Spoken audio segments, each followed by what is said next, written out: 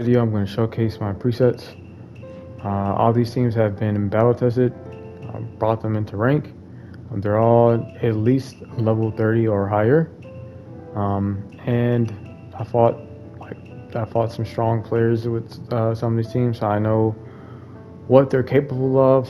What they struggle with, and so I'm just going to showcase some things with these teams.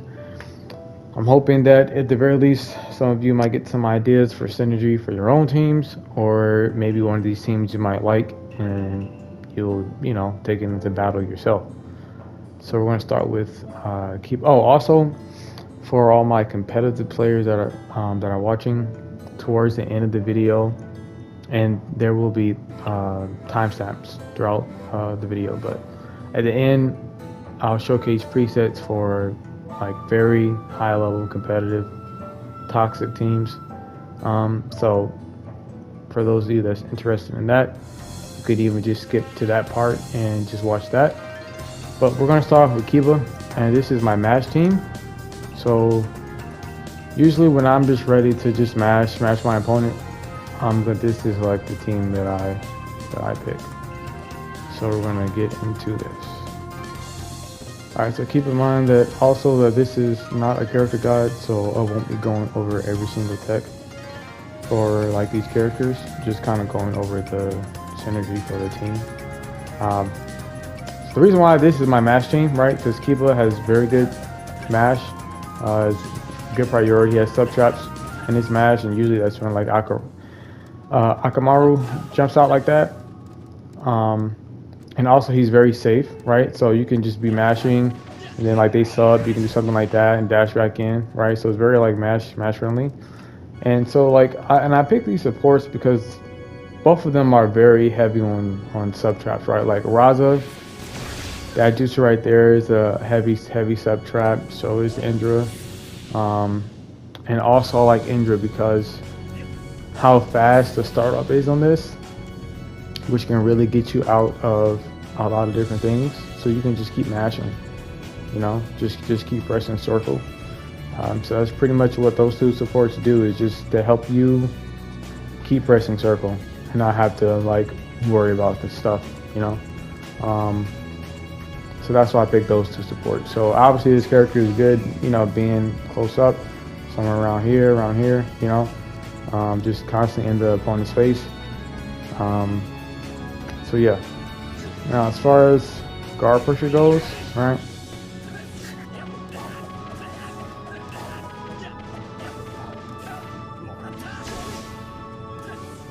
So that right there, that is his jail.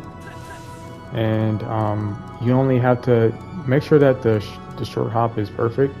Otherwise, like if you do that, you won't be able to confirm it. And you only have to confirm one, right? Just one string of that.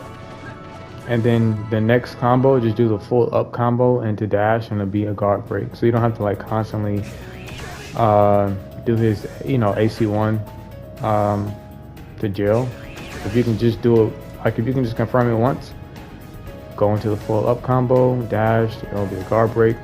He has other guard pressure options like the full up combo into jutsu, right? You could do something like that. There's other options, like let's say you fail the jail, right? Let's say you fail, you can cancel it.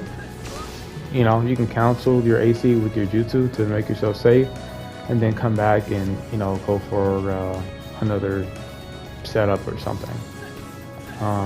Another guard pressure option is in his down combo, you can dash cancel, but it's not a jail, and they can counter the last, let me see if I can show you.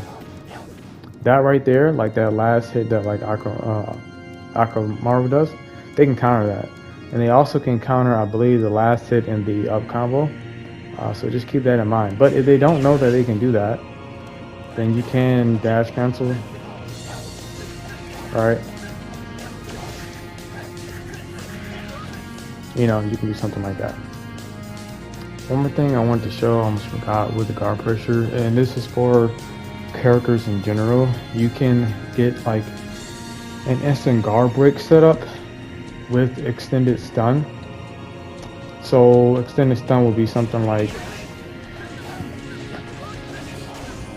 right, that's extended stun. So you can get, if you do that on guard, you can set up an instant guard break. Some extended stun will actually, once you blue dash, it will like complete the guard break on its own, and so like it's a jail in that sense, and like you can't escape it, right? So something like if you do this,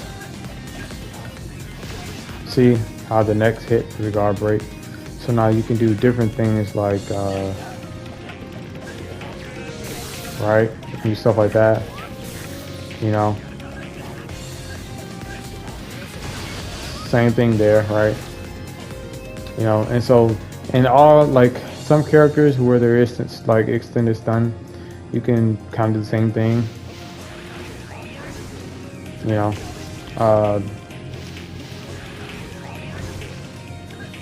well, in any case, you kind of get the point. I think he has one too. Yeah, there it is. Yeah, so you know, stuff like that. So yeah, you can kind of just keep that in your back pocket. So as far as optimals go, you'll really like, I really don't concern myself too much with optimals with this team or like with resets, because this team is just pretty much just mashing. So when if I do get them on those subs, I'm just looping my infinite. You know, I'm not really thinking about anything else, or just confirming damage. So confirming damage, like doing stuff like that, you know. That's what they have, like whether they have subs or they don't have subs. So I'll do stuff like this, you know. Then I might go into like a fang over fang, dash right in. Alright. You know, just like doing stuff like that. There are some resets that you can do. So you see a little stun lock right there. So what you can do is, for the reset, is do one string of that, right? Do it again and then go into grab for like a mix up to reset the damage scaling.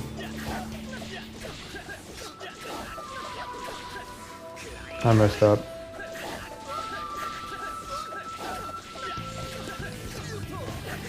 Right.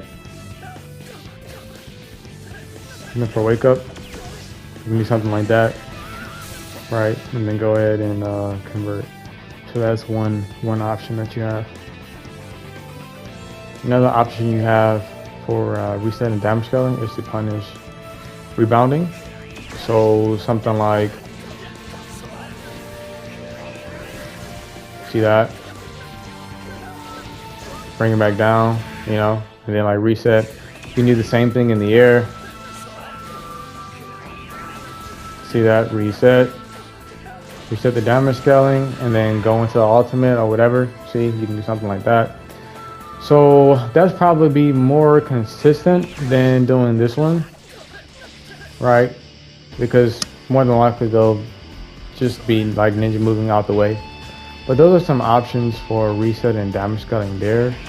Obviously you have like your guard manipulation ones, so something like this. Alright, something like that, you know. You also have other ones like this.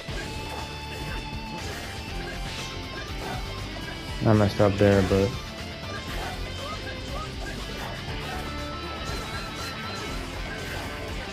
something like that, you know. There's actually one more I can show you using your supports to make a setup for a reset on the damage scaling. It does take a little bit of timing. At the very least, you can consistently get their guard where the next hit will be a guard break. But let me see if I can showcase that.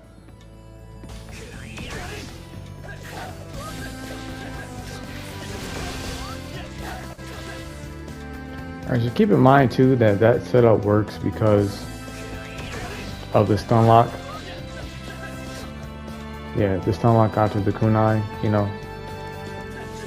kind of keeps them in place and gives you time to call out your support, set up for the, you know, the dash into the guard break. So yeah. Anyway, so for his optimals, usually with this team, I'm not really concerned too much about like getting out the most damage. If I catch the opponent off of subs, really my only focus is on just smashing, you know.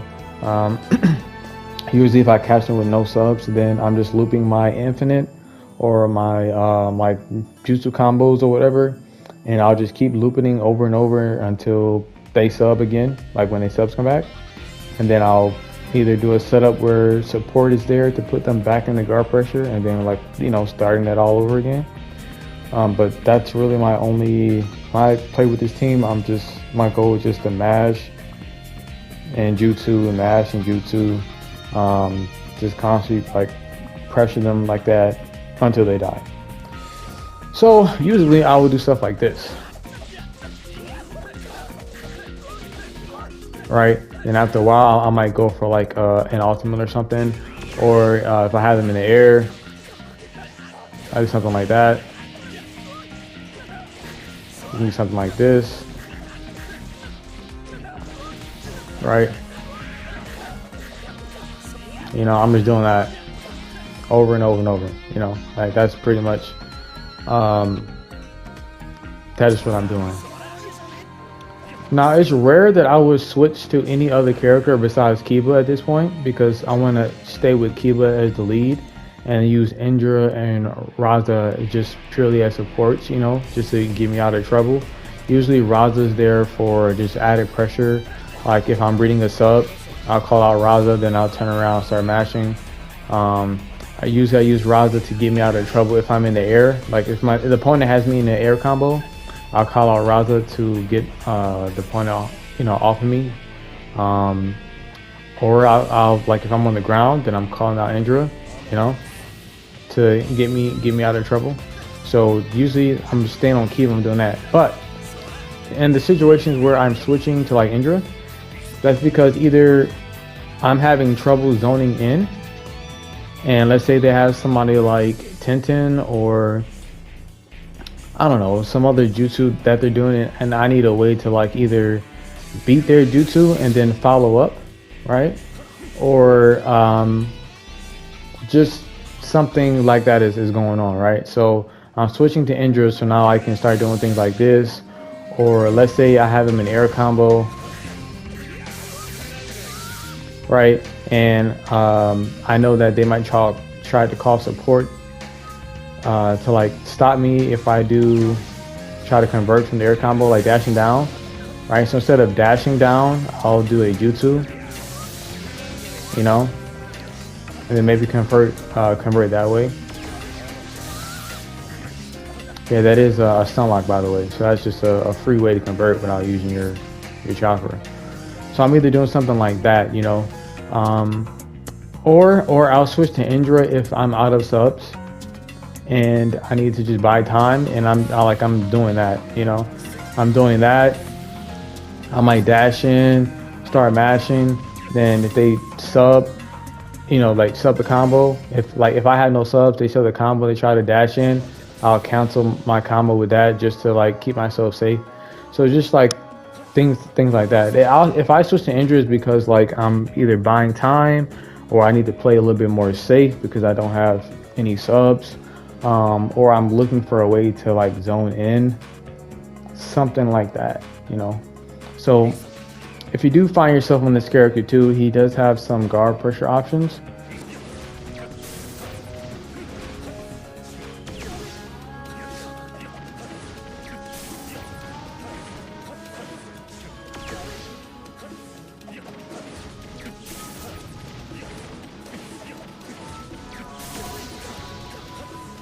So that right there, that's his first jail. So you want to do a short hop on his down combo, which is the 1, 2, it's 5, I believe, on the fifth input of the down combo.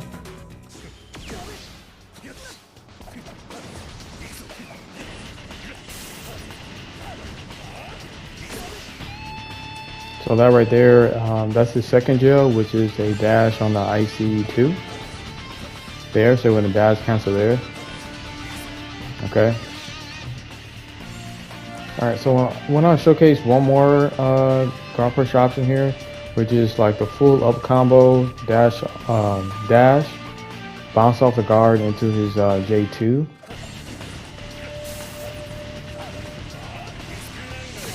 Something like that. Okay. And you can just, you know, go into whatever.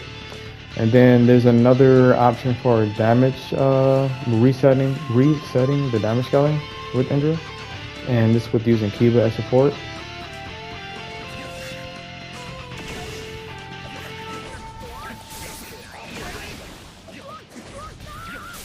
So as you can see right there, that's one way to reset the damage scaling, right? So what's happening is, if you guys didn't know, guards take more damage from charged chakra dashes than a regular chakra dash, right? That's the Storm Connections thing. So what you're doing is, I didn't even do that.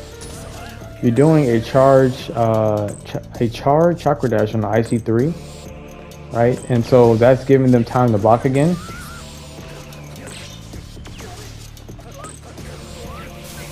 Right, that's giving them time to block again, but then you're calling out Kiba, and so Kiba's going to hit the guard. And then the dash will connect, and then that will result in the instant guard break. It's almost sort of like when you do a setup like this, right? When you do something like that for the instant guard break, that's kind of what's happening, but you're just doing that in combo. And so yeah, so that's one little setup there.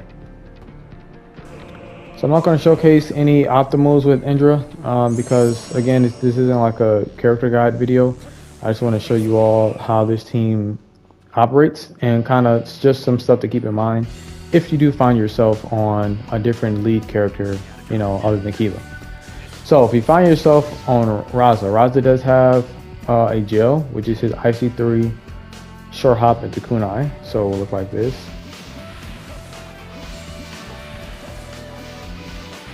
Okay, and that is a confirmed gel. They cannot counter that. Now, something to keep in mind is once you do it the first time, right? Once you do that, the second time you go, you will have to hollow step because you'll be too far. So you will have to hollow step kunai. So just keep that in mind. Obviously, you have the OG guard pressure option. So that right there, that's the OG guard pressure option. Dash canceling on the, you know, up combo. You can also do the same thing on his IC3. When the sand comes out like that, you know, you can dash cancel there. Neither one of those are jails, so they can't counter, but that's just a guard pressure option for you. His easiest guard pressure is going to be the IC3 short hop kunai. That's going to be the easiest one. You also have the his up combo dash into jutsu. If I can just get it right. Okay, you also have that as an option. So another good thing about Raza is he's so good at resetting juggles. So let's say you're out of chakra and you can't convert after air combo. You can switch to Raza. You know, you can do something like that. And it's kind of the same thing with Indra as well, because it was IC2. See that? You can do something like that. Also, another thing to keep in mind is that his up combo does hit grounded. So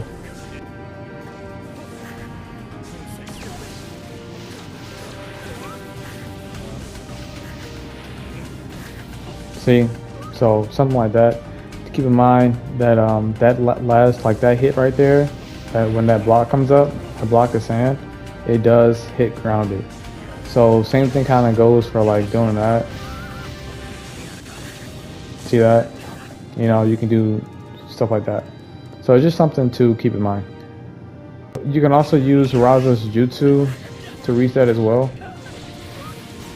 Like if you don't have any chakra, you know, and you're in the air combo, you can do something like that. Same thing with Indra's jutsu, you know, to reset if you like don't have any chakra to dash, you know, after that that air combo. To show what you can do if you have the opponent in a juggle with either one of these characters. I'm going to show you a reset option with Raza for like air resets, because I know he doesn't have a traditional one. We all know that you can dash on the final hit of the up combo.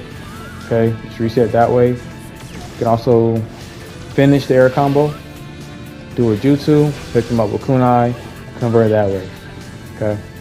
Indra, we know his IC2 will reset them. That was a bad showcase.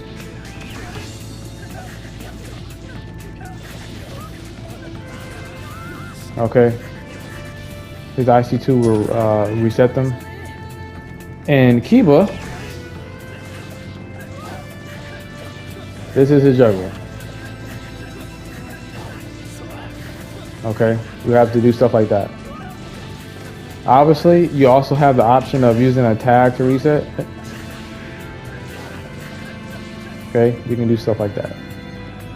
So just for a quick little conclusion here for this team, pretty much at the start of the fight, usually I'm popping my attack up heal, just extra guard damage, and I'm just trying to, you know, catch him with a few strays of fang up a fang.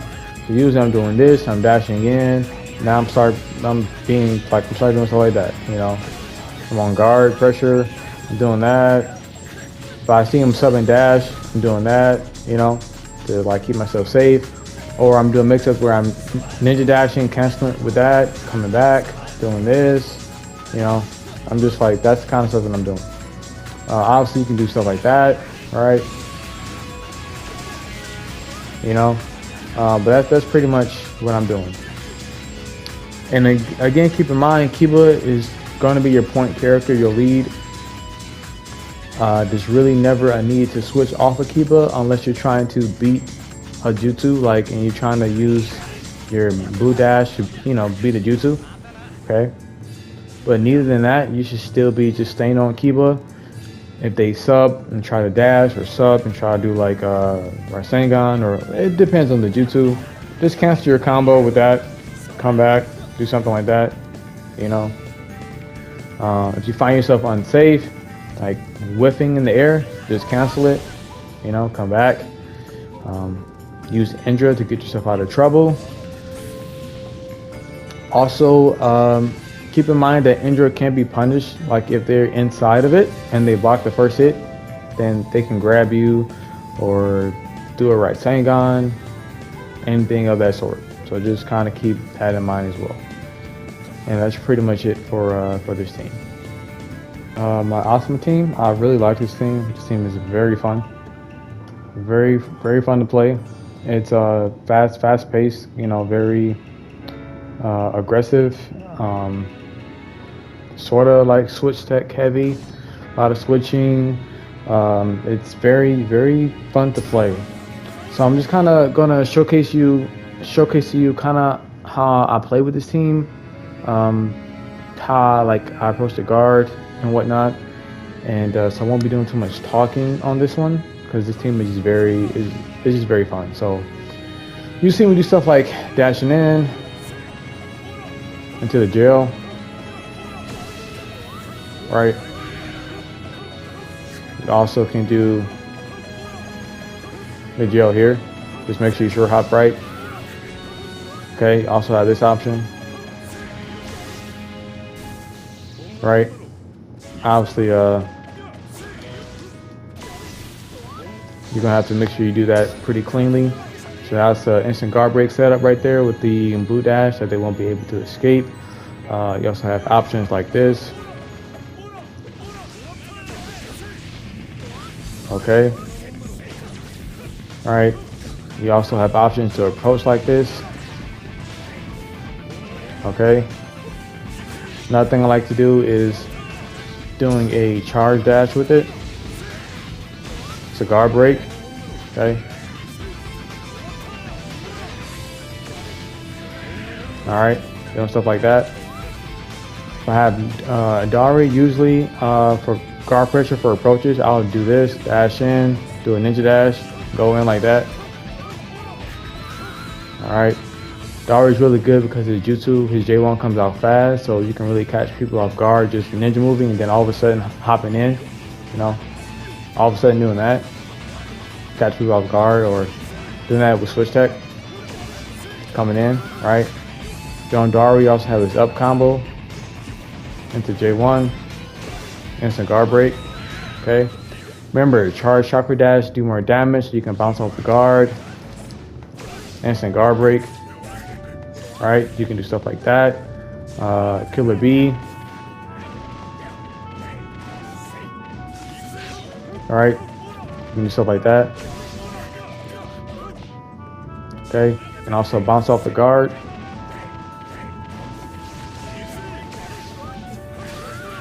Okay, do stuff like that. He also has a Jill and a short hop. That right there.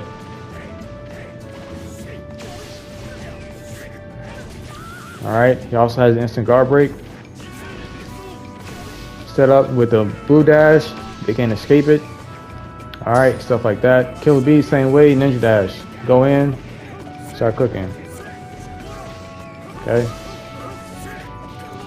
Do stuff like that. Reset's kind of the same way. You got a chakra. Okay.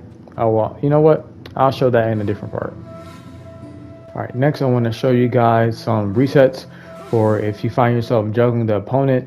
Also some resets for air combos, like if you find yourself out of resources, like no chakra. Asuma is, just keep in mind too, this team has just such good synergy. All the characters on this team complement each other in some way or another.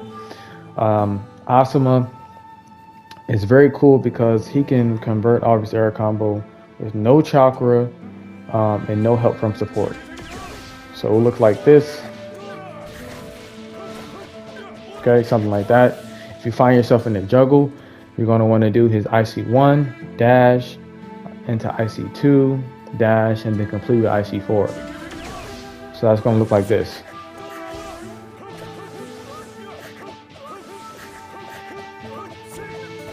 Okay, that's going to look like that. You also have the option of using Dari. Okay, see that? You can do stuff like that. You also can do things like this. Alright, so you can do stuff like that. With Killer B, his juggle is a little bit hard to do if you find yourself juggling the opponent. You just remember to cancel the IC1. You can juggle off the IC2, but it's not consistent. But ideally you want to cancel the IC1 and dash in, so it's going to look like this.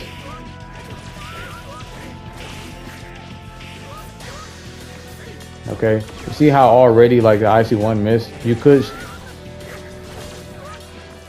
walk in a little bit. Okay, see that? You could walk in a little bit there. You also have other options there to reset them with this jutsu.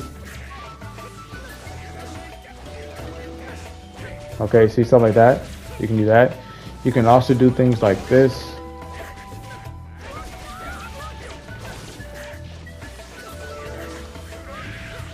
Okay. You can also use extended stun, right? Do the blue dash on his IC3 and then you can convert that way. So it'll look like this.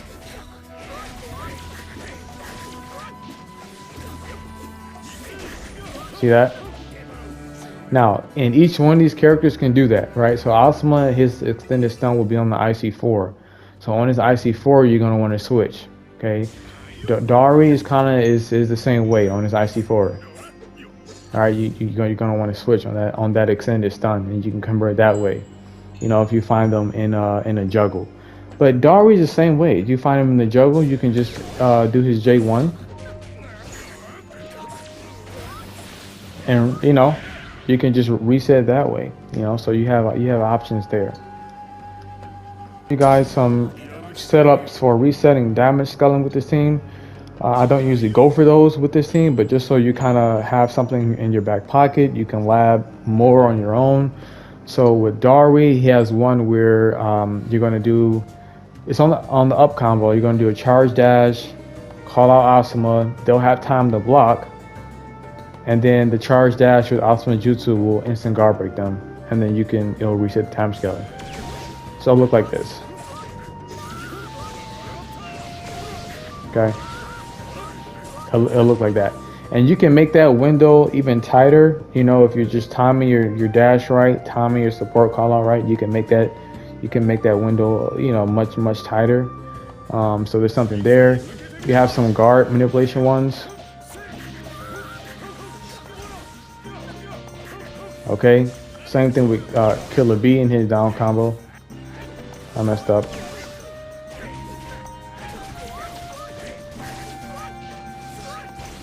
Okay, you can also do that. You can also do one that's would kind of like they won't be able to escape this one, is if you do this one right here.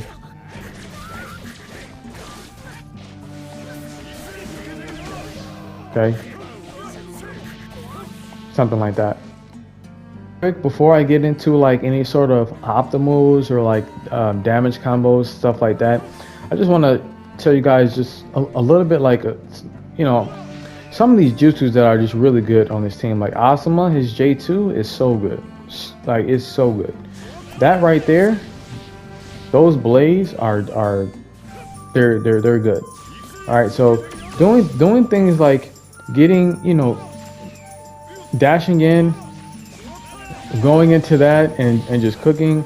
If the opponent is like trying to keep you out with whatever, just doing that to get in and just doing like whatever you want to do, just really good. Obviously you have Dari's J2, you know, dash in behind that, but don't be afraid to like call out Asuma J2, you know, like whenever you get the chance, and just do whatever, you know. I mean, that jutsu is just so good.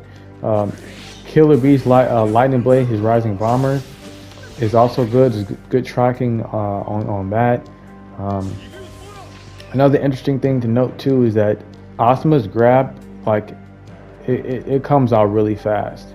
I don't know if that's how to really explain that, but for example, you can dash and combo and grab before they even have a chance to block again. So like just watch Naruto and watch like his animation, and you'll see that he can't block again. So just watch Naruto. You see that? See how he wasn't able to block, and that's off a dash and grab. That's how fast like that grab just comes out there. So keep that in mind. So even that right there, you can use to like reset damage scaling, because it just comes out so fast. If you do go for it, do it on the IC. Let's see here. Do it on the IC3. Okay. Do it on the. Okay, yeah. You want to do it on the IC3, because that gives them more time to recover a little bit, right? And it shortens the window, so that way you like, it gives you more time to get off the grab and reset the damage scaling. Because if it's too fast, if it's too clean, then the damage scaling won't reset. So just kind of keep that in mind. So yeah, so next we'll start getting into like some combos and stuff like that. We're going to get into the combos now, and I really want you all to pay attention to Naruto. Like, look at how fast he's recovering, okay? Because I want you to see how nasty this dash and grab is with Asuma. So we're going to do just like a basic defense down tag into attack uphill into grab, and then we're going to loop. And I just watch how this looks.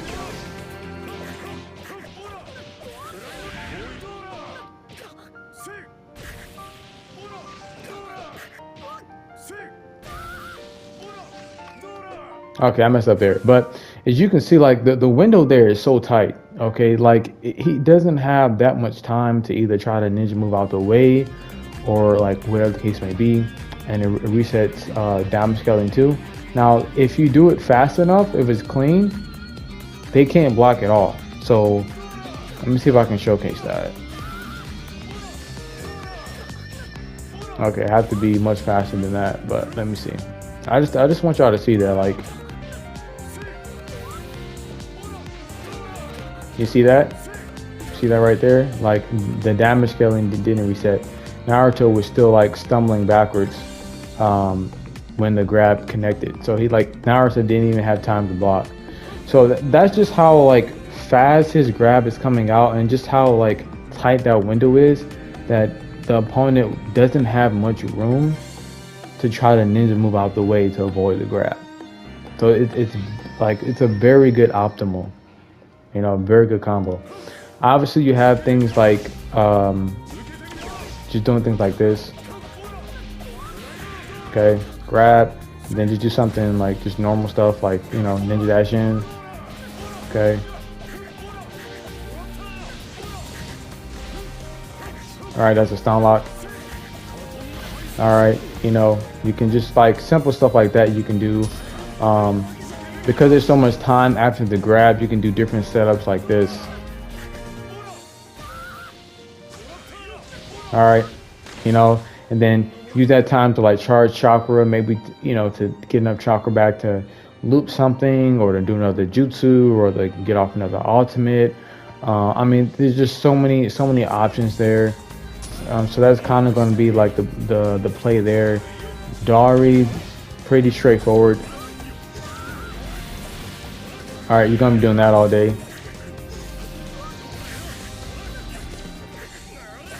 You're going to be doing stuff like that. Sometimes I'll do stuff like this.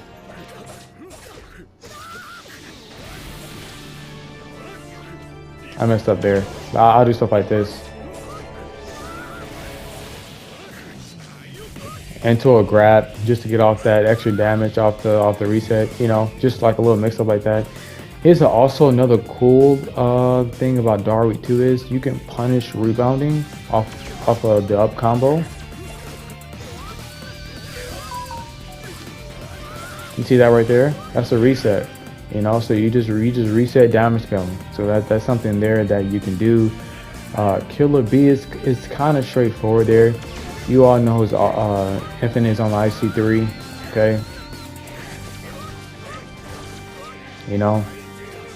I missed that, but Killer B is pretty straightforward. Also, if you didn't know, there's a stun lock on the up combo.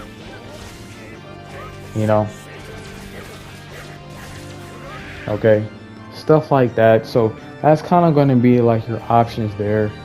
I guess before I close out this team, another thing to remember is that Asuma is like Danzo 2.0 in Awakening. All right, so doing stuff like that,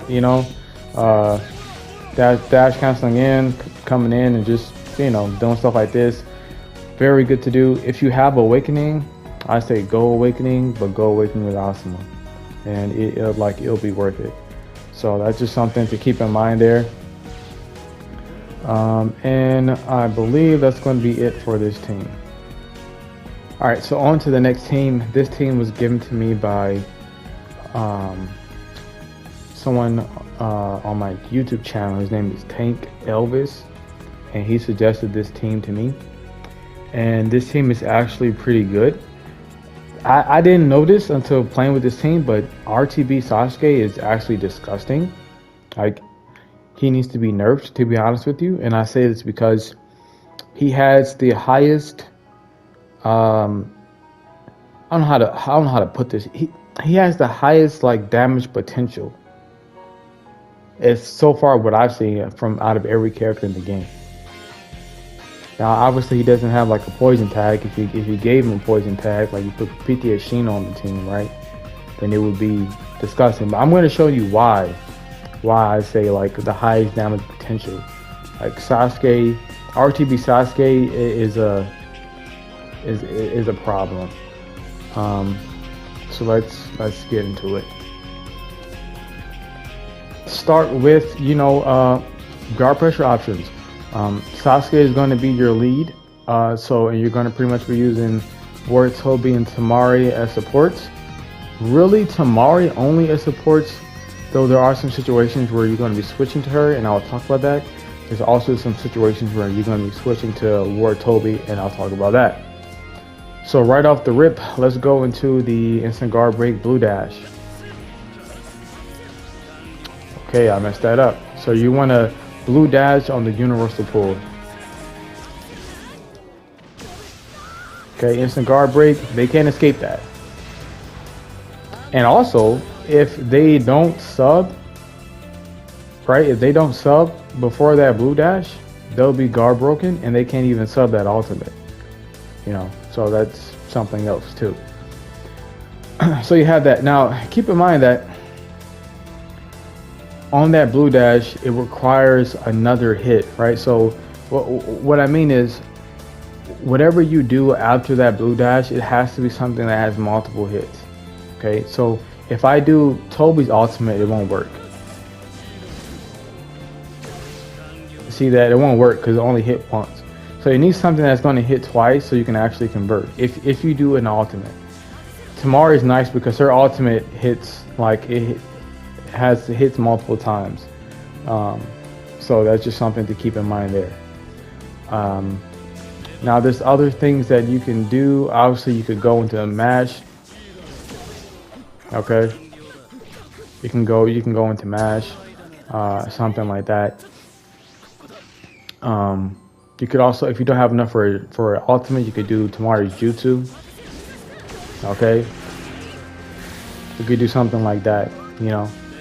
Now RTB Sasuke does have a jail, and you're gonna want to cancel the universal pull animation. Okay, that's the jail right there. They can't escape that. And then you just do it one time, do the full up combo dash. It's a guard break. Now keep in mind that, and usually only like veterans know this, but you can dash through RTB Sasuke combos after the universal pull.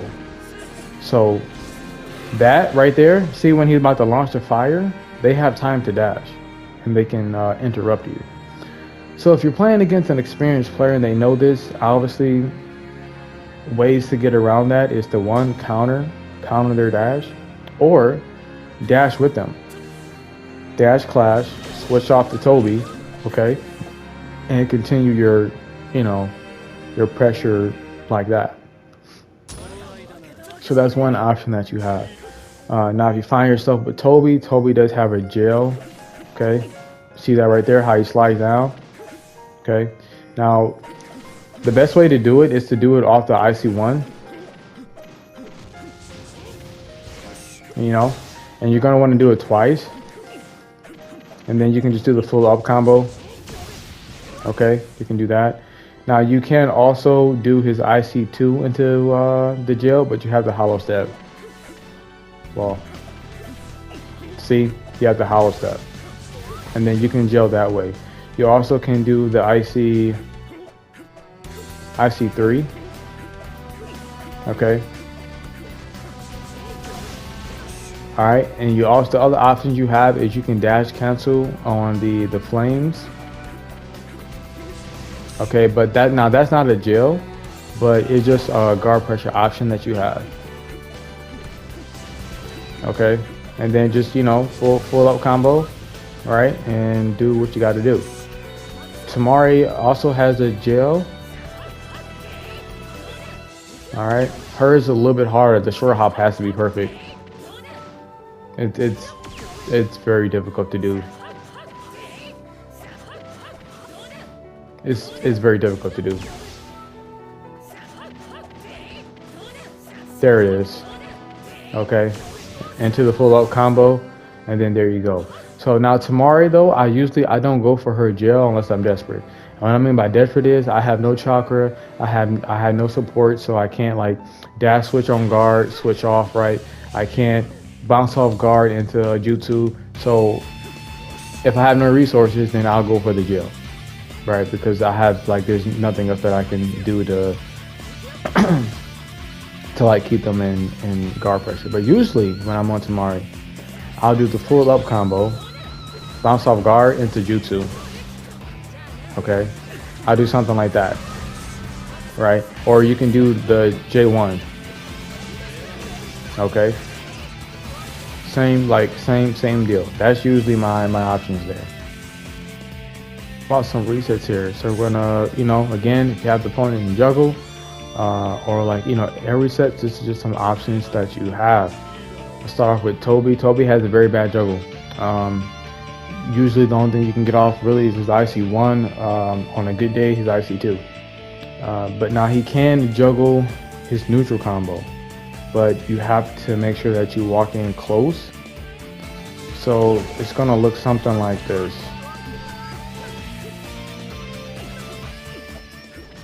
Okay, see how it dropped there?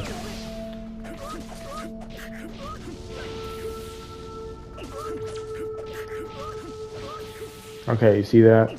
Alright. Now if you're just on like a regular juggle, usually the most I find you can do is like the IC2. Okay, but even that, will sometimes drop. So just kind of keep that in mind. You also can actually complete, go ahead and complete the full neutral, get them in the cutscene. You can do something like that. So yeah. Now for Sasuke's so good because his final hit in his air combo, it resets Sasuke back to the ground anyway, which gives you so many options to do so many things. So you can do something like this. Okay, like that's all day. That's all day type stuff. Okay, you can do that with an ultimate. Look at that, just easy. That's just easy all day type stuff that you can do. Now if you find yourself in a juggle,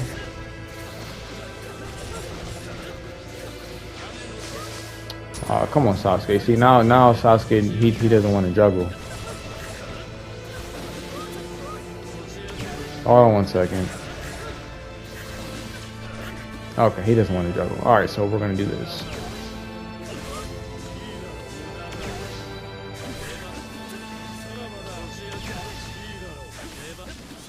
Come on, Sasuke.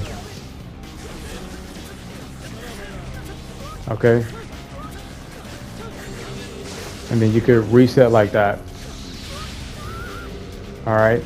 If you have them in a juggle. And again, remember that you can also use extended stun, right? So you can also do his blue dash in the universal pool to reset that way. So just kind of keep that in mind. If I can actually showcase that. Okay, you see? So you can also do something like that. So I forgot to mention as well that Sasuke can't complete his full neutral on juggle. Sometimes it will actually reset on the universal pool, but even if it doesn't, you can just keep mashing and it'll go into the cutscene. So it looks something like this. Well, I missed.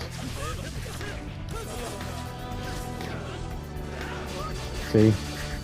If it misses, if it whiffs, you can just, take them into the cutscene. Now with Tamari, if you get close enough when you start off that juggle, you can actually just do like her IC4, I think it is. I think that's IC4. No, it's 5. It's 5 in the, yeah. So anyway, so look like this. Well, not that. Okay, look like that. So that's kind of, what you have there. Now, if you find yourself with no chakra, like with Sasuke, if you have no chakra to dash,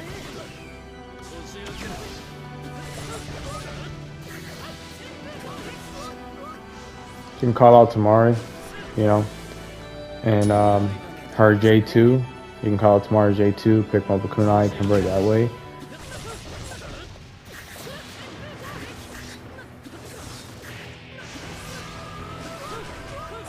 If you want to avoid trying to catch them on the rebound, you can just throw a kunai to stun lock them, right? They won't be able to rebound, they'll just drop back down. So that's something to keep in mind too, for an option you can do. You also have Toby's second jutsu. It hits grounded. You can pick them up, and keep going. So that's if you have no resources for that. Now with the rest of them, it's pretty much going to be, you know, you call out Tamari, okay, you can do something like that. So pretty much the same thing. You can't do her J1 with Sasuke's air combo because Sasuke pushes them too far, so you will have to do her J2. So just kind of keep that in mind. So those are options there. I wouldn't suggest using Sasuke for that, like his J1, because his J1, like if it's done as support, it won't, like it will drop. The opponent will drop. Like there's some stun there, but it won't, like you won't be able to really convert depending on like how slow you are getting to your opponent. So just kind of keep that in mind. Don't really use the J1 as support if the opponent is in the air. So yes, also keep in mind too that you can't convert after the fireball. It's a like hard knockdown type deal. You can dash after it, but well, spark dash I mean. But you know you will have to wait a little bit to have the fireball has gone out. Also another good thing to mention, which we all know by now, from the fireball beats the majority of the things in the game. So it's a good thing to use to follow behind, you know, to approach. So that's just something else to keep in mind. Go into the combo. So I said before, Sasuke, RTB Sasuke has the highest, highest potential, like the most potential for like the highest damage in the game. And I'm saying now, I haven't, maybe I missed something with like when I labbed the other characters, but as far as I know, Sasuke like takes the cake. And the reason for that is because his ability to go from grab to jutsu in a very short amount of time, and for both his grab and jutsu to be cutscenes, like cutscene animation, it's a long day. Because in cutscene, when it goes to cutscene, the timer for the sub stops, and Sasuke can loop that very fast. All right, so his jutsu, the earliest you can do his jutsu is in between the IC2. You're going to cancel the IC2 just right to put the opponent in a stun lock, and then you can convert off the jutsu. If you do it any other place in the combo, it has to be where there's enough stun. All right, so it's going to look something like this. Usually, you know, you're probably already in combos, so you do universal pull into grab, and then that's when you'll start. Okay, see, if you don't do it right, then they'll be able to block. Like that. There it is. Okay, so that's how that's going to look. Then you grab, and you just keep like looping that. You know, just keep looping that. You can even then go into the air combo, drop down. Okay, and just keep like that's what his optimal looks like. Okay, is you keep doing that. Now, for some resets on damage scaling, this one right here, I want to show you guys. This really is a mind game reset, and it's gonna look stupid at first, but I've done this on a lot of players.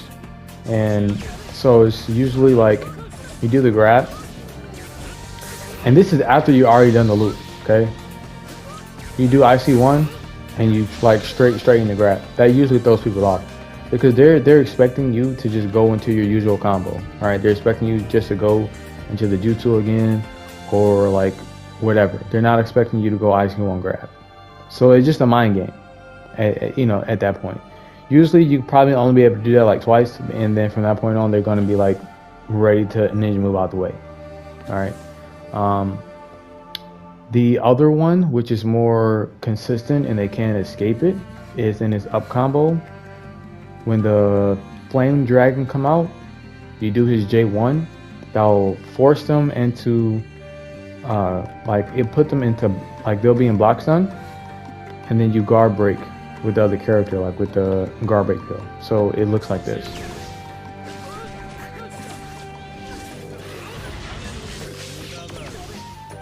See, right? That puts them in. You heard like when the kunai hit his block, puts them in a block stun. You come back in with a character like that, then you reset damage scaling that way. You also have an option like doing his AC1 to guard manipulation, right? You also have one where doing the same thing but bouncing off the guard into fireball. Okay, just to get off some quick damage, right? Just to get off some quick damage. So you have some things like that you can do. Another thing to keep in mind is that Sasuke and Temari have pretty good synergy with each other. Temari has a way where she can also reset damage scaling, and it's by punishing rebounding from her tornado. Now it looks like this. The opponent will rebound and the second tornado will catch them. Okay. So now what you can do with that is, and yeah, this costs chakra, but let me just do something like that.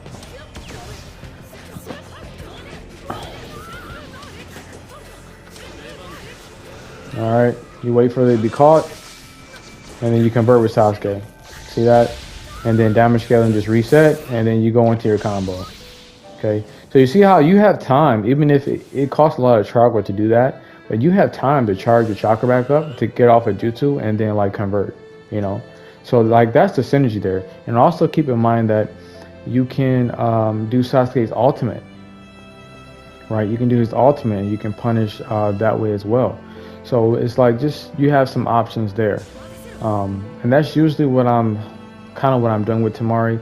If I don't have chakra to do that, I might just do something like this. All right, keep in mind you gotta wait for it to finish before you dash in. Okay,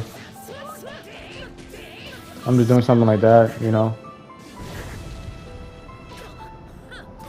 All right, or if I need time to like charge chakra to make another play, I might do something like this. All right, and I'm just taking this time to charge chakra, you know, get ready for whatever, you know, then I'm going back in to make some sort of setup or whatever, okay? So those are options there. As far as Toby goes, with combos and whatnot, he does have a grab loop that I really like to do. So what would you go straight into grab? Okay, he has a nice little grab loop. So you can just keep doing that over and over, you know. So he has like options like that. Obviously, you know, he has his infinites into like jutsu, you know. So stuff like that. Just some options for you. You can do something like this.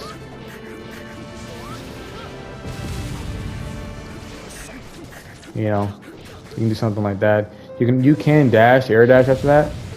See, something like that. You can do that. So that's pretty much it for like the combos and resets with this team. Like stuff that I would kind of go for. Really, my main damaging person is Sasuke, and I'm just trying to just get him the loops. I'm playing mind games with the grab. Sometimes I try to like, you know, force him into guard pressure like that.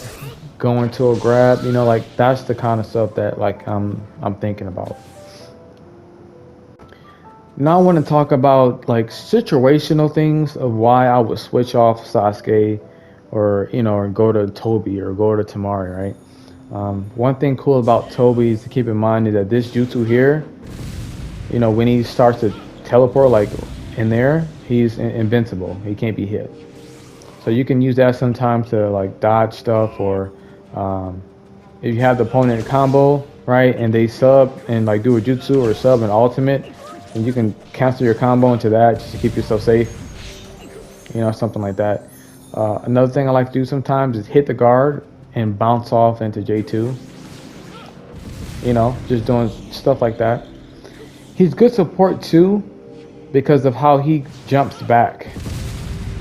So a lot of times it's hard for the opponent to interrupt Toby when you call him out, because Toby is jumping back, you know. So he's decent to call out to like interrupt the opponent or to get the opponent off of you if you get caught in a combo or something like that.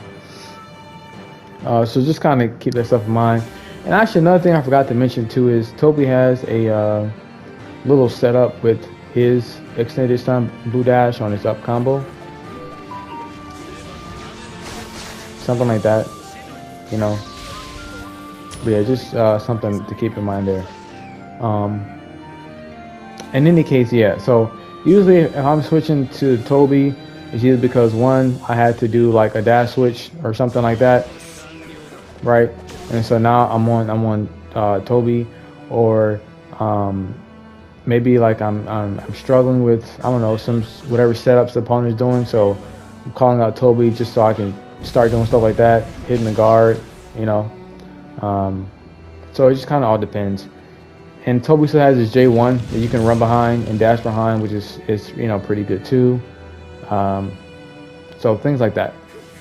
Now Tamari, if I switch to Tamari and I'm using her as a lead, it's because I'm buying time, right? I'm now at this point I'm running away, and usually if I'm running away, I'm doing stuff like that, right? I'm spamming that kunai, okay, and also the kunai actually has a decent amount of stun on it. Let's see if we can do that there. You see that? And you can actually convert.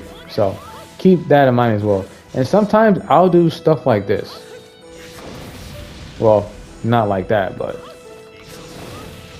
all right, I'll do stuff like that, you know. So usually when I go here, I'm running, you know, I'm just running away, buying time to get my subs back. Usually I'll do things like that, and then I'll spark dash in, you know, dash back away. You know, I'm doing stuff like that. So trying to think here. And that's pretty much it for that. So just for some side notes here, and then we'll like conclude this team.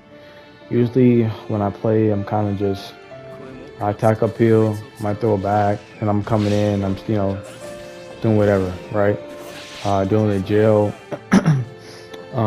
you know, or I'll come in behind Tamari, trying to grab, or just, you know, something like that. But really, it's speed pill. I'm dashing in, you know, I'm getting aggressive.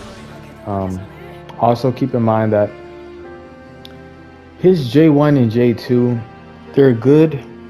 They're good when you use them right. They're not good to just throw out randomly. All right, especially his J1. His J1 is terrible in the neutral, like if you're just throwing it out. But his J1 is really good when you use it how it's supposed to be used, which is in combo. You're using it for max damage combos. That's when it's the best. Or you're using it to reset your opponent. Okay, so when I mean I reset, like you have them in the juggle, or they're up in the air, and you're just trying to get them back down to the ground and go into a combo. His J1 is perfect because it gets him in the cutscene no matter what, and then you can keep going from there. Another good thing about his J1 is that you have to sub it like frame one. You know, like if you sub after you get hit, no matter what you do, you're going to be put in the cutscene. Like it's over at that point. You can't try to ninja dash away. You can't do like, it's it. You're going to get hit. You know, so it's something like that to also keep in mind. But neither than that, if you're just throwing it out in neutral, you're going to be punished. But if you use it the right way, it's a very good jutsu. Very good. You just got to use it right. Frontal fireball, I mean, you all know. You know, you want to follow behind, not do that. You want to follow behind it. You know, if you get caught in the air combo, you can use his fireball to get you out of trouble. You know, stuff like that. So just kind of keeping those things in mind. I also want to show this little infinite with Tamari as well.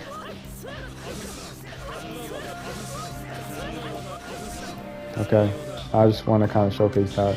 Also, you know, you do have cover fire, you know, so that's good too. You know, and you can also use Tamari for like picking them up. Well, with the jutsu, also with her kunai, you know. Let's see if I can do that better. Something like that. Okay. And kind of the same thing with like, if for example, if you do Sasuke's down combo, and if you want to convert afterwards, you will have to do like a pickup like that, and dash back in, you know, something like that. So just kind of those things to keep in mind. There are other like resets, but I don't think that they're consistent as much. So I kind of just want to show you what you might be using or should be using in actual battle, and you all can kind of lab, you know, the rest for yourself. Preset, we're going to be on this one right here. So let's hop into this team. I'm going to start off showing you some guard pressure options.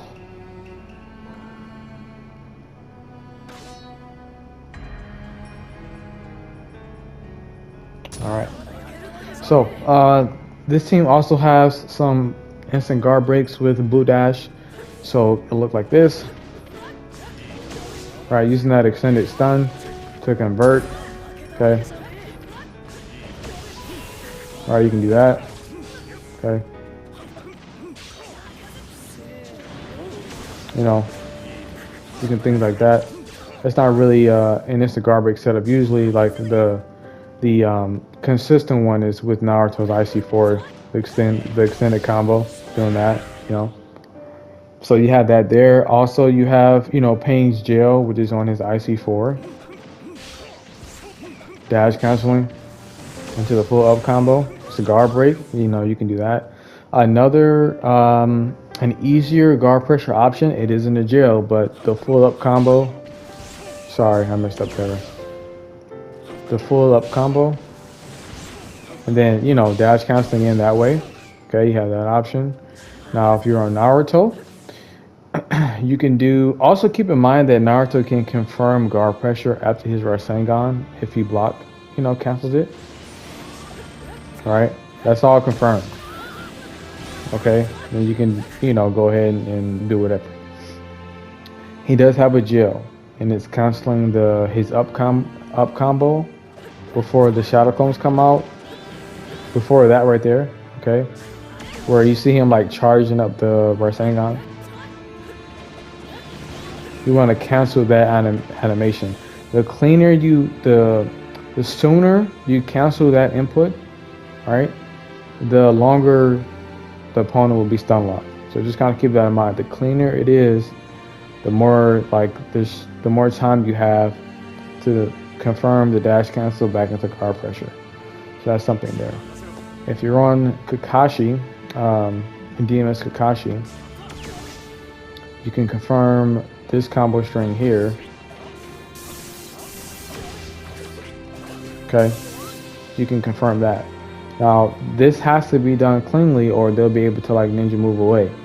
Okay, so the cleaner you can do, you can cancel that right there, that last hit into lightning blade, and then cancel that lightning blade into combo. The cleaner you can get those cancels off, the better it'll go for you. So that's kind of like the guard pressure there. You also have things where like you can dash, bounce off guard into like lightning blade, so things like this. Okay, you can do stuff like that. Right. Then you also have options, same way with Pain, where you can bounce off guard into his J2. Okay, into like a guard break, things like that. You also have different approaches, like with Naruto, you know, in the neutral, his J2. All right, that's the instant guard break right there. When you like do the charge dash on that, you know, it's gonna get that guard to red and it's gonna break. Obviously, we know DMS Kakashi can open guards for free. Okay, but really, I kind of want to showcase that with like damage scaling resets and things of that nature. So yeah. Another thing I want to mention is don't be afraid to you know, do some dash switches. You know, like on guard, like doing things like this. You know, like don't be afraid to do things like that. You know, coming in.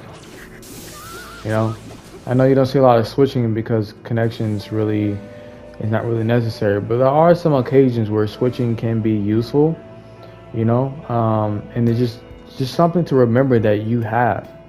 You know, it might be less optimal now, right? It might be less situation where you're using switching and storm connections, but don't forget that you have that tech, because there are situations that will come up where you can make a really nice play,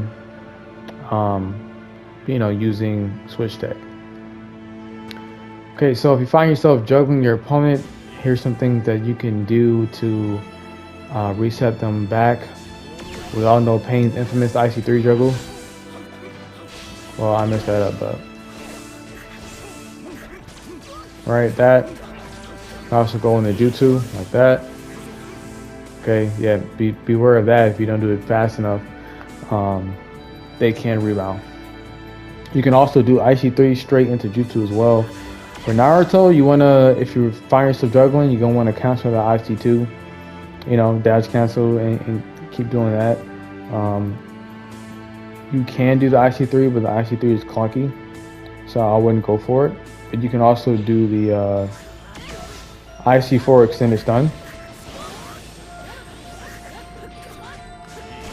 right, and convert like that, So they have options there. Now Kakashi's DMS Kakashi's juggle is pretty bad, so just keep in mind you can juggle. Well, first off, like that first hit, the hitbox on that is not that good, but you can do his IC2 on juggle, and you can also do the IC3, but just like it's a spark dash. But I'll show you what I'm talking about.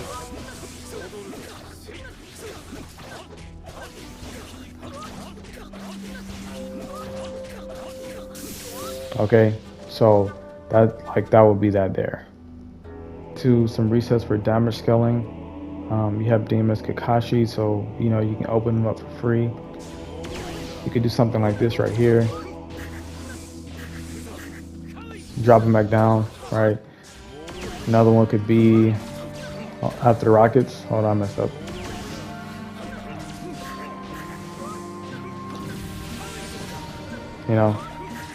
But you have to time that a little bit better though, so that they're able to like come down and block. But the tighter you get that, the better that it will be. You have one with Naruto as well. You see, something like that. If you don't have a peel, you can still just do a charge chakra dash to break their guard. So you have some options like that. You also have one after Almighty Push. Really, it's a conversion more so than a reset. Something like that. Same thing kind of with Naruto.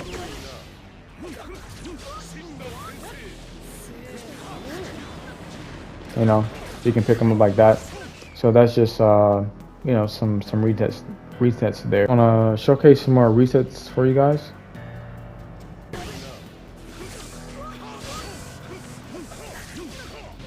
So that right there, that's one way to reset the damage scaling. You want to dash like when the rods are coming out, and then you'll see Naruto kind of float up in the air a little bit. See that, how he kind of floats up like that, and then just start pressing circle, and then it should like manipulate them back down to the ground, and then you can convert it that way. That takes a little bit of timing.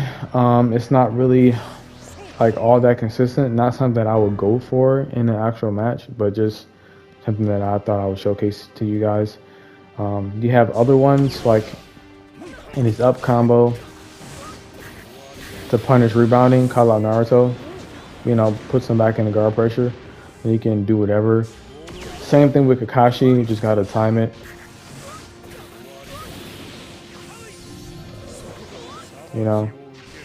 Something like that.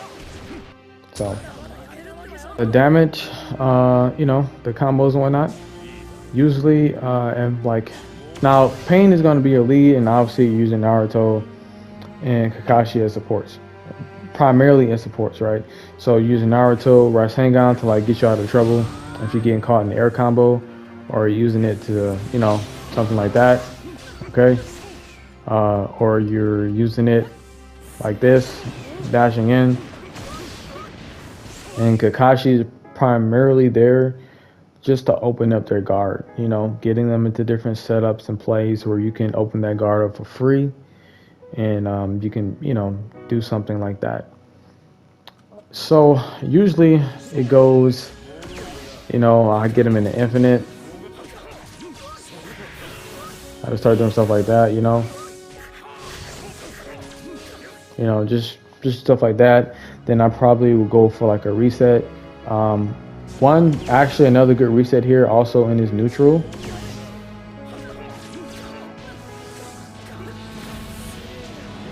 Okay, it puts him back in the guard pressure, and then you can go and do whatever. So that's pretty much what I'm doing.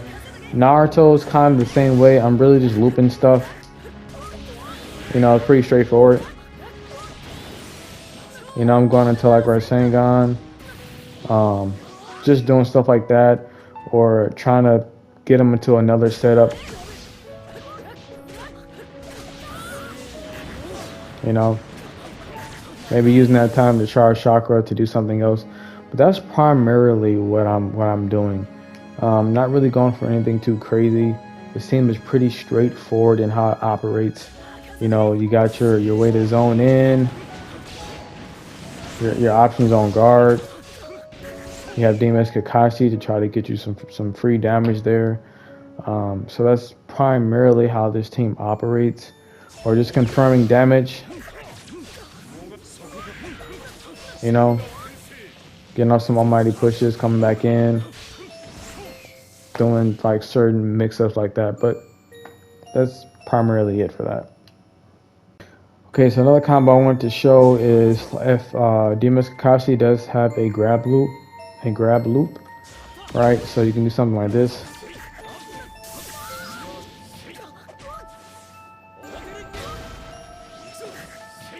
Well, I messed that up.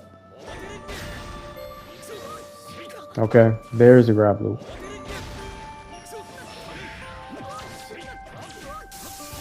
You know, you can do something like that. Even if they drop,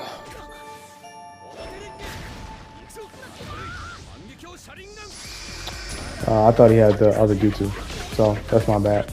But anyway, so yeah, you have that. Also, keep in mind that Kakashi has a long range ultimate, so you can also use that to punish. You know, your opponent does like a tries to hit you with an ultimate, like maybe Sasuke's Inferno Fire Style. I forgot what it's called.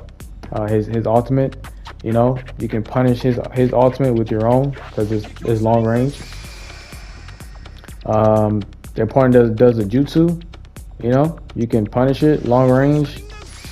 You know, so just keep that in mind that you have utility. You know, even if you just do a switch to punish, just remember that you do have utility within your team. Different things that they can do.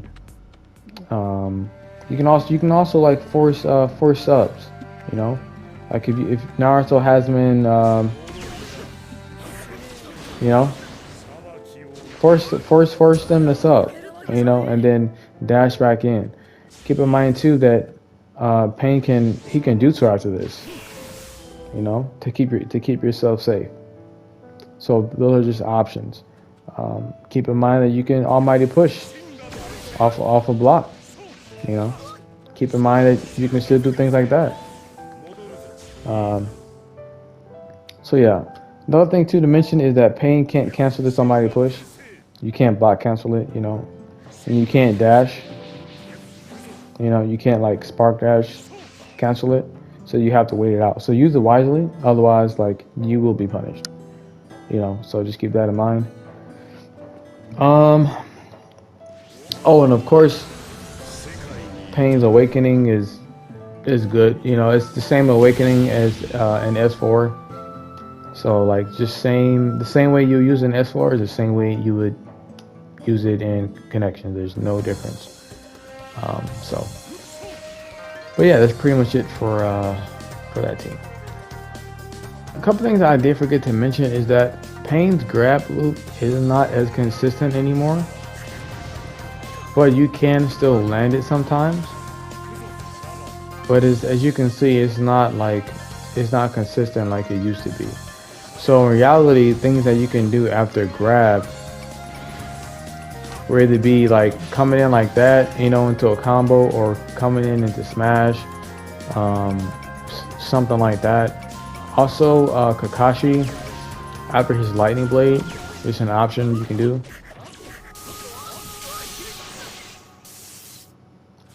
Okay, you can pick them up and then like go in to grab. Usually I go in to grab because they're ready to counter, so I'm just reading the counter. If they don't counter, another thing you could try is hop in after the lightning blade and go into another lightning blade, and sometimes that'll catch people because they're like trying to ninja move or whatever, so you can catch them like that. So just I just kind of wanted to throw that out there as some more options. Alright, so this is the next preset that I'm going to showcase. This team is very fun. It is very technical. It's not beginner friendly. There's some pretty nice setups, some optimal setups I want to show you with this team that's kind of nasty. But it will take some practice and it will take some labbing. Now, just to kind of go over the guard pressure a little bit, Cayuga does have a jail. It is her IC3, canceling the starting animation of the IC3.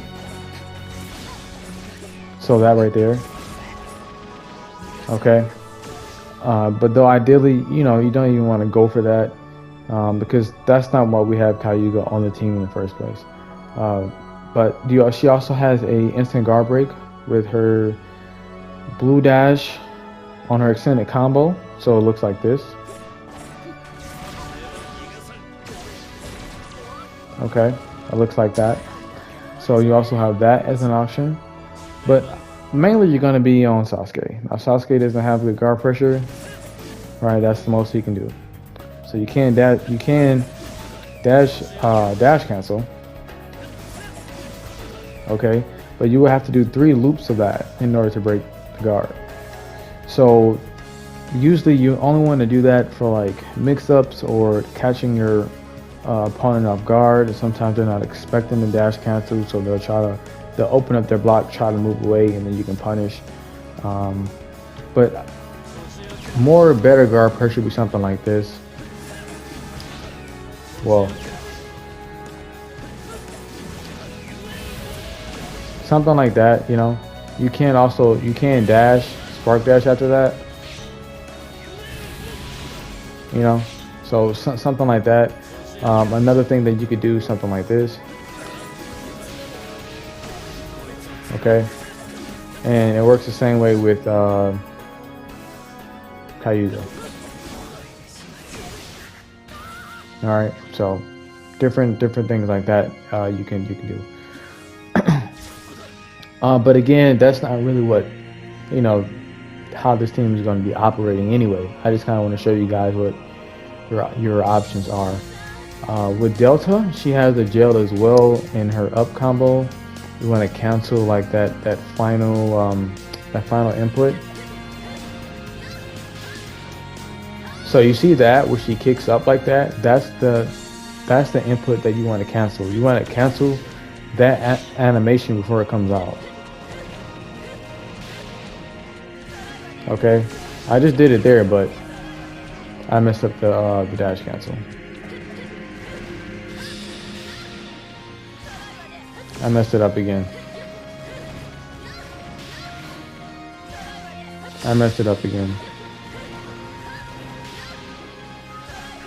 There it is. Alright, so that's her gel. You also have an easier guard pressure option in her doing the full up combo. And the jutsu.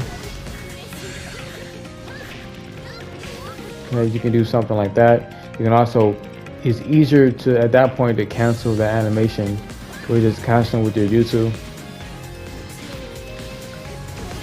Okay, something like that. And so that would be for Delta. So with this team, I kind of want to just go straight into how it's going to operate, how it's going to work. Okay, because usually when I start off, the first thing I'm doing is I'm going to the lava stage. If you're fighting against Playco, he's going to the ice stage, and we'll talk about that later. But yeah, so I'm going to go into the fire stage, and usually I'm doing a ninja dash, and I'm subbing and I'm doing the input to change stages. And then when you do that, it's a free sub, one, and two, you have like iframes during that time. So that's just some tech to keep in mind. So anyway, so I come here, right? And after I come here, usually my first setup would be, I'm doing this, I'm bringing them over, okay? And then I'm converting like that.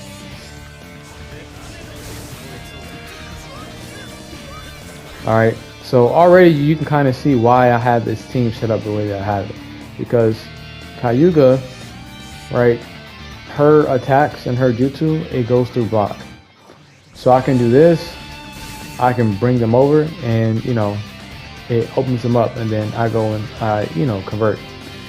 It's pretty good because if they're trying to run away, they can't. You know, once I do this and I do this, there's nothing that they can do about that. You know, like that's just a conversion for me. So with that being said, you can do different things to reset damage scaling with that. All right, so something like this. We're gonna do the full neutral. Okay. All right, and then we're gonna and then convert that way.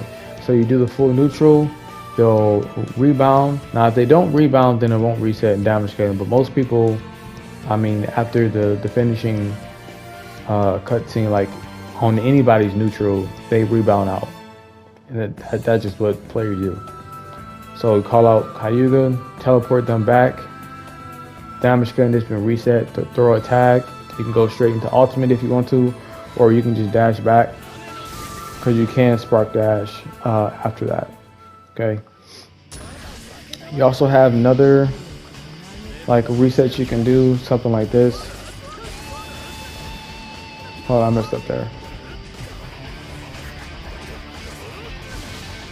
Okay, pick them up. You can do stuff like that. You have to wait a little bit longer though. Give them a chance to block. Something like that. But the cleaner you have that, the tighter the window will be that they won't be able to ninja move out the way. But that's kind of the idea there. The idea is teleporting them into the unblockable, and then, you know, doing whatever play that you have there. You also have different things you can do with Sasuke, like calling out Delta, teleporting, and then Delta will usually, you know, chase. So you have options like that. Same thing with in the original stage, right? And Kayuga would turn around and chase. So you have like little things like that that you can do. Let's see here. So usually for like combos or for like your optimals, I have like grab setups, I have jutsu combos, I have like stun locks I'm doing. So I'll showcase some of that stuff now. Something like that.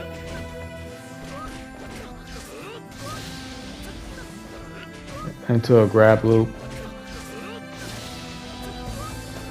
You know. Maybe I'll stop the grab loop, I'll let them drop, do the fully charged jutsu, bring them back into it, stun lock. Okay. Stuff like that. You know, maybe I'll go ahead and do that. You can do that. Dash in. Alright. So that's kind of like what I'm doing there. I'm either rotating through one of those options. And also, another like reset for damage scaling is you can do the teleport during his, what is that? I think that's the IC3. It is. It's the IC3. Okay, so you can do that on the IC3. Delay the grab. They'll have a chance to block, and you can reset damage scaling that way. Well, I did that a little bit too quick.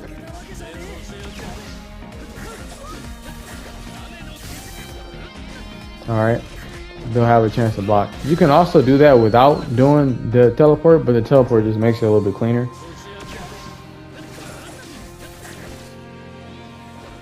Okay, the teleport just makes it cleaner. But you know, that's an option that you have there. So that's pretty much what I'm doing.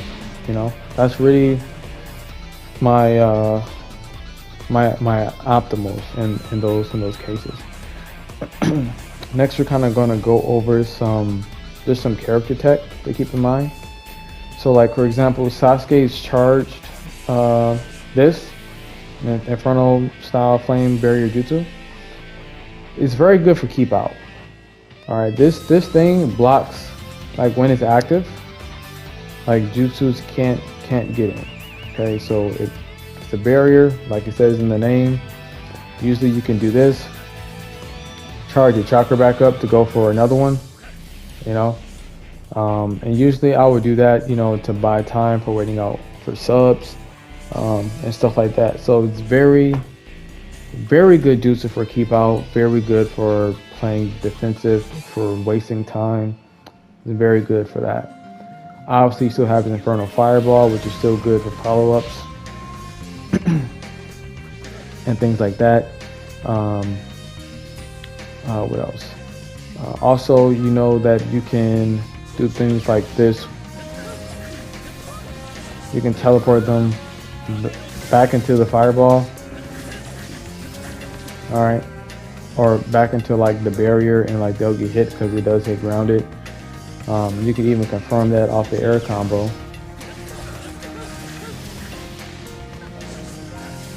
Alright, bring them back into it.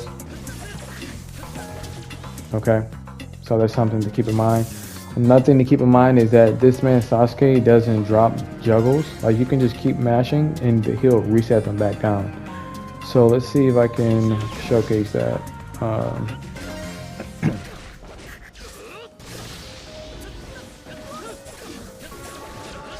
You see that? He'll reset them right back down to the ground. So that's something to keep in mind too, is you don't have to juggle with Sasuke, just mash.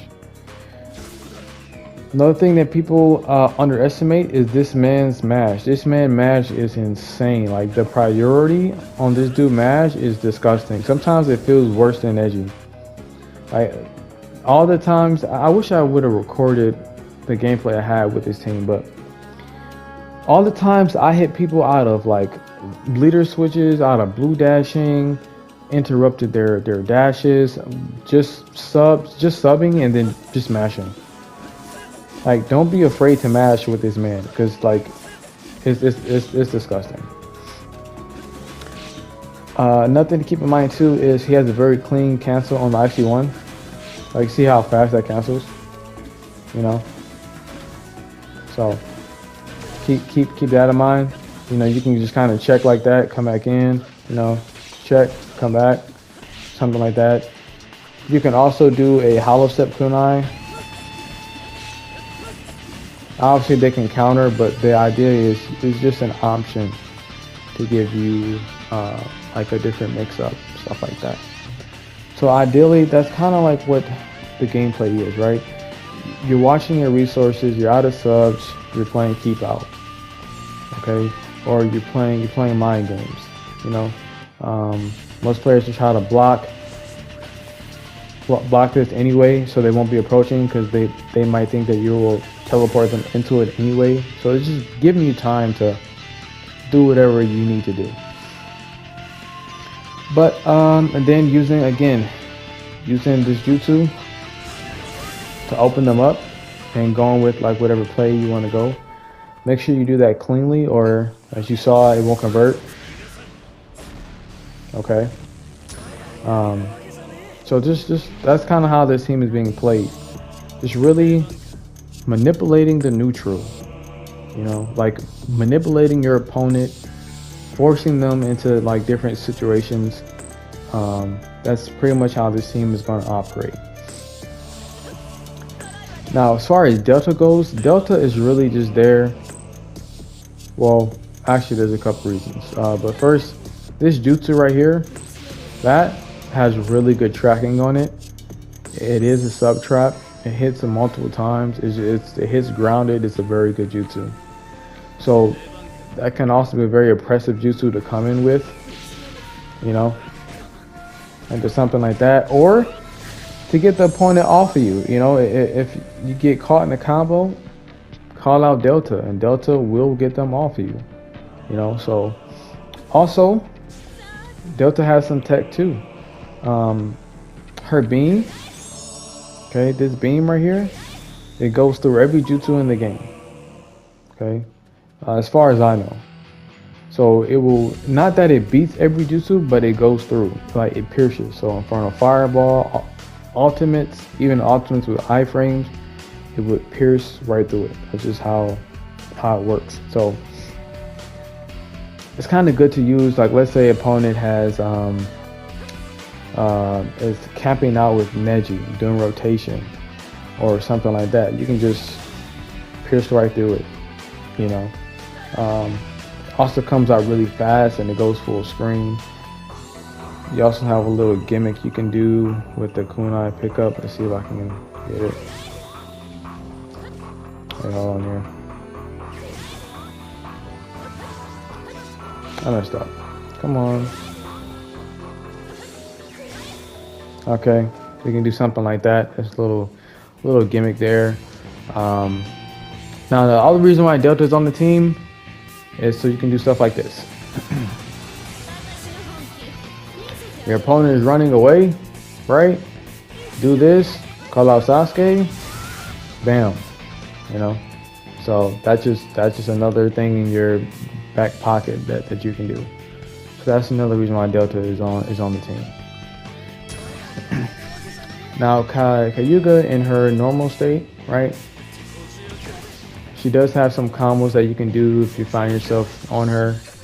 Really, you want to be looping her air combo. IC1.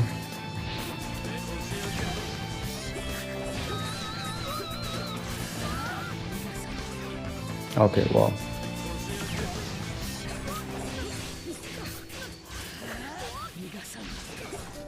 Okay. Usually you want to be doing stuff like that. And then you might go and jutsu if you want to. Not that one, but yeah.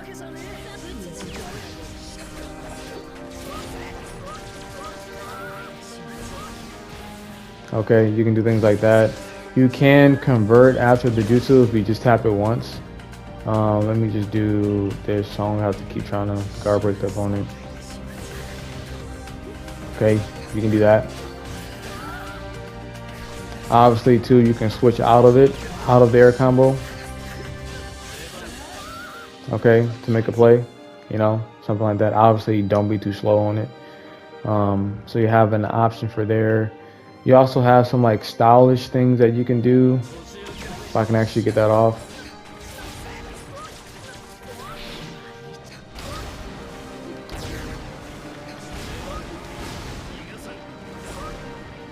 You know, so you have little like stylish combos like that you can pull off. Just something to kind of keep in mind. But again, ideally, you're going to the lava stage and you're just doing stuff like this all day. You know, that's what you're doing all day. You're coming in, you're dash canceling, getting off the opponent, coming back. You're doing your grab loops, or you're mixing it up.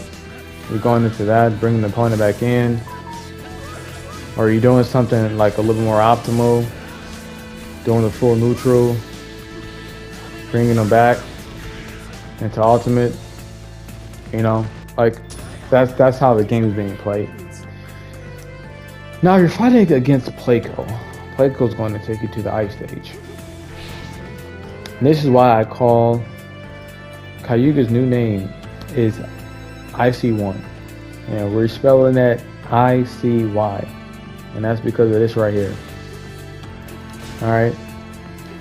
See how like delayed that is, right? So you can do her IC1. And when you I'm doing the counter just so I can kind of show you what's going on here. You can cancel the animation here and the ice comes out delayed still. Alright. So what Playco is doing this. He's spark dashing, okay? He's casting the IC1 and he's spark dashing. But what makes like Kayuga dangerous is that hers come out delayed. So you can do stuff like that. You know? Because it's coming out delayed. So you're spark dashing to cancel the animation here, but the ice still comes out. And it's that delay that makes this busted. That makes this IC1 like unfair. Like, that's just disgusting. So yeah. Usually if you're fighting against Planko, that's what he's going to do. Honestly, you can do this yourself because this is the optimal way to play this woman. It's just to do this. Like, that's the optimal way. I just personally, I like to use I like to go to the lava stage and do setups with Sasuke. So that's what I primarily use her for. But I just want to show y'all the options that you have and things like that. Another thing to keep in mind too is that you have a teleport. So let me show you kind of what I mean by that. Let's go here. Let's get Indra. Where are you, Indra? Where are you? All right.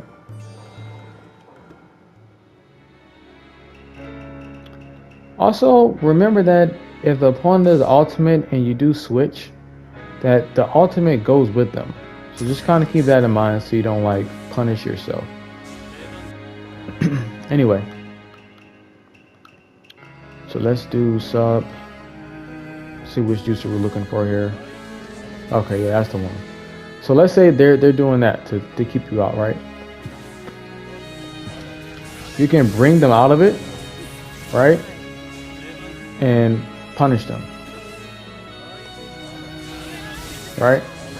You can do stuff like that. So just keep that in mind that you have options, right? This man Sasuke can really open up the playing field for you, and you can do different things. Even if they're just running away. Okay, you can still do something like this, right? Into guard pressure or something like this. Okay, you know, you still have your options like that you can do. So just kind of keep that in mind, thinking about your utility, what all your characters can do. This team is going to take some labbing, some practice, some understanding how the synergy works. I'm sure you all will find new things on how this team operates, but that's primarily how I play with this team. Thing I wanted to mention that I forgot is that Kayuga, like once you well, just look at this. You saw how when I dashed, the opponent had time to block again. Okay, so they can counter, but what's good about that is that resets damage scaling. So I'm not talking about okay, so then just keep doing that. No, but what I'm talking about is you can use that to combo buffer into ultimate, right? So let's say you have Sasuke. I wonder what's a good example it's going to be. Let's say you have Sasuke doing stuff like that. Okay. All right, you want to, you know, you could do something like that. But what the point is though, you want a combo buffer this. All right.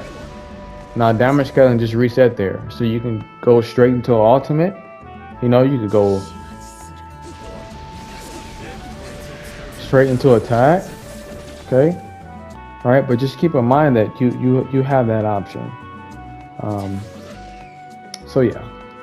Actually, I did forgot to mention one more thing. You can do the down combo, like the neutral combo. You know, damage scaling reset. You can do that the same way, and whether they rebound or not, you'll still get them. So it'll look like this.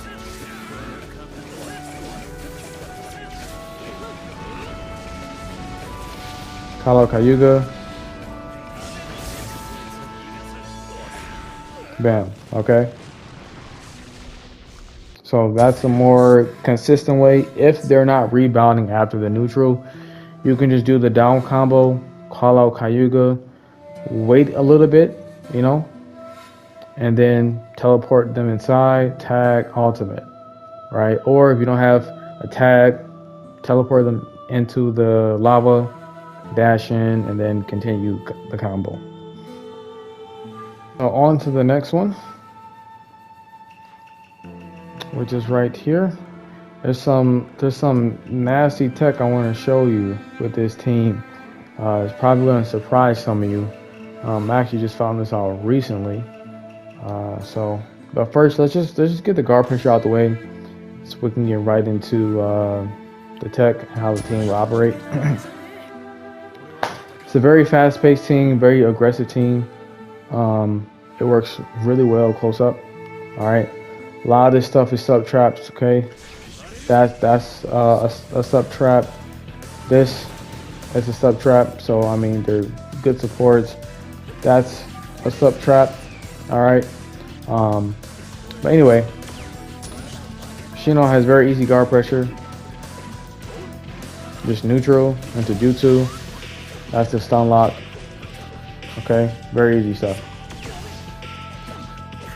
It also has that for an infinite. You don't have to throw the kunai, but you know, extra damage. You can also do things like this. Alright, just switch off. Get ready for Naruto. Load up, you know, down combo. Alright.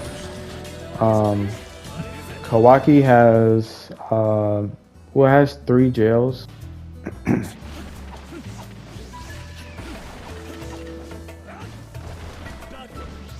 Alright, so that's his first jail. You want to cancel that IC3 and just loop that, you know. But you only have to do it once. Just do it once, then do the full up combo into dash, and it'll result in a guard break. Alright, so you don't have to try to go too much for that.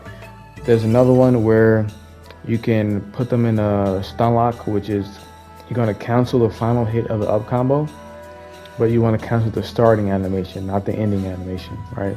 So the hit I'm talking about is this uppercut right there. That uppercut, you want to cancel the starting animation of that. And you want to do that with your J1. Alright, that's a guard break. Okay. So you can you have that. You also have an option where you can do, well, not that, but his IC3 and hollow step. It's not a jail, but just a guard pressure option. Okay, that you can do. He also has a short hop jail.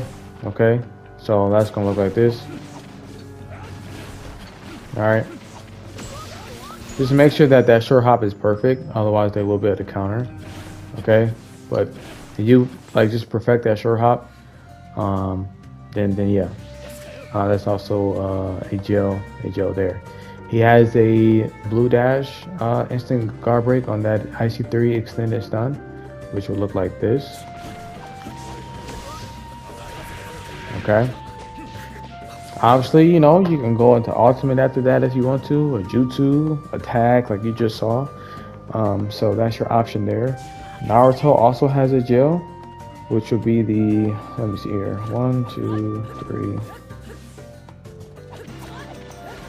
Okay, so it's the IC3. Alright, you want to cancel the IC3 and do a short hop. Okay. But it has to be perfect.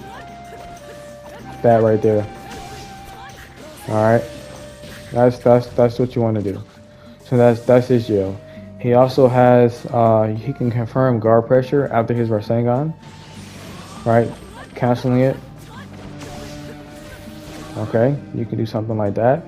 So that's just something to keep in mind. Naruto that I meant to showcase in the Naruto Pain and Kakashi team is that Naruto has a stun lock on his Air Rasengan if you kunai after it's finished. So it looks like this. You see that? So just something that you can do there. Anyway. So showcase the guard pressure options, the gels, things like that. Let's kind of get into, actually, let's just get into the tech I wanted to show you. So we all know that Naruto's down combo, you can convert afterwards, right? With the kunai. Okay, all right, and you can loop that. But what some people don't know is Naruto has like built-in reset for damage scaling in that same down combo.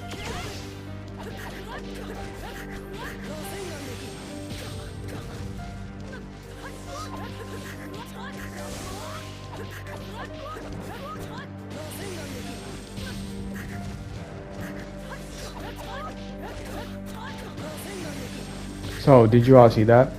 How the damage scaling, how like it reset and the damage went back to normal. All right, and the reason why that's happening is because you know how the Naruto's down combo will always finish, right? So you never have to juggle. Always finish. But you notice how in the cutscene, how the character, how he like lands back to the ground. So what you're doing is you wanna time it, right? You wanna time it so that when they land, they're blocking. Like they have enough time to block. It's very strict, the timing, but you're doing it slow enough, right? Where they hit back to the ground, they're able to block, but they're still going to be put in that cutscene. But since they were able to block again, it resets damage scaling. Go into some combos. You have PTS Shino, so you know you want to abuse the poison tag and you want to abuse the defense down tag. Ideally, this whole team has very good synergy. They all complement each other. But ideally, you want to work your way back to Naruto so you can loop that down combo for the cutscene.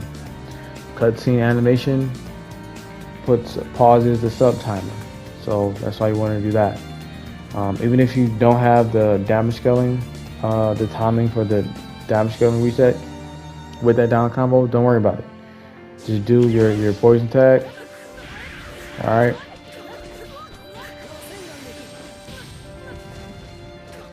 And loop that down combo. Sometimes the opponent might be trying to counter out of that, so you can bait that, you know, and do Rasengan, you know, just different stuff like that.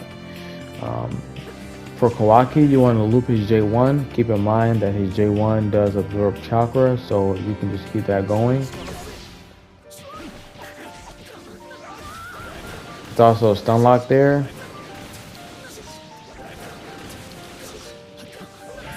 All right, so that's kind of what you want to keep doing. You want to keep doing stuff like that. Shino's pretty self-explanatory, you know. Same deal. Tag. It's a stun lock here. You know. Just keep it going. They also have their own little like resets that you can do on damage scaling, since you do have Shino. So something similar like this. See that? You know, let them be able to block again, dash. You know, they'll you know, quickly get their guard to red. Go ahead and guard break them. Naruto has one similar. Let's see if I can do it. I messed up there.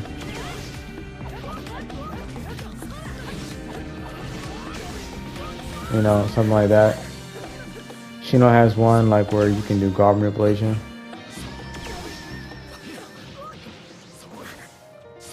Come on, Shino. Something like that. You can also do something like this. Hold on. Come on, Shino.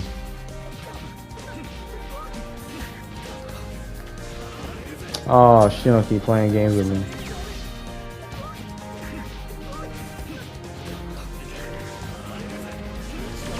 Alright, you can do something like that. You know, so that's pretty much it for like your optimals. And you know, I'm sure once you guys lab, you'll find more like resets for damage scaling, but that's pretty much the idea there. Alright, you find yourself in juggling situations, With Naruto, you just do the full down combo. You know, it'll always connect. And just rotate that. If you don't want to do that, then you will have to rotate that IC3. For Shino, Shino had terrible juggles. So you will want to... he had better juggles in Storm 4 because he had his Chakra Kunai, but he doesn't have that. So you're going to want to juggle that IC1 or the IC2. Okay? Hopefully you have a poison tag, so then you can just throw a tag and reset them back down to the ground that way.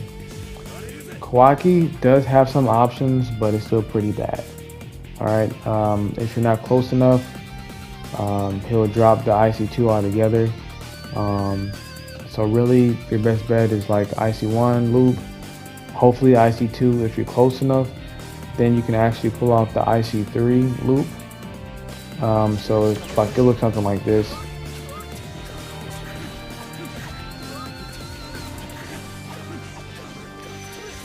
Okay, it looks something like that. Now you can also reset on that jutsu there. With that jutsu. But you would just need to really time that.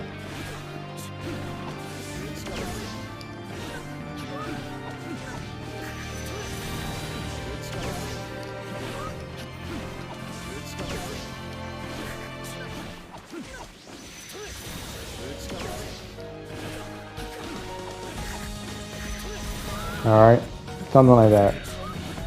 So, you know, you also have that option there. But, so if you're close enough, you can do an IC3 loop.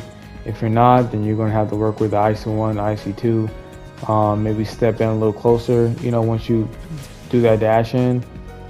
So that way you can just do that IC3 loop. But those are going to be your options for juggling. So now I just kind of want to showcase some character tech that I think is worth mentioning. Obviously, again, remember, I'm not going over all the character tech. Just kind of what I would be using, you know, or how I use it with this team, or the tech that I use with this team. So Kawaki, if you all didn't know, some of you probably do by now, that if you absorb something with this J1, any kind of like projectile, it will buff his J2 and it will go through block. It's faster and it does increase damage. So that looks like this. Okay, so you see how his arm glows red, right? Now it will go through his block.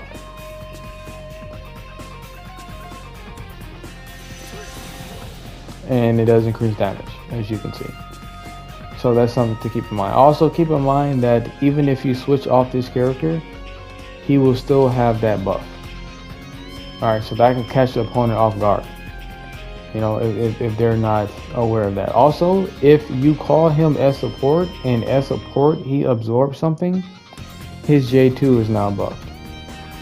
Alright, so you could really like in those final moments, you know, you can really pull something off where the opponent's not expecting it. That J2 is going to be unblockable the next time it comes out. And I actually got some wins off because of that. So just kind of keep that in mind and, you know, use that to your advantage. In Awakening, I think it's worth it to mention that his J2 is a zoner now, right? He can teleport. Okay. And then obviously, you know, his jutsu can be canceled with block. And he can spark dash after it. His J1, same thing, you can spark dash after it, so just kind of keep those things in mind. But anyway, yeah, you know, it zones. Right? So, also those two awakening actions, they do a lot of guard damage, so that's something to keep in mind. Well, especially that left one there. Shino, his bugs are still pretty good. Like just the tracking on it, they can be very annoying just doing this. Also, kind of helpful to just interrupt your opponent if they're just, you know, spamming jutsus or you know, something like that. Just doing stuff like this is very annoying, you know. So just kind of keep that in mind. And that's pretty much how the team, like, pretty much it for this team. you know, or how the team is going to operate. And usually at the start, since I'm on Shino, I'll do something like that. Well, come on. Or I do something like this, I'm following up. You know, this team is very, very fast.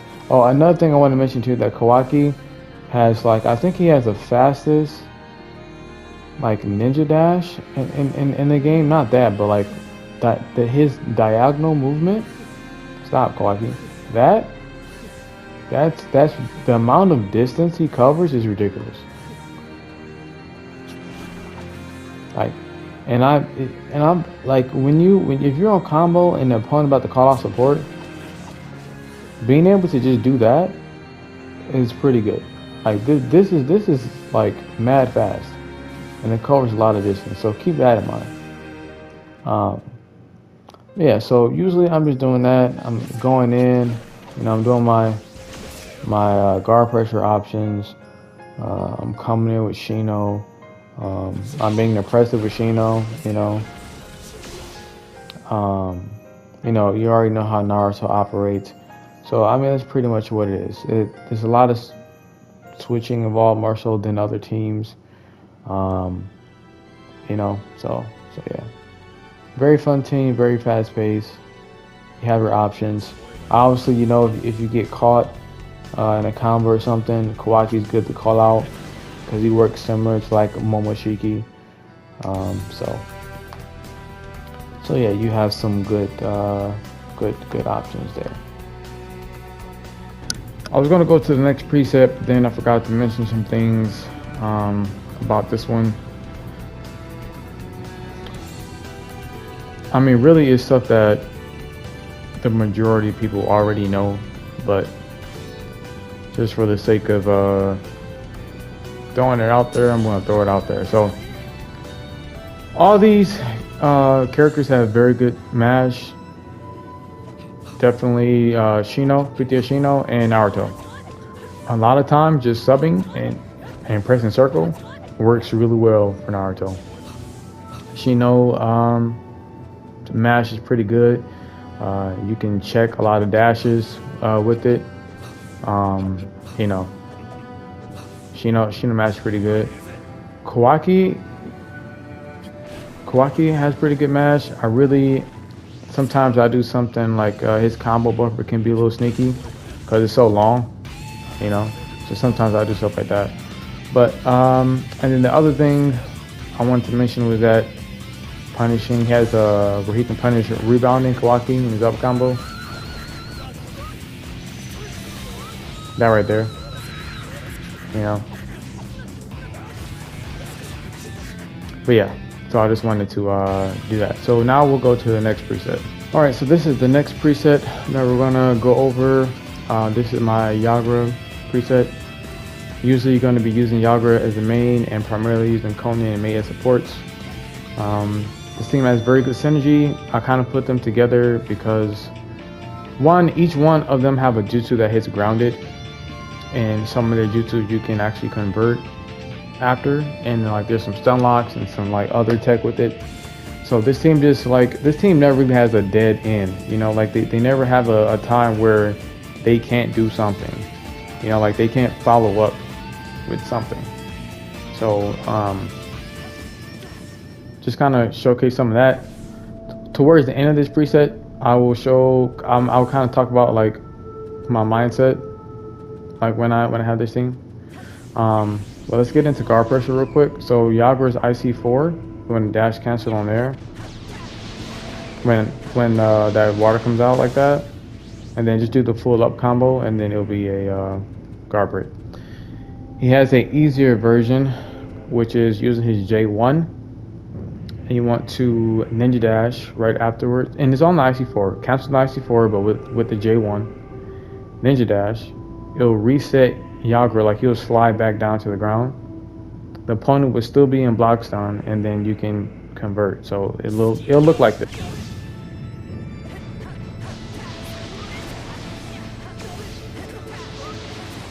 All right, so like you see that right there, how he like slides back down or like resets himself.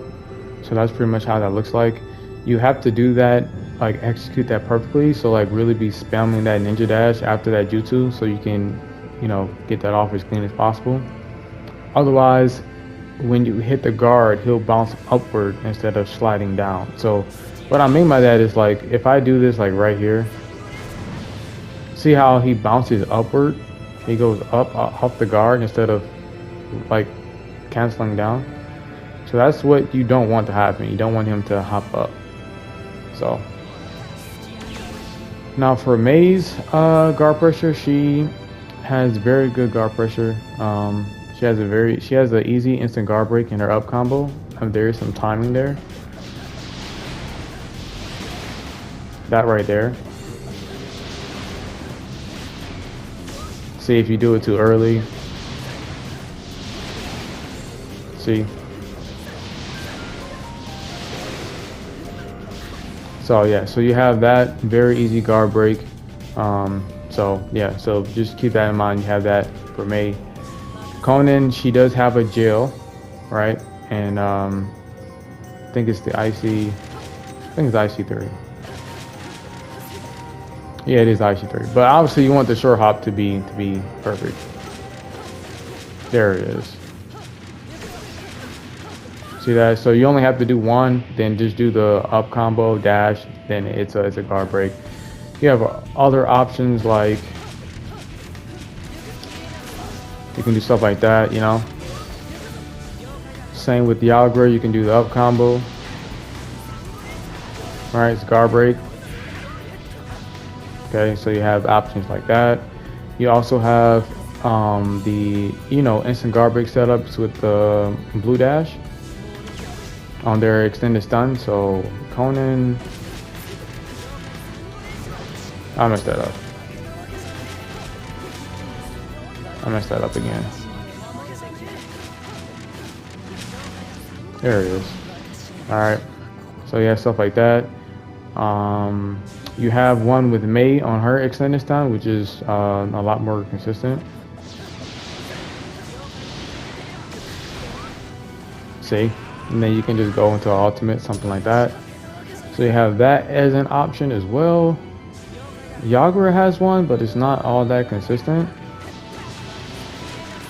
You know? So, but yeah. So that's gonna be it for guard pressure. Okay, so this team really focuses on just like playing the neutral, right? So you have Yagura's J2, and his water shield has been buffed because like you see that little beam that comes out, like that water, like it's already active. Like the moment that starts to come out, it's active already.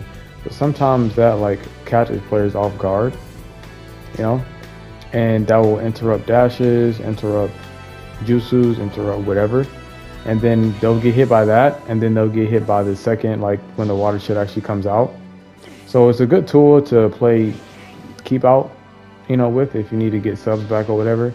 Just spamming that and like hiding behind the shield. So don't be afraid to like, you know, throw that out in the neutral whenever you need to. But neither than that, I'm just playing the neutral. So I'm just doing different things, like I do stuff like that, you know, let them drop, just stun lock right there, you know. I'll do stuff like that, might mix in a grab with it, or let's say I'm out of chakra, right, then I might do something like this. I might do that, let them drop, call out May, right, just for the extra damage, and then I'm just like, I'm charging chakra, and I'm setting up for like another play or something like that, you know. Usually at start, I might do something like that, zone in, you know, and start doing that. So that's pretty much like you're just using, it's very like, you're just looking at the different situations that you're in and using your characters accordingly, you know, and just kind of going with that, you know. A lot of times we do stuff like this, Pick them up, go back. You know, use that time to get back chakra or whatever. You know, just keep going from there. And just like you have so many different options. You know, even like after Mei's grab, you know, you can convert with her jutsu. You know, keep it going. Yagura same way. He can convert after his grab with his jutsu. You know, just like stuff like that. Yagura actually has a grab loop as well. You know, so you also have that as an option. You know, then you can let him drop, call out Conan because he's grounded. You know, so like you just have so many options to do whatever you want to do. You have Mei also here to help you zone with those water bullets. You know, so you also have her to help you out. You also have Mei there to help you escape out of air combos, because that lava style jutsu right there, the tracking on there is disgusting, the range is disgusting, and it is also a subtract. So if you're caught in the air in a combo, just call out Mei. Mei will 100% get you free. You know, so it's pretty much just using your team like that, using Mei, water showers, you know, to help you zone in. You also have it to help you extend your combos to pick the opponent off the ground. Then you have a lava style jutsu to help you escape out of air combos. And a lot of times I would just save Mei just for that, just so like when I'm in the air, I don't have to worry about like subbing or something like that. I'll just call out Mei and just get them off me, you know, and just save us up or whatever. So usually, a lot of the time I just save Mei purely for that, to get me out of like air combos. And Conan, you know, her jutsu kind of works the same way. You know, it picks them up off the ground. You know, a lot of times too, especially if you're using Conan as main, you have options like that for mix up, bouncing off guard, coming back in. You know, stuff like that. You know, gotta be a little quicker there, but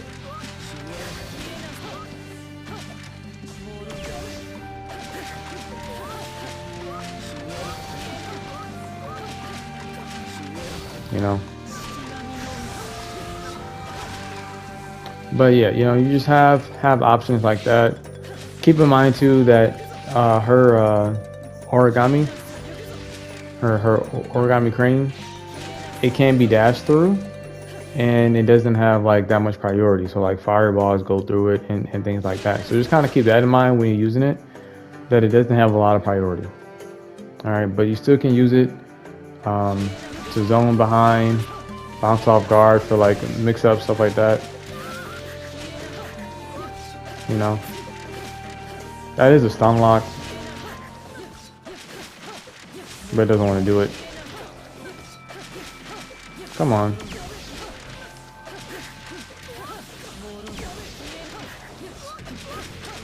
There it is. So, but yeah, you know, you have different options like that. Conan also has a grab, a nice little optimal using her grab.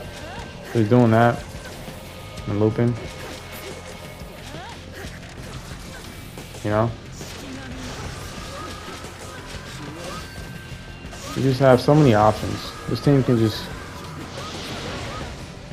do so much. You know, this team can just do so much. It has so many different options, so many different stun locks. Like all these characters pretty much have stun locks. Like here, you know, that's a stun lock. You know, like just throwing kunai and just converting. Same with Conan. Stun lock. You know, it's just so many options. Like conversion options if you find yourself juggling the opponent. some of these characters have very bad juggles. Like Conan has very bad juggles. The most you can do really is with IC2. Same with the Yagura. The most you can do is loop the IC2. May can loop her IC3. Or is that the IC3? 1, 2, 3. Yeah, she can loop her IC3 on juggle. There are some other options that you have, so I'll try to showcase that. Let's do Yagura real quick, actually.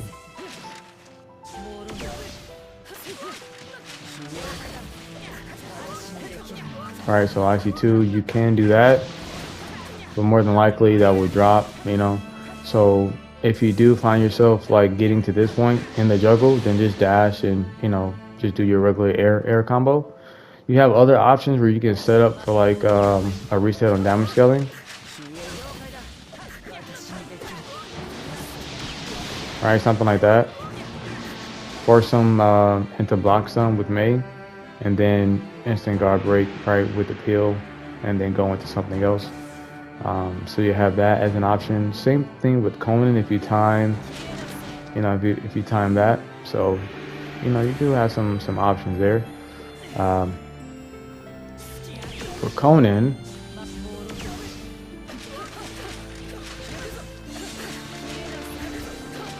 right, you can do something like that. Come back. You can also do a setup like this. I didn't want to do that. Come on.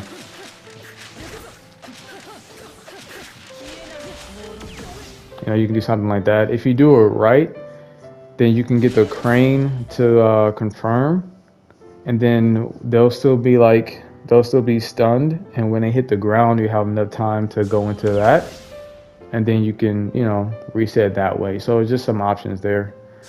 And May, she can just juggle that IC3, you know. She can also, if you want to,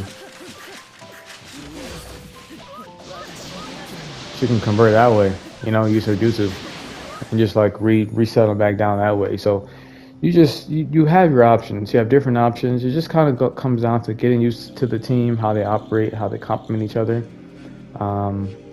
This is another one of those teams you want to lab and like feel that synergy. And once you get comfortable with it, you'll see that like this team has so many different options. Like they have so many different routes to do so many different things, you know. Right? Usually if the opponent is low health, you're trying to close out the match. Going Awakening with Conan, way to go. Because you can just chase him down. She's so fast. You know, she's so fast in Awakening. You can just chase him down, close out the round.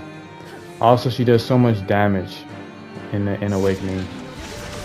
So like just dashing, and usually that's the instant guard break every time. Just dashing after that J1.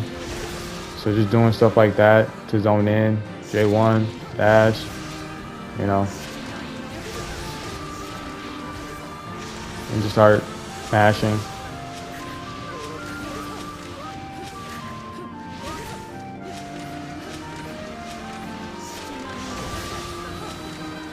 You know, stuff like that. Be careful too if you do the J1 after that. You know, just do one dash so you can reset them back down to the ground. You know, otherwise, as you saw, like they'll be able to block again.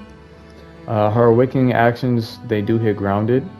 And they do a lot of guard damage. So you can even do a setup like this.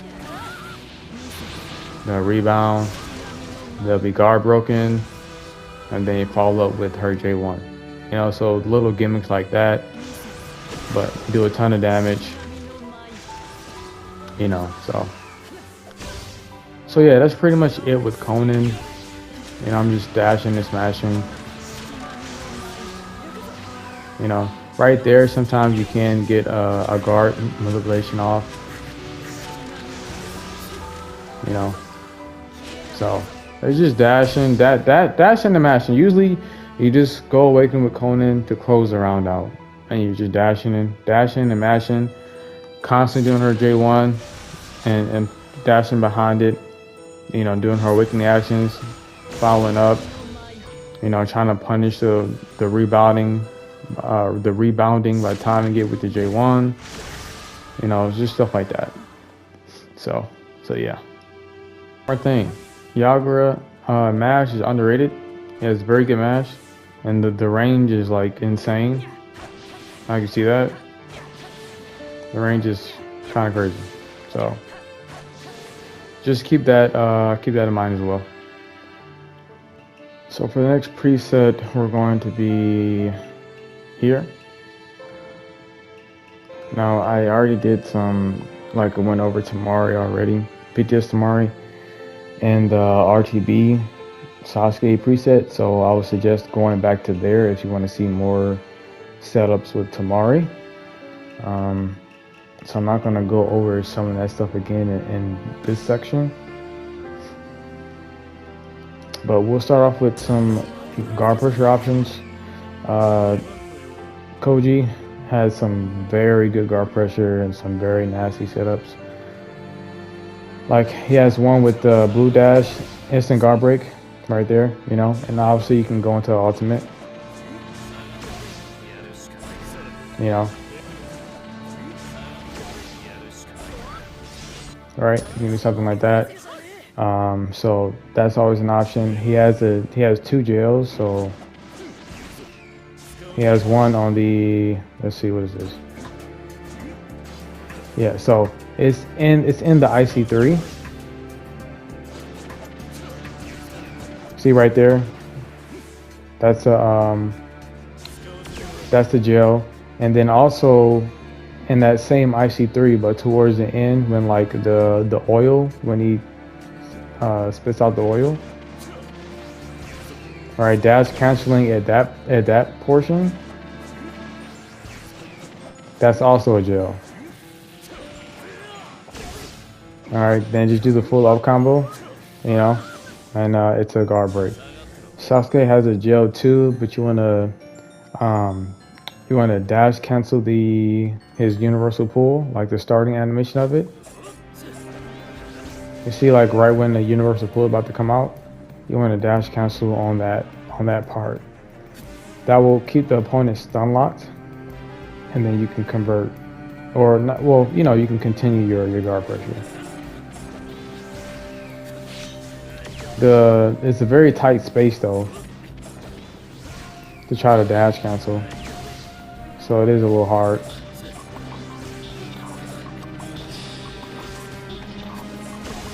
You know, something like that. And I already showcased Tamari, so like I said, go back and watch the other one. But just real quick, you can do the up combo into jutsu, right? An option. And she does have a jail right there, full up combo. You know, there you go. So, and then you also have something like, if you're trying to be a little stylish. Wait, hold on.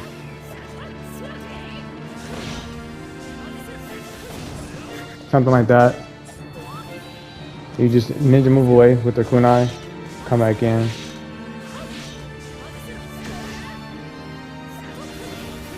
You know, something like that. Just make sure that you do it right. Do it clean, so that way you're not like up in the air when you do it like that. You know. But anyway, so that. Oh, you know what? And then Sasuke has one too. The instant guard break with like the blue dash. You want to leader switch on his universal pull.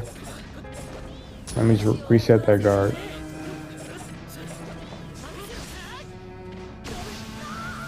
See?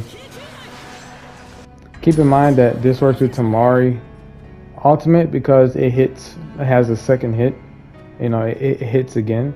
So just kind of keep that in mind. Like if I were to do that with Koji, it wouldn't work.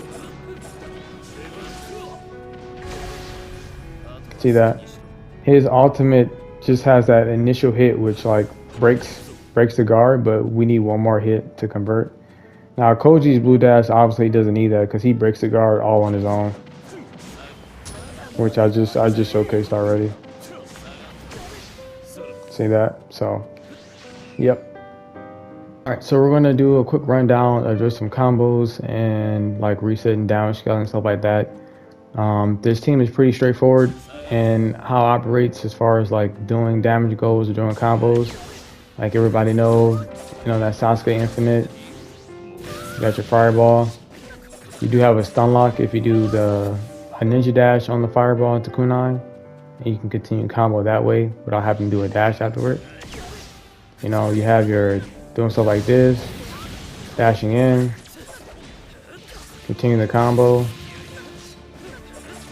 Alright, going for a grab, and going for a reset. Okay, keep it going, right? So you had options like that. Koji, pretty much same thing. You know where his infinite is at. Hopping in, that does connect. You just gotta time it. There it is. You can also do stuff like, all right, you can do that. There's also a lot of time there, so you can even use that to charge chakra if you wanted to. Right? So you also have that option. You can also confirm ultimate after that, obviously.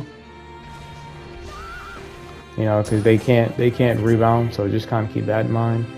As far as like resets on damage scaling, you already seen one I did with Sasuke's grab, but Tamari has some other ones too.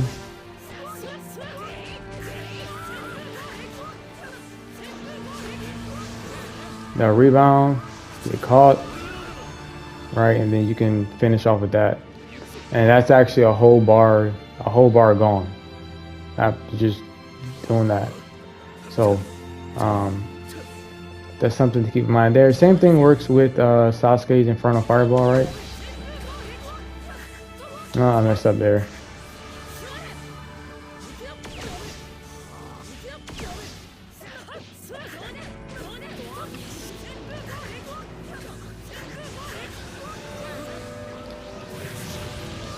See, same thing works. The rebounds, the second tornado will catch them, and then you can do something like that. And there's many other things too. You can kind of play around with that, but that's just to give y'all an idea of like just some stuff that you can do. There was something else too. Oh right, yeah. So another one is after his. Not that. Ignore that. I'm not gonna do that. After his ultimate, right? After it finishes, you can call Tamari out, and you can put them right back into block stun, like when they roll up. If you have a guard break peel, you can then guard break them. So you'll follow them.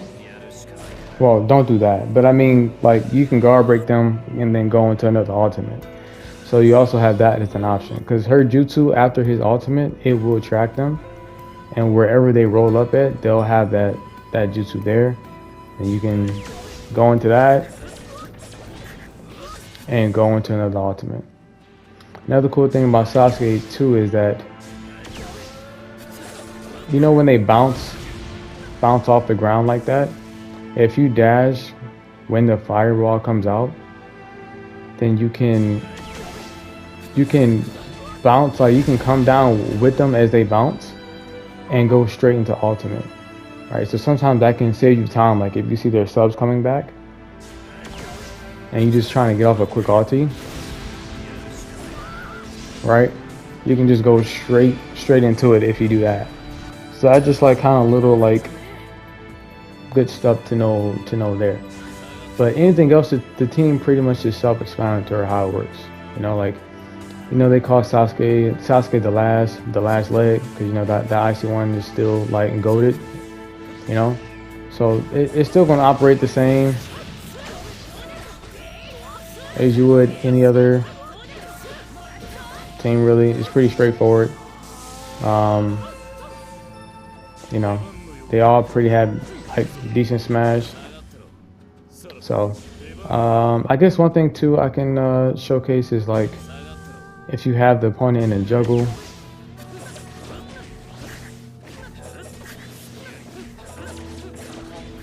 Sasuke has really, like, his juggles aren't really that consistent. Really, you just want to loop that IC2. And sometimes, like, if you time your mash right, you can reset them and back into the universal pool. But primarily, that's what you want to do. So just IC2, you know, something like that. You can also do that, right? You know, you have that as an option. So that's just something to keep in mind. Koji, you can loop his IC3 on juggle. Let's see if I can showcase that. See that? You can loop his IC3 on juggle. So keep that in mind as well. There's another reset I wanted to show. It's with guard manipulation with Sasuke. It's in his neutral.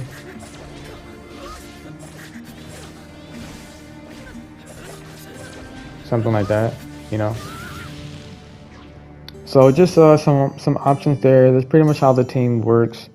Sasuke's awakening is still decent, you know, but I don't really go awakening too much with this team. But you know, there's something that you can keep in mind. You still have your speed pill, you know, so you can still rush in, call out Tamari, and do whatever, you know. Put them back in guard pressure or whatever, you know. So I mean, you have your options. Sasuke is a good lead. Koji is also a good lead. Another thing too I want to mention is his grab. Koji's grab is pretty good. You know, the range on this grab is pretty good. You can grab opponents out of like Almighty Push. Because just how it lingers, and just like that is just it's a very good grab. Also, Koji has a stun lock on his J2.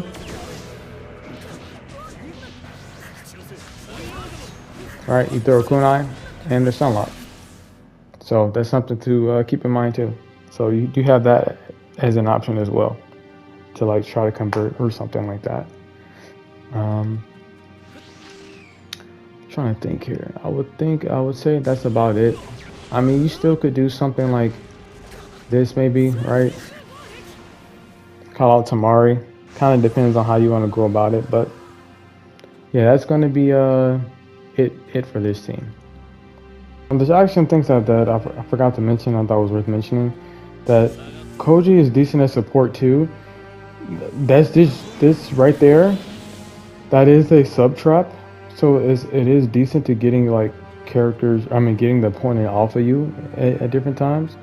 Also, Koji's J2 is very good like to use to escape out of air combos. So if an opponent has you in the air and they're doing whatever, call out Koji's J2 and it will get you free. So that's another like very good option there. So just keep that in mind when you're playing. Also, I wanted to clarify one thing when I said with the whole like the setup after the ultimate, and I said like going to another ulti. What I meant was like doing a guard break and then going to another ulti like that, not like doing a guard break and then. Sorry, not that. Doing a guard break and going straight into an ulti, because you know the game doesn't work that way. It works in S4, but it doesn't work in Connections. But that should be it, yeah. All right, one last thing for real this time. Remember that Tamari's, both her jutsus, they do hit grounded, okay?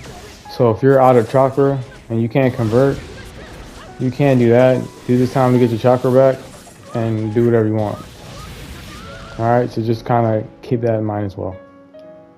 Okay, so we're going to be going over this preset next. We've already seen a lot of Sarada gameplay with Playco and other members of the community, so we kind of already know how Sarada plays. But I'm just kind of going to showcase some synergy here with this team, some different like damage reset options that you might not have known about, things like that. I'm not going to go too much over pain because I've already did that on this preset right here.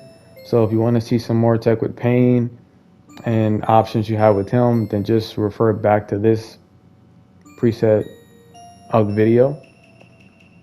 So we're going to start off here and we're going to get into some guard pressure options, and then we'll go from there.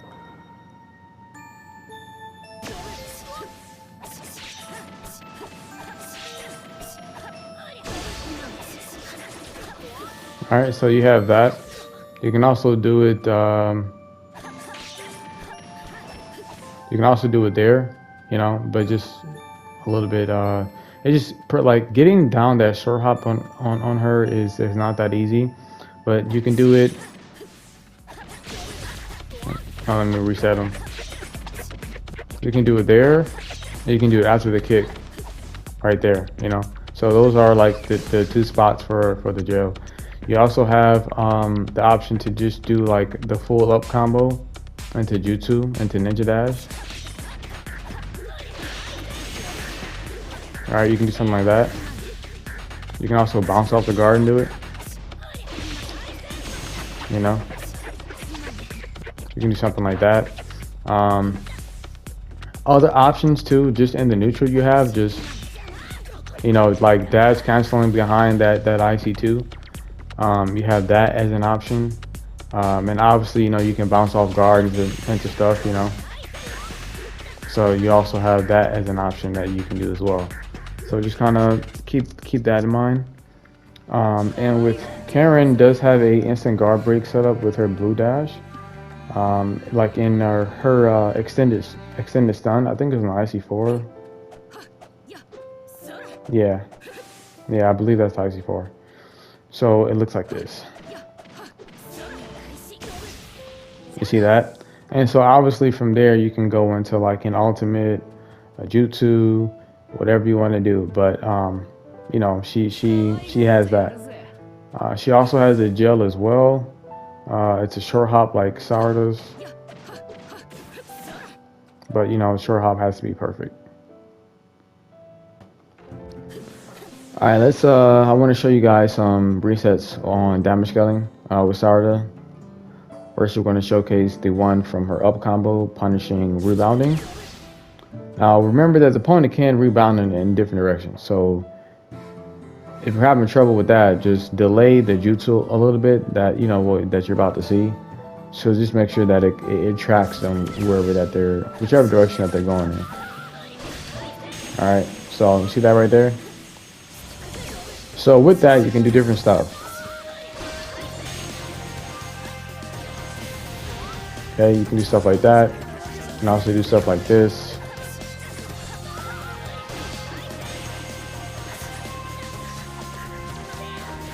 All right, you can also do stuff like this.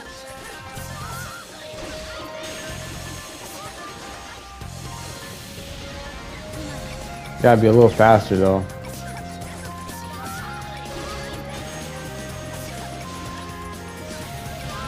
All right, you can do stuff like that. She also has another one in her short hop. You want to do a short hop and then just do her IC2, but kind of delay the IC2 a little bit, and then it'll guard manipulate them, so it should look like this.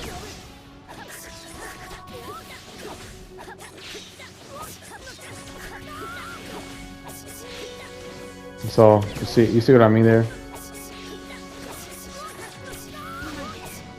So, you know, something like that. All right, come in, reset, you know, just something to keep in mind. Also, real quick, just so we can get out the way, there is a stun lock you can do, you know, so I just want to kind of showcase that. So yeah, those are some options there for Sarada. You can also use this. You can also have the same concept with like her, what is that? Her J2. Yeah, her J2 like with Pain's up combo. So you can do something like this.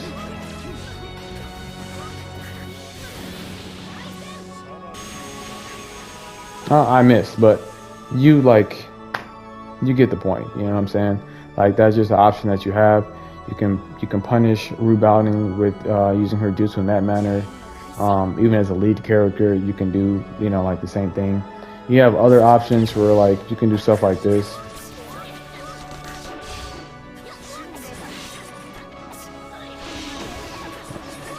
Right, putting them back into block, and then guard break them, and go into whatever. So you have options like that. So yeah, I guess now I'll showcase some just what the juggles look like. Sarada can juggle on her like her IC2 loop, but she can also just do like her IC4. Hold on, let me do this correctly. All right, so you can do that, but you can also do something like this. Okay, see that? And just like completely reset them. Just keep in mind that to walk in like close when you do that, so you're not too far, otherwise it'll drop. If you are too far from the opponent, then you will have to just do the IC2 loop. But then on that like second dash in, just move in and then get in close and just finish it off with IC4, right? So that's what her juggles will look like. Carrying juggles is kind of like of a gamble. I found the up combo to be the most consistent of like kind of getting them back down to the ground. Let's see if we can kind of show that. Okay,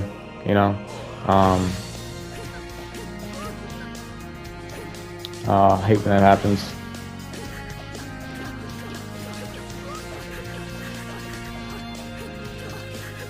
All right. So yeah, so that would be for her. But ideally, obviously, if you have the chakra and the resources, and you find yourself in a juggle, right? Just come on now, like just dash up, and just reset that way. That's just gonna be the most optimal way.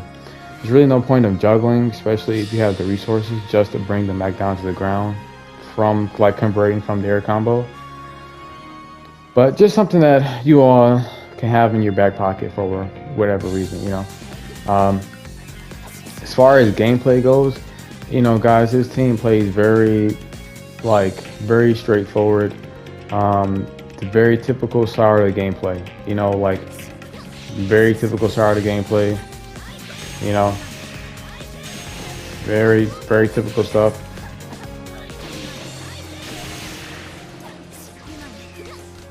It's just very typical gameplay. The optimal is very typical stuff.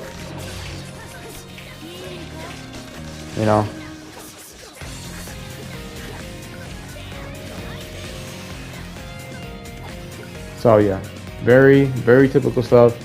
Nothing really special there. Pain there, he's your strike back.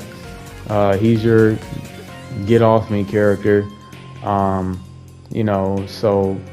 just very, very straightforward how this scene plays.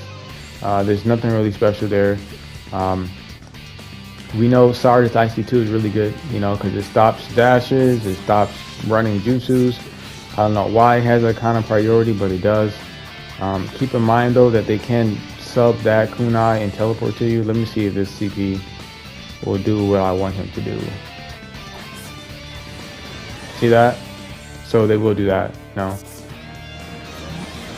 Sarada's so goated, if she can just do something like that, just do that, then just bag up, So just kind of keep that in mind as well.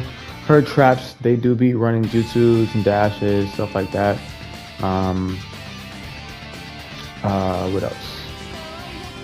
Kirin's perfume, you already know about that. She's there for your optimal. She also is a good sub trap to get characters off of you because of how long that perfume stays on the field, how it lingers.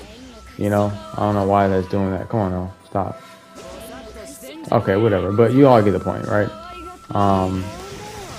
So it's good for stuff like that. Yeah, so it's pretty straightforward. I guess one thing I can show you too After Sarada's grab, right, you could do her jutsu. Obviously be a little faster than that. But do her J2. And then you can usually just follow up. Like wherever direction they will roll in, her J2 is usually going to be right there. You know, it'll track there. You can just follow up, put them back in a guard pressure, a grab, whatever. So that's the option there. But neither than that, guys, it's a pretty straightforward team, you know. So yeah. One thing I wanted to mention, that if you guys did want to see more jails, like you know, like how it looks perfectly and how it's supposed to look and all that stuff with all these different characters, I do have a tech guide out with every jail for every character in the game. So that link should be in the comment section, the pinned comment, so you can check that out. Yeah, so if you're interested in that, you know, you can check that out. All right, so this next preset I'm going to showcase is this one right here. This is a very fun team. It's not meta team in any way, so just kind of keep that in mind. It plays very different than from the other teams. You know, you have to be very patient. You have to have good movement. It's very technical. It's somewhat stylish, and you really have to pay attention to what your opponent is doing and like punish what you can punish. So just kind of keep that stuff in mind. That being said, like your guard pressure options, these characters, they do have jails, but the majority of the jails you won't even shouldn't even go for. If you do want to see their jails though, like extensively, I do have a jail video on my channel that should be in the comment section or in the pinned comment of all the jails in Naruto Storm Connections. So Kabuto has one, and by the way, your lead character is going to be Shino. Kabuto just here for the poison tag. All right, but Kabuto does have a jail. He has one on his IC4. So it's a short hop. Obviously, short hop has to be perfect. It's not easy to do, you know, but he does have one there. Again, if you want to see it correctly, just go check out the video. But the guard pressure that you're going to be going for is canceling the IC4 into his jutsu. That's what you're going to be doing, because that's more consistent. It's easier to do, and they can't like escape that. If they try a ninja move, they'll be caught. All right. So that's what you're going to be doing if you're on the guard with Kabuto. You also have other options, like with his extended stun, blue dash. I messed that up. All right. So you also have that. So you can do something like this, right? That's an option that you do have, so just kind of keep that in mind. Now Shino does have a jail as well. Again, it's a short hop. You know, it has to be perfect, but again, if you want to see it done right, just go check out the jail video. I just want you guys to know that those are where those jails are. Same with Hanabi, she does have one as well. Again, they're all short hops. All of them have short hop jails. You know, but it has to be perfect. But again, ideally, what you're going to be doing, like on guard with Shino, by chance, if you are like mashing, whatever, right, you're going to be doing stuff like this. All right, you're going to be doing stuff like that. All right. So that's going to be an option there, and really, because I've noticed a lot of times players at the end of this, they're trying to like ninja dash away, and, you know, and by that time this will hit, you know, so it's just like a little mix up there. Obviously you can kind of like switch off if you want to like convert. So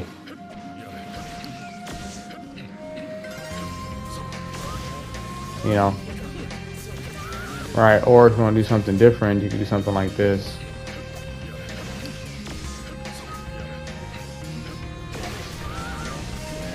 You know,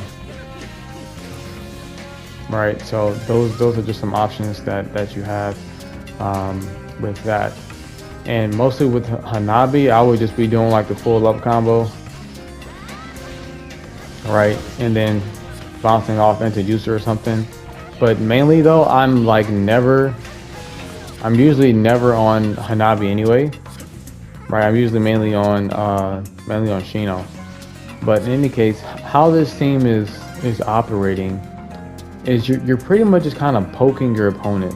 You know, you might be doing that, but not all the way. You're just kind of poking, just poking. By the way, his AC1 has some pretty good tracking on it. Spamming this it's not that easy to dodge. Okay, it's also infinite, as you can see. So yeah, so you have that. So doing stuff like that, obviously you have this, you can kind of buffer behind, right? But again, the idea is just kind of poke your opponent, and just you're doing different mix-ups. So I'll kind of show right now, just kind of like just the different kind of mix-ups he has. So doing things like that, right? Doing that, dropping back down, okay? You can do stuff like convert, you know, don't do that, but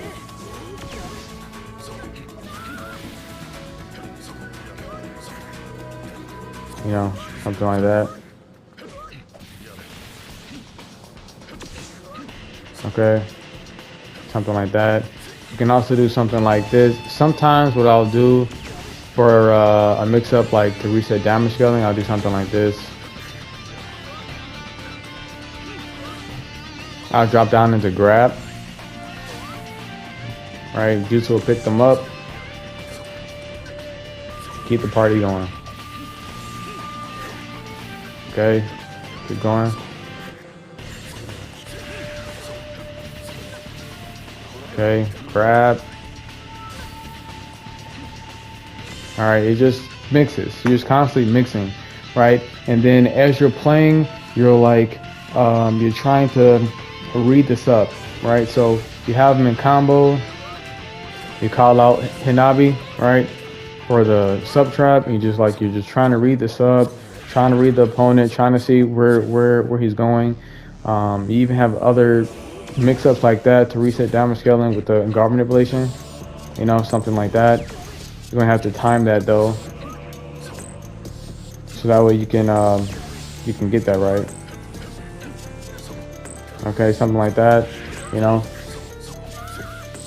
Y'all gonna do the delay dash, okay? All right.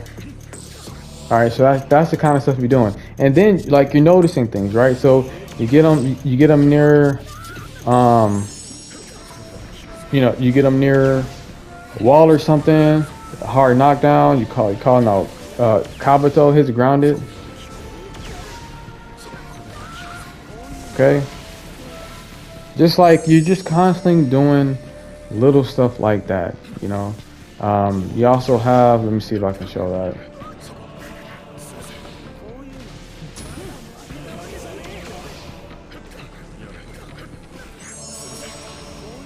Oh well, now he wants to mess. I'm too close.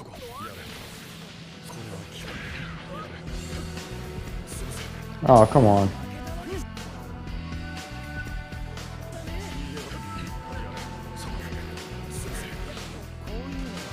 All right.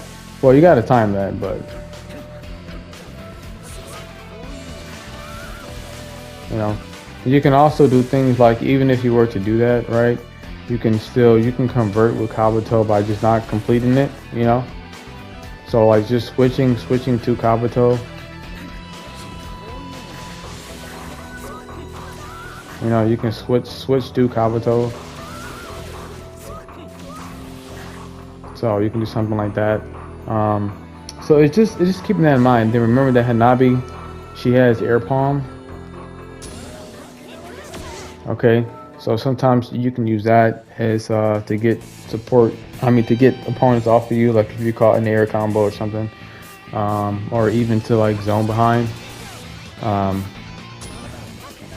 you know, but ideally though, again, you're not even using that for that, but you're just it's very technical. It's kind of hard to show without like it's better to showcase this team actually fighting an opponent, and I have gameplay of that on one of my streams.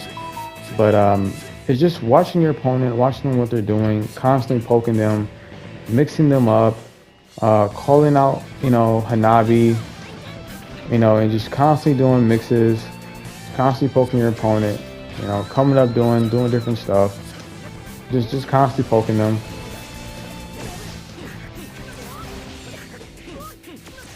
That's all it is. This team is just mind games. It's mind games. It's playing patient. It's dodging, moving around. It's hitting your opponent at different times. Like they're on the ground and you calling out Kabuto, or you're calling out Kabuto to even dodge, switch back. It's like that's kind of how this team is being played. The next preset is going to be this one right here. This is sometimes I either call it my PTS Sasuke reset or my Tayuya reset. But yeah, so we're going to get into this. This team is kind of unorthodox the way that it works. We don't usually use Tayuya's dokis all that much. I will show like some little setups with that. So for guard pressure, PTS Naruto and PTS Sasuke, they do have gels. You can go check out the gel video to see it done like perfectly and see other like mix-ups and stuff. But he has one there. The short hop must be perfect though. And Naruto has one here. The short hop has to be perfect. Okay, so you would just have to do like one rotation of that, then do the full up combo, and it'll be a guard break. You also have where you can like confirm guard pressure after the Rasengan if you cancel it. All right, then just do the full up combo. Sasuke, same thing. If just so happens his chidori hits the guard, you can cancel it and go into guard pressure. Alright, so you also have that option. For Tayuya, really the only thing you have is something like this. Okay, for a guard break. That's about all you have there. If you find yourself like on the guard, you do have other options. For example, you could do something like this. Alright, you can do something like that. You can also do something like this.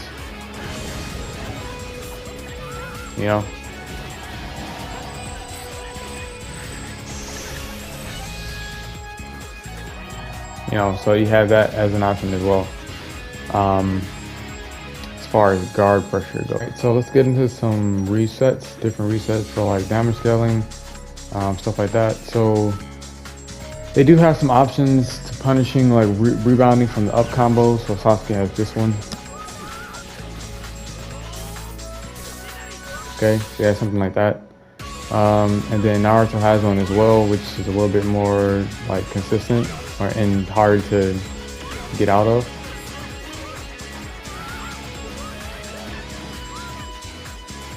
Gotta time it a little bit, but that right there, so that's a good punish there. You just gotta wait a little bit, for them to rebound before you go, and then you can pretty much confirm that like every time. So you have that as an option. You have other options since Naruto's Rasengan has such good tracking. You can do certain things like this, the down combo, wake them up, into guard pressure, and then reset that way. You also have other options kind of the same way Naruto's down combo.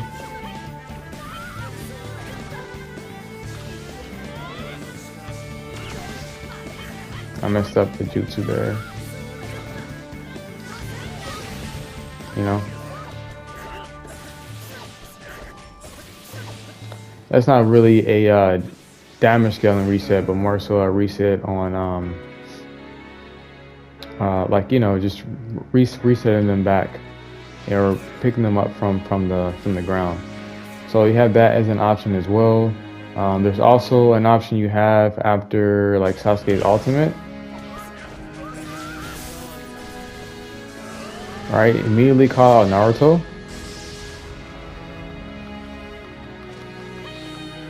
Naruto retract them wherever they go. Then you guard break them. And then go for another one. You know. So you have that as an option as well. Now for some of these resets, or like, you know, picking them up from the ground, you will have to like do a kunai switch like that in order to convert. So for example, after his chidori,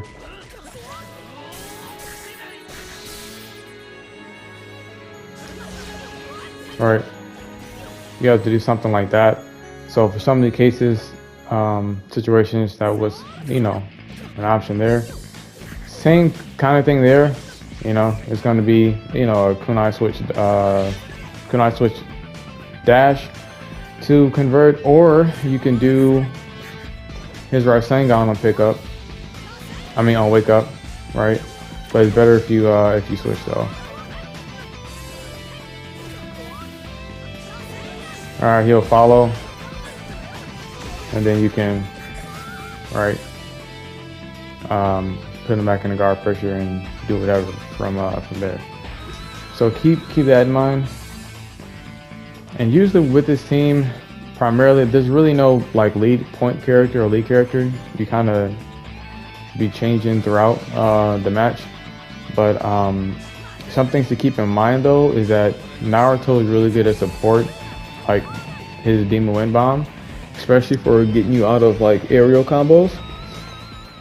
He's really good at, if you get caught in an air combo or whatever, call out Naruto. His Demon Wind will hit. It's a sub trap. It lingers.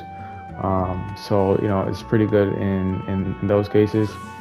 Sasuke's Phoenix Flower Jutsu, though it's slow, the tracking is decent, and it can be annoying. So just keep that in mind. Sometimes just spam that into neutral. Like to play keep out actually works. So don't be afraid to do that either. And as you saw, it does provide a lot of stun. You know, so you can kind of convert and do whatever you want off of that. And they also give you other options as well, like with their jutsus. You know, stuff like that. Also remember too that because their jutsus is so long, like how they just linger on the field, it gives you time to do different things. So you could do something like this. All right, switch out and like let that whole thing play out. You can use this time to charge chakra, or to, I don't know, go for like a different kind of setup. It's kind of up to you, but you know, you have time. All these characters, they give you time to do whatever, you know, they give you time to do whatever you want to do. Next, I'll kind of go over some things with Tayuya. Tayuya is good as a lead here too, because one, Naruto and Sasuke they're pretty good at supports. You already know about Naruto's Rasengan, you know, having very good tracking. His Demon Wind Shuriken is good for support. You have your Phoenix Flower Jutsu for Sasuke, which is pretty decent. And Tayuya, and even like with the gameplay that I posted with her, I didn't use her dokis because I wanted to show that she has tech outside of her dokis. Just like we all know the old classic, you know, Tayuya gameplay of throwing, you know, shurikens and hiding behind the dokis and whatnot. But she has other tech outside of that. She does also have some stylish combos with her dokis. I'm not going to showcase like all of those, but just a little bit of stuff. So like she can do, well, stop, stuff like this.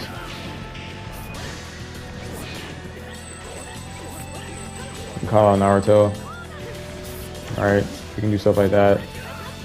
Or Sasuke's Phoenix Flower Jutsu, or you can use it go to ultimate.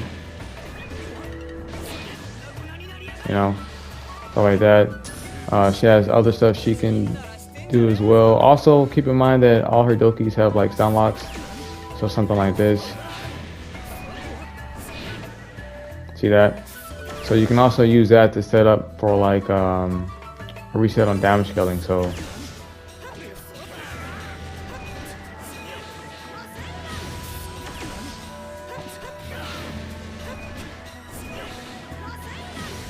see, they'll be able to, by the time they're able to block again after the stun lock is over, Naruto will already be there to put them back into block stun, and then you can convert with whatever, you know, either another combo into a guard break, or you know, one of those. She also has, keep in mind that this jutsu right here is grounded, so you can do stuff like this.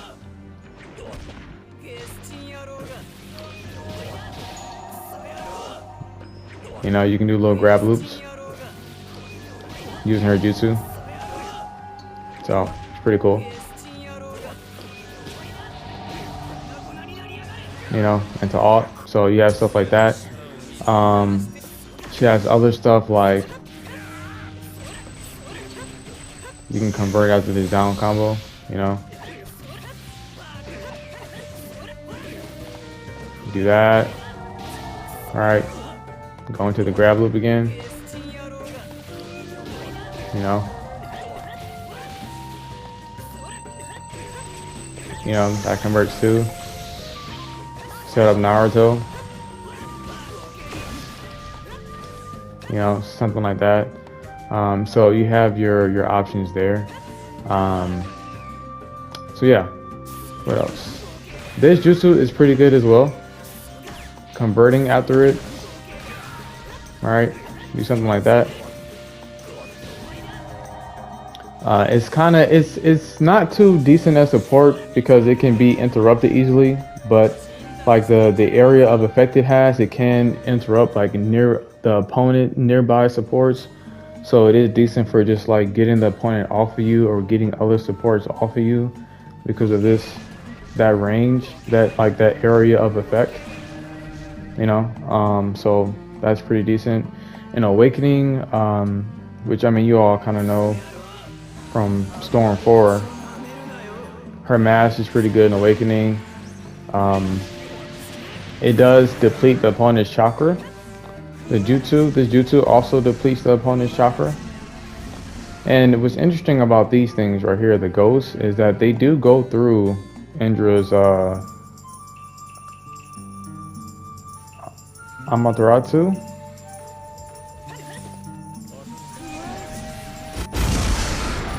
Like you see how he still sucks.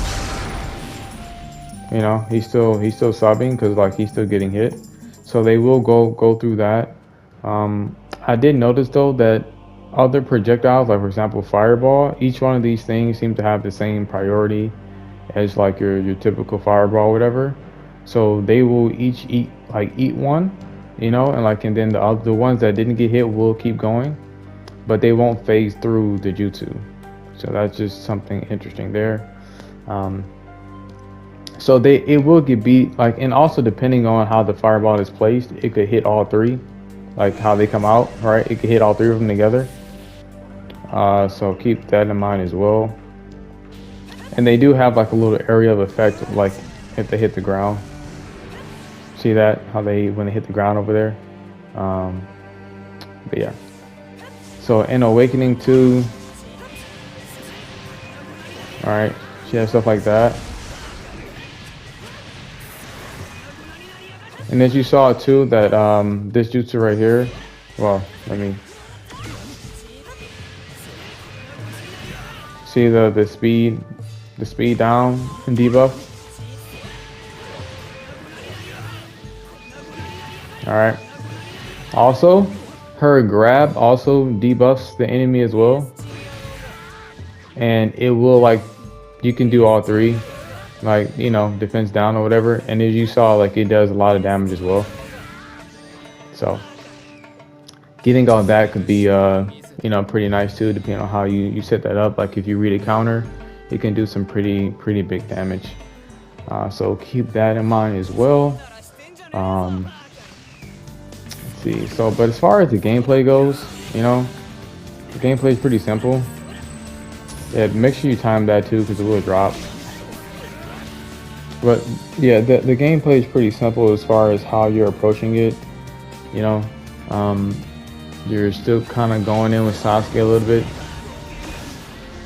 You know, and you got Naruto there as support. You got this hitting grounded, and you're kind of just doing different mix-ups like that, utilizing your team synergy, doing mix-ups with Tayuya. I guess if you want to, you know, you could always do the old Storm forward play, you know, if you choose to do that. But when I play with Tayuya, if I do play with this team, you won't see me doing that. You know, I'm just going to be using her tech outside of the Dokis unless I'm trying to go for something stylish. But yeah, some of the resets for if you catch them in a juggle. A lot of them, if you get in close when you juggle, all right, you can reset like that, you know, and then just do the IC4 and reset. Same with Sasuke.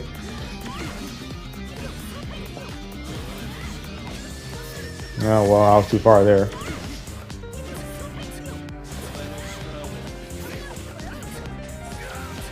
You know, something like that.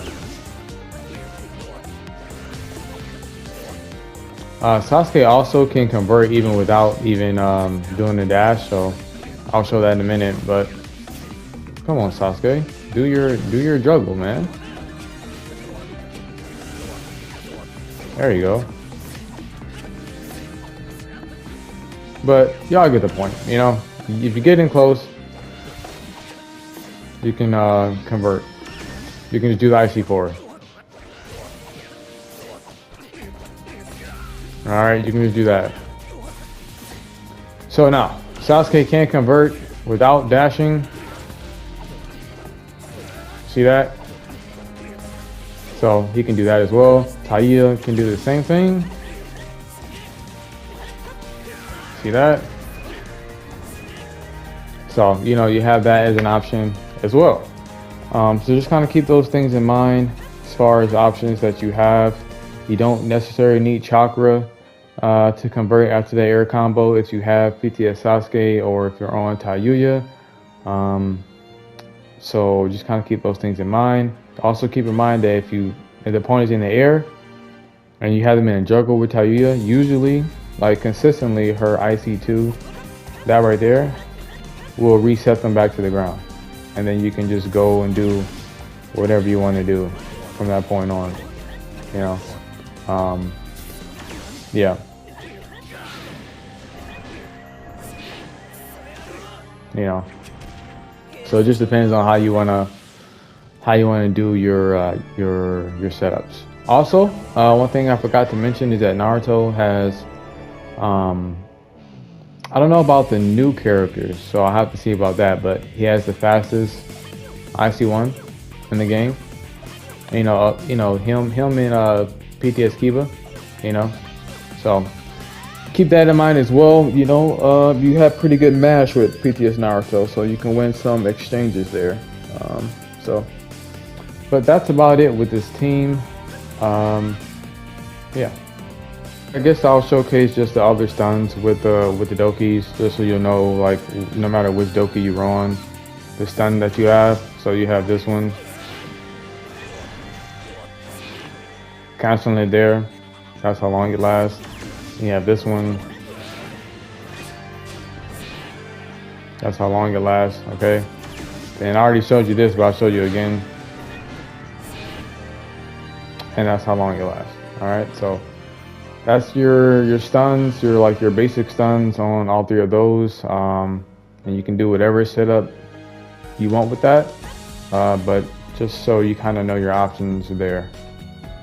Alright, for real this time, last thing I forgot to mention, Sasuke does have a nice little reset too he can do in this IC3, you know, with support. So hold on, wait, stop, don't do that.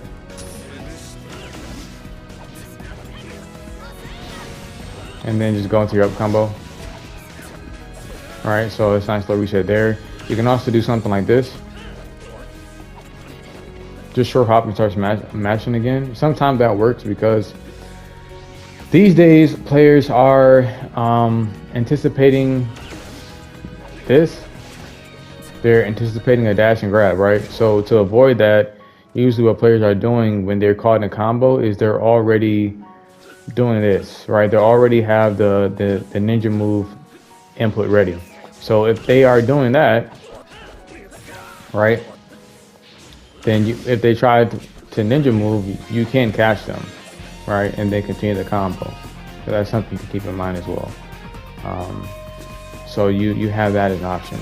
And if they are looking for a counter, right, you can do that to read the counter, do a jutsu, do an ultimate, do a Phoenix Flower jutsu, anything like that. So you can also use that little stun time you have on that IC3 to, you know, go for a setup, or if you have like a read on something to punish that. So yeah.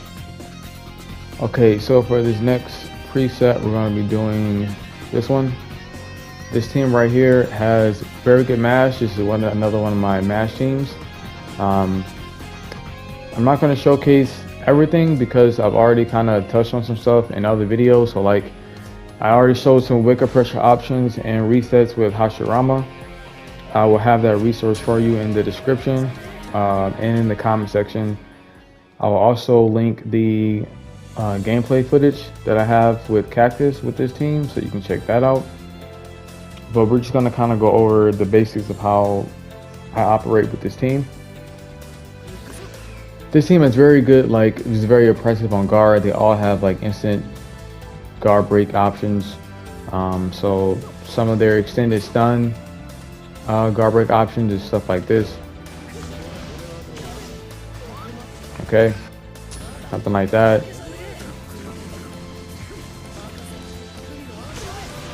Something like that.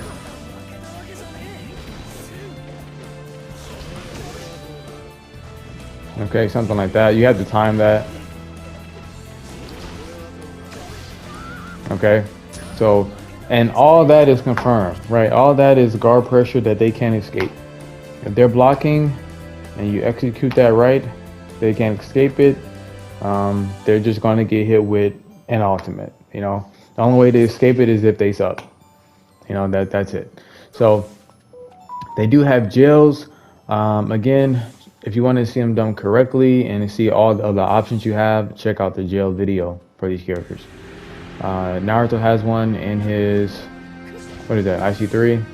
1, 2, 3. Yeah, IC3. So it's a dash cancel on IC3. All right, that right there. That's the jail. Okay.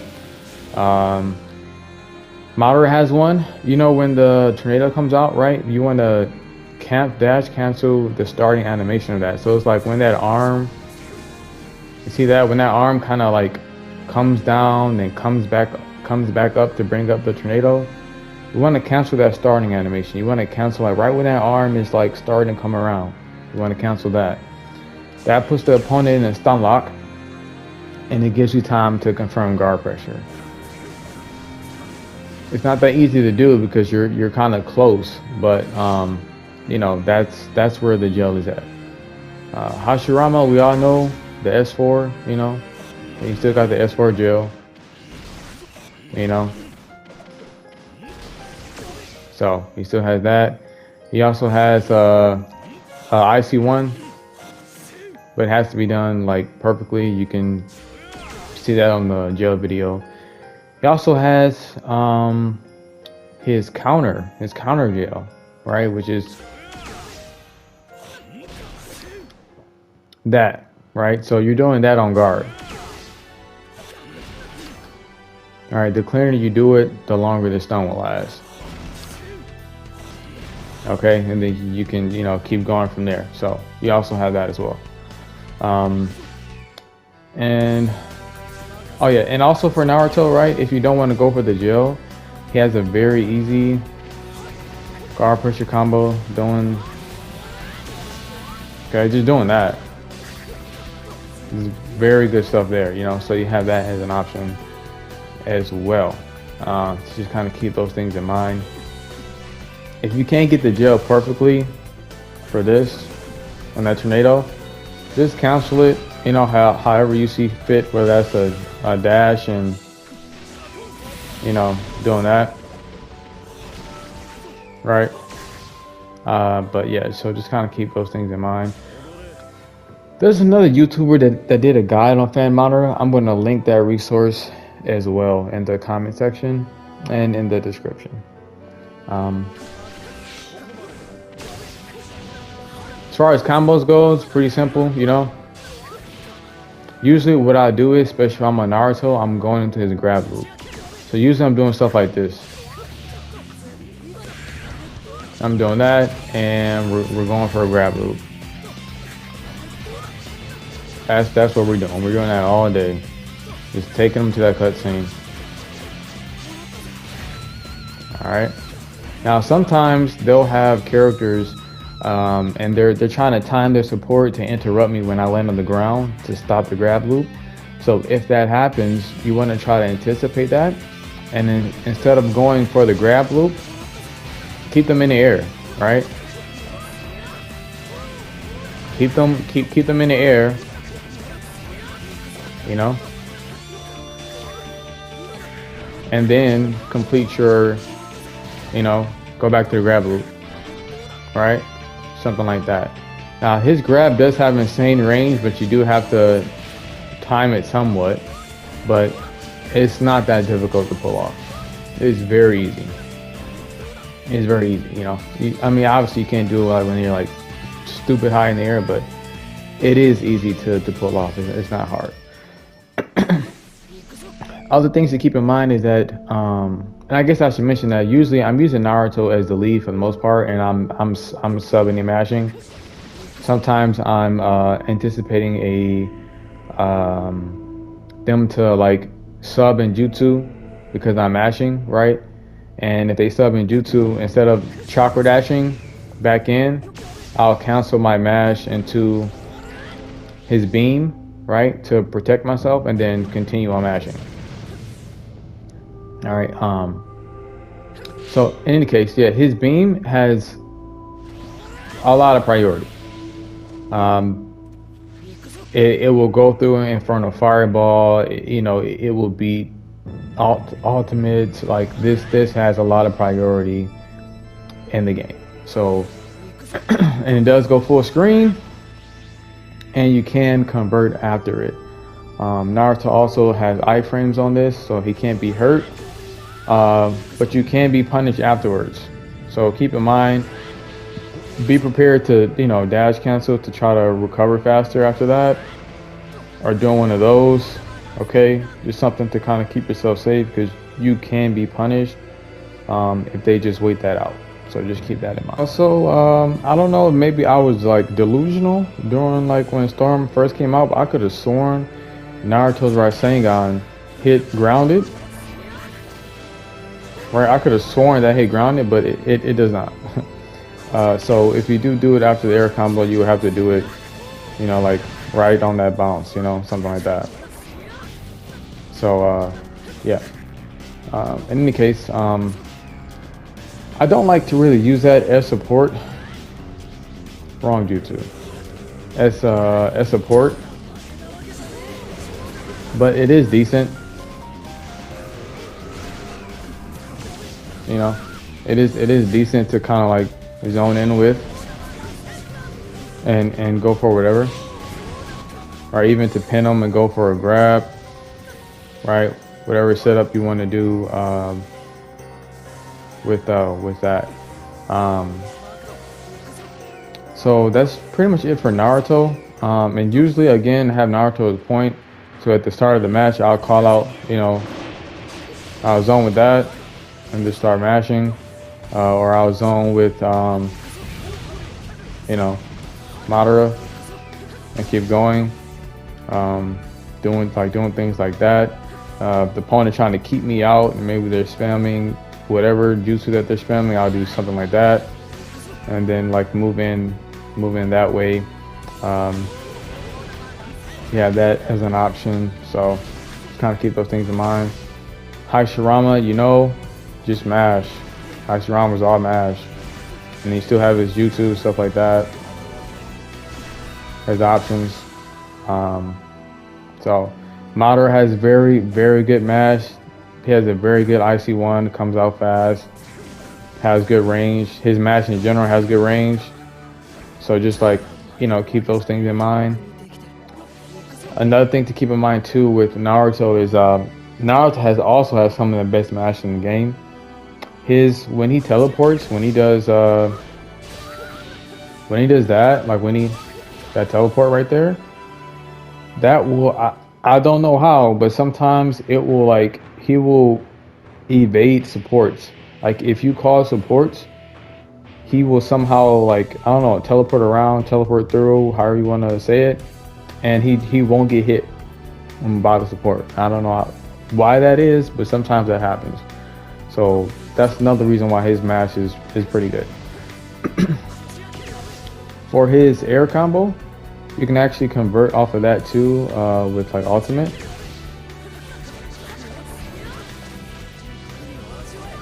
You know, so if you're trying to get off a quick ultimate without having to do a dash and then go into an infinite, you can do it like that. So there's, you know, you have options there. You know, something to keep in mind. What else? Also, there's a little, you know, grab mix-up you can do to reset damage scaling. If you see that, if you don't complete the air combo all the way, Naruto will slide back down. No, I messed that up.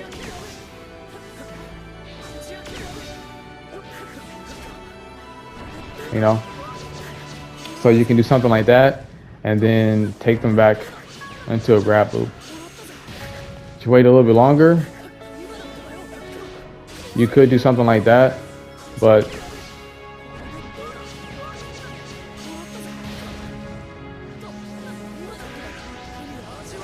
all right, you can do something like that as well. Okay, so you have that as an option too, as far as like your optimals go. So keep that in mind as well. Also, you know, you can convert after that. You know, you can also, he has to do a stun lock on that, Ninja Dash Kurenai. Okay, that's the OG stun lock where you dash cancel on that down combo. So yeah. Now Naruto does have a weak spot in his combos that most don't know about. You can dash after that little spin he does, right? The opponent can dash, and so they can do like a dash switch counter, right, to get out of the combo, or they can try to go for a dash and counter. So just kind of keep that in mind if you're playing with somebody that actually knows that. As far as, I wouldn't say this team has necessarily any weaknesses. I mean, you have your options for zoning. You know, you have options for like what you're going to do when you get inside. It's just going to come down to how well you have your fundamentals, and you know how well you're going to just read your opponent and you know, understand like what they're doing and how they're reacting to how you're playing. You know, and then responding accordingly. So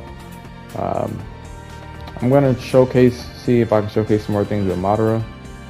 I decided that what I'm going to do is I'm just going to let you all look at that that resource I'm going to link for Madara to see his other stuff. But just for, like, I'll show you, he does have a grab loop. All right, as you can do for max damage. Okay, and it does have pretty good range on that. All right, so keep that in mind. You have that as well as an option. Hashram, again, I already have a video up, more stuff in him with him, but just know that he does have his usual options for resets, right? Like all that's confirmed, so you have stuff like that you can do.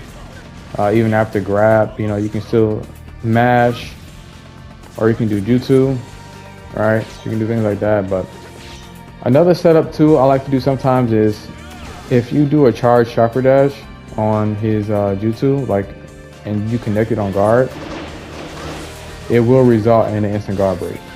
So you can put your opponent in situations like that, where you can set them up, so that's something else to keep in mind.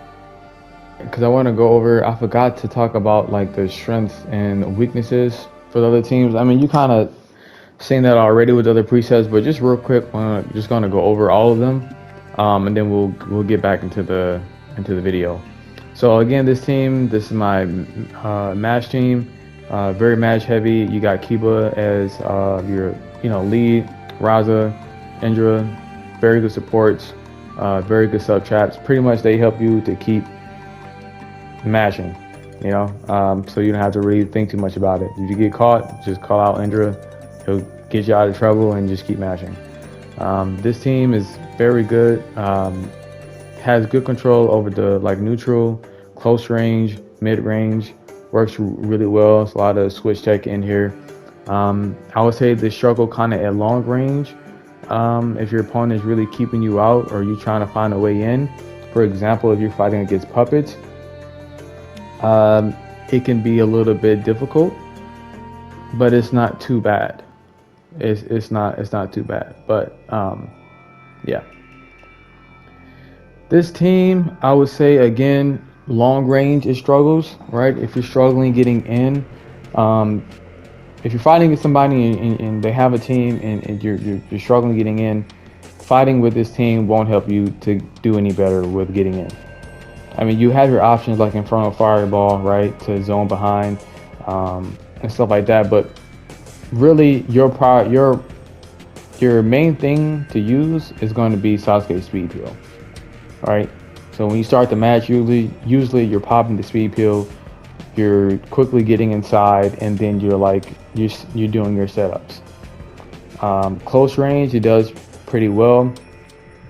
This team really focuses on just optimizing Sasuke's damage, rotating that his heavenly hand power into grab, right, and then from grab to IC2 to heavenly hand power again, or to aerial, finish the aerial into heavenly hand power into grab.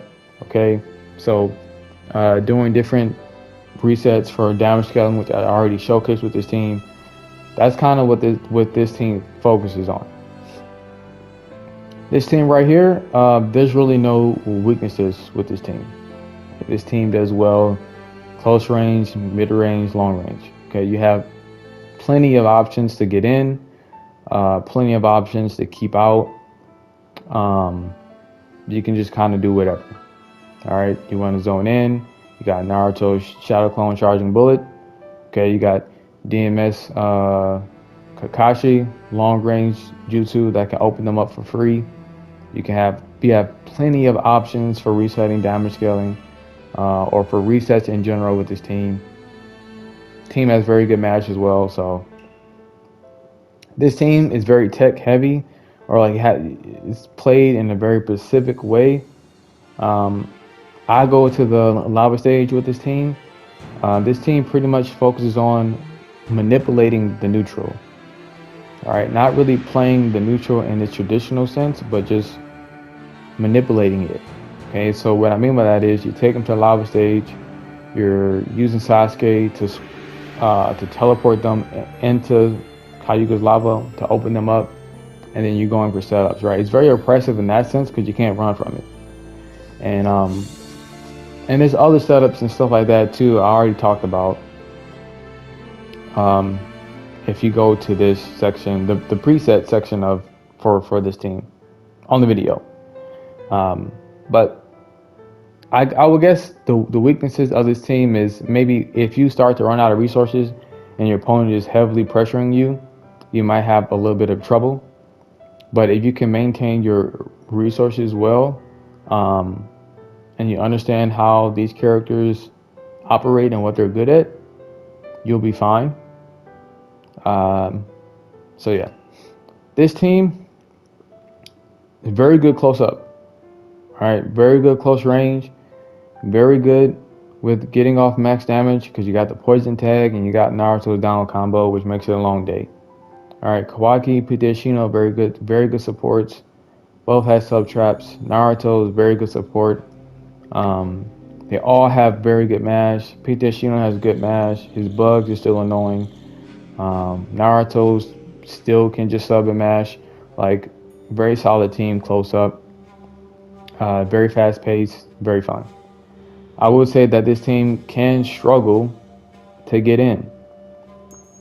So keep that in mind. Long range, you might struggle a little bit. If you're fighting against puppets, you probably will struggle a little bit with this team.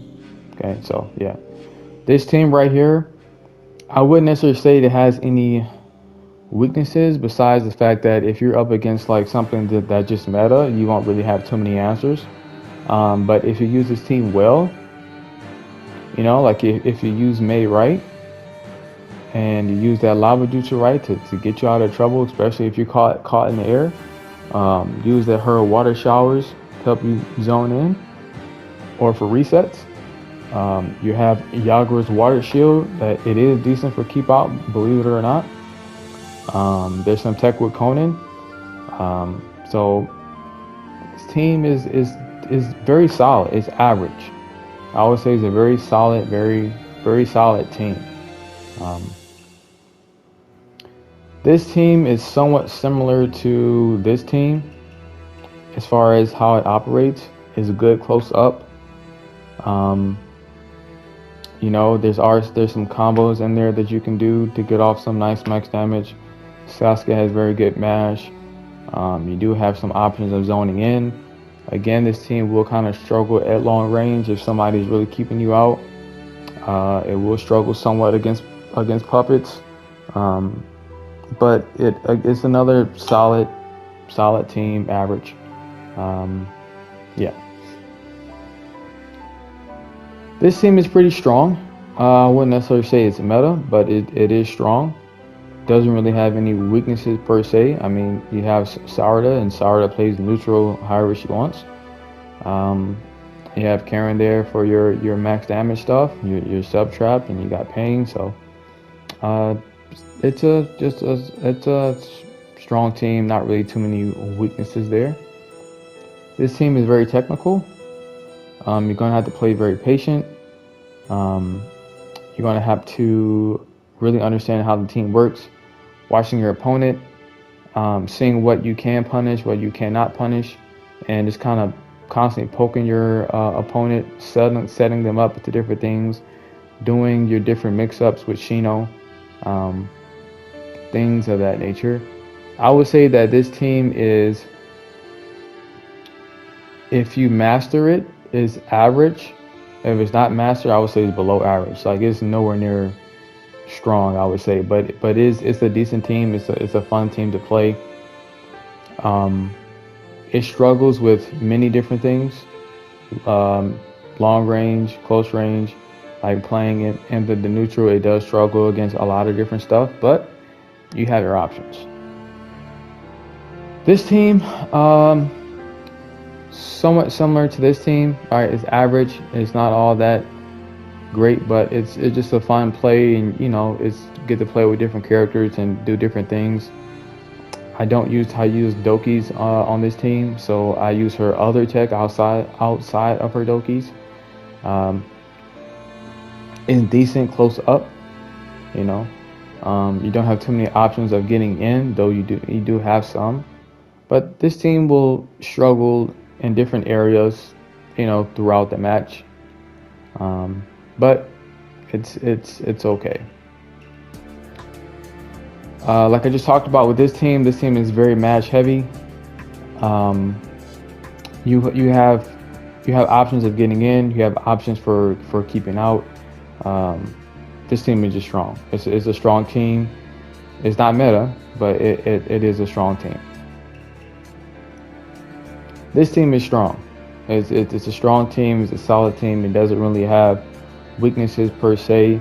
You have your way to zone in. You have options when you actually get inside. You have different mix-ups. You have different resets. Some stuff, I would showcase with this team.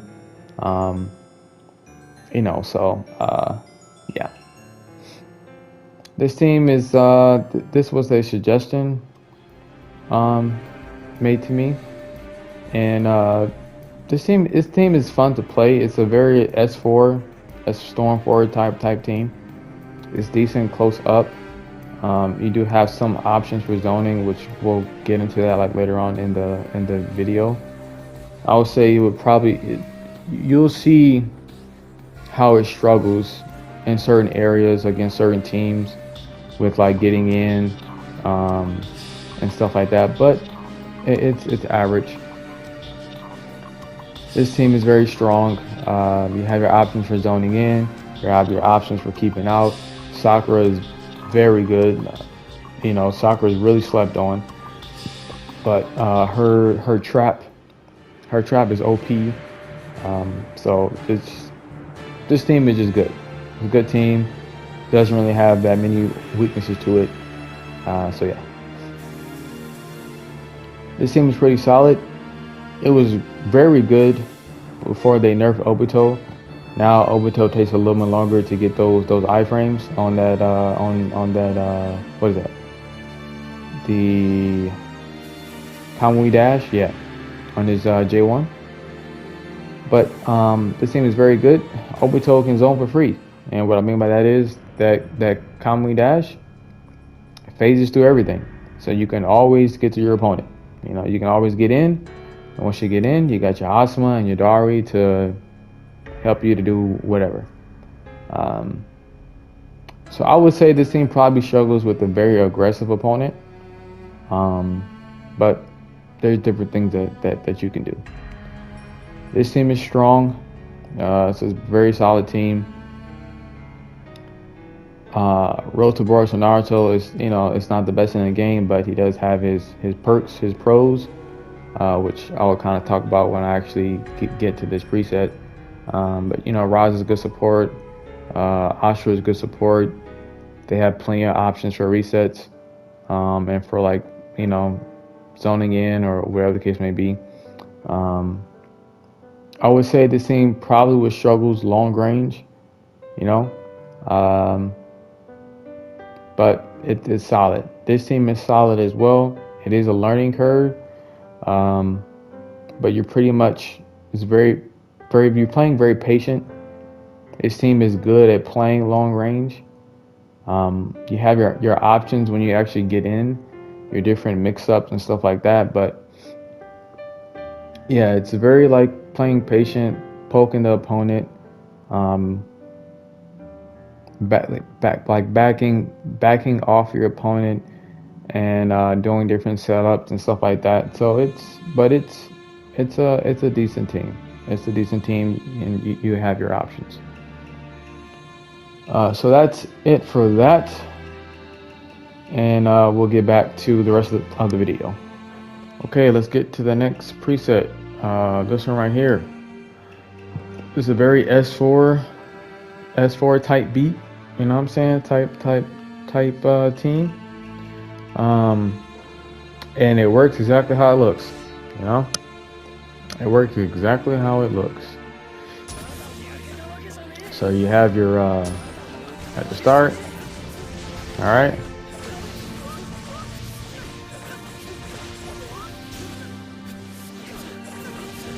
All right. Okay. You got your stuff like that, or you got your option to do one of those. Obviously, don't I missed the dash, but all right. You got your reset. I see that. That's a very nice reset with Neji there. You do a grab, you ninja move in, pick them up, kunai, force them into rotation, right? Into block stun. Come up with that, and then you can reset damage in that way, right? So a lot of times you could do something like this. Alright. And then maybe just do a grab, right? Now come in and reset the damage scaling. Okay. And do something like that. Also, let's see which, okay. Alright, good. They gave me that ultimate. So, alright, also just keep in mind too that Sasuke has iframes on his ultimate. So you can use this to get out of guard pressure, right? And like in the gaps, it's very hard to showcase now because CPU doesn't want to do what I tell it to do. But certain gaps and combos, like for example, in S4, right, you could tilt Neji at that point in the combo, right? Right there, you know, you could tilt out of Neji's guard pressure.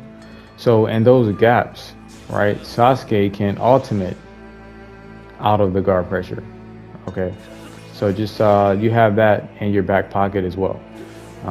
You also have the option of if the opponent is out of subs and they have you in combo and they're just mashing sub and off. All right, that's free. I also have something I like to do too with you have. Okay, after all this is said and done, call out Shisui.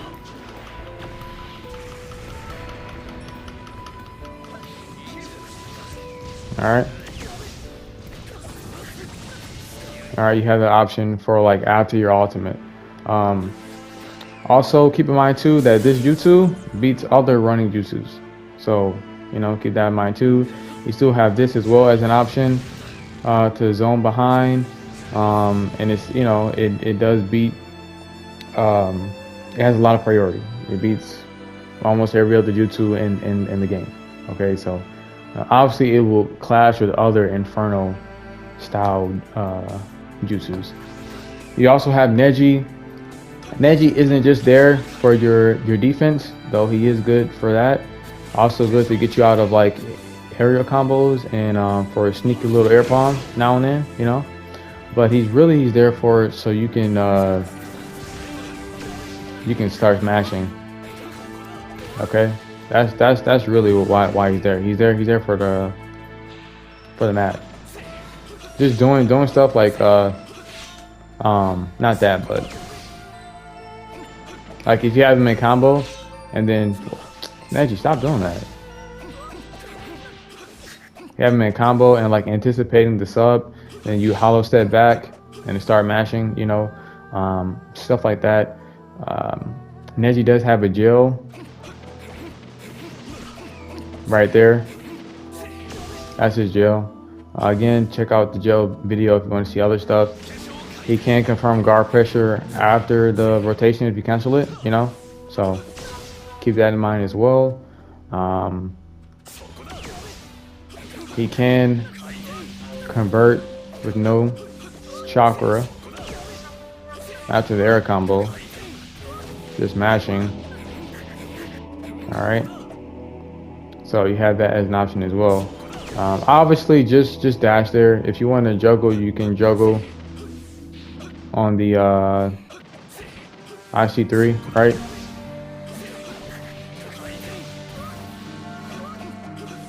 Yeah, sometimes it sometimes it's not as consistent as you want it to be. There it is. That was a perfect reset that time. So it is a little timing involved, but you kind of get the point. Also, I don't know if they patched this or not, but Neji's Infinite will sometimes drop, but it doesn't look to be dropping now, so that's good. Okay, so it's not dropping. Okay, so there's that. So you know you have that as an option as far as damage goes. But really, I mean, this team is very straightforward. You got your option to zone in. You're just zoning in. You know, Sasuke has one of the fastest kunai in the game.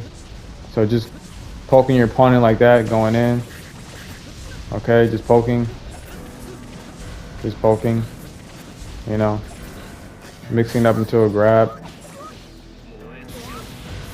Maybe you bait the counter, right? Go into another grab. Okay, you know, something like that. But you have your options there. What else? As far as juggles go, all right, you can juggle the IC3. You know, Sasuke can confirm guard pressure too after that. Right, for a jail, he also has the. Okay. He also has that as a jail. He also has the IC2 short hop. But it has to be perfect, which I showcase in the jail video, so you can just take a look at that. Shisui still has his jail after the IC2.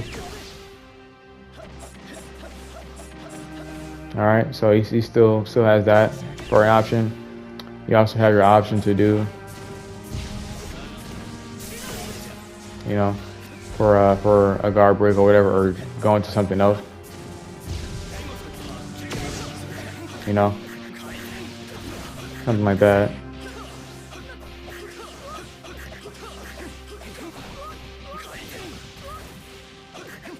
Okay, you have that as an option, and so you have some other options with Neji as well for their combo. Alright, you can convert like that. If the infinite does fail, right, you can do something like that. Alright, so you can kind of use that to your advantage, right? To use because I thought they had patched that, but apparently not. So if his infinite does fail, then you can just ninja move in, go into rotation, and then just set them up for a guard break. You know, you can do something like that. Now, Shisui doesn't have a traditional reset, but he does have one. If you dash on his second teleport, then you can reset the opponent. So, okay, all right.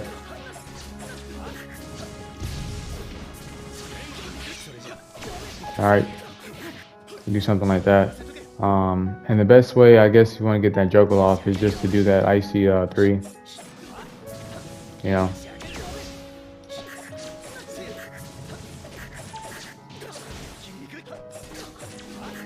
Or do a perfect reset like that. Another cool thing to notice, to know about Shisui is I kind of talked about it already. And I would actually, I have another resource that I will link that I did resets with Shisui already, so I will showcase those. I mean, I will link that resource for you all. But he can walk cancel his jutsu, right? So just doing this and checking the opponent can be useful, and it doesn't cost a lot of chakra to do it either.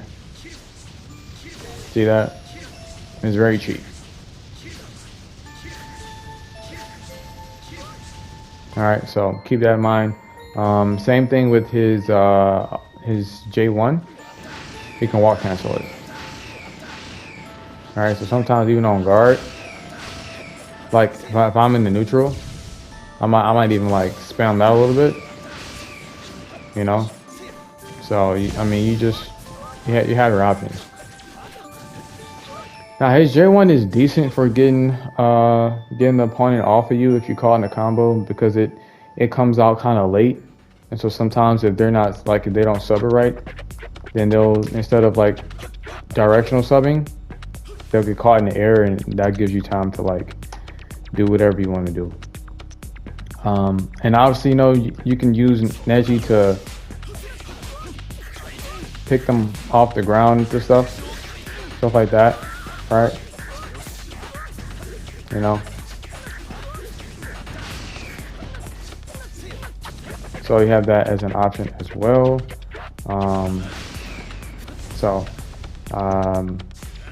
Stuff like that.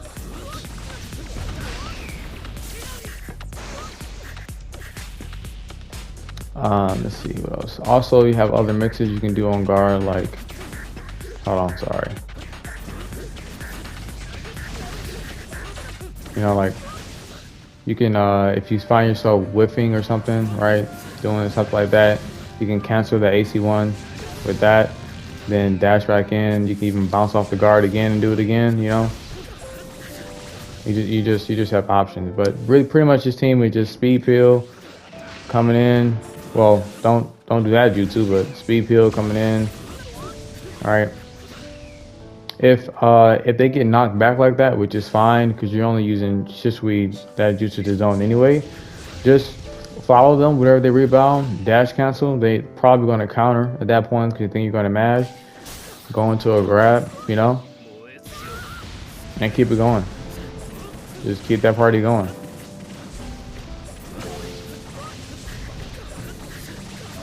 You know, you can do different things like, right? That's an easy reset right there.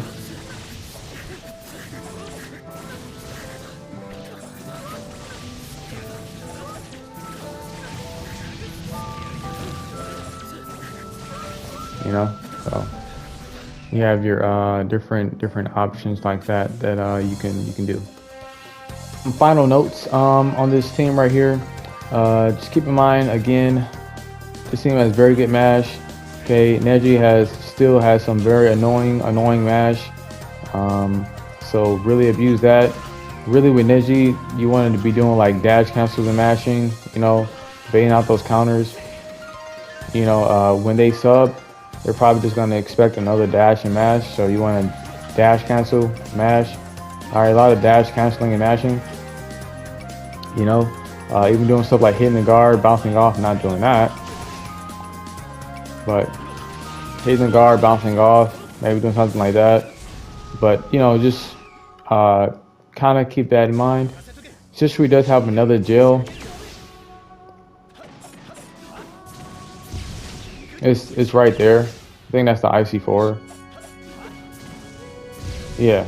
So right when those like that second wave, second flame blades, whatever you want to call them, come out, when the dash cancel that, the cleaner the dash cancel, the more time you'll have to confirm that guard pressure.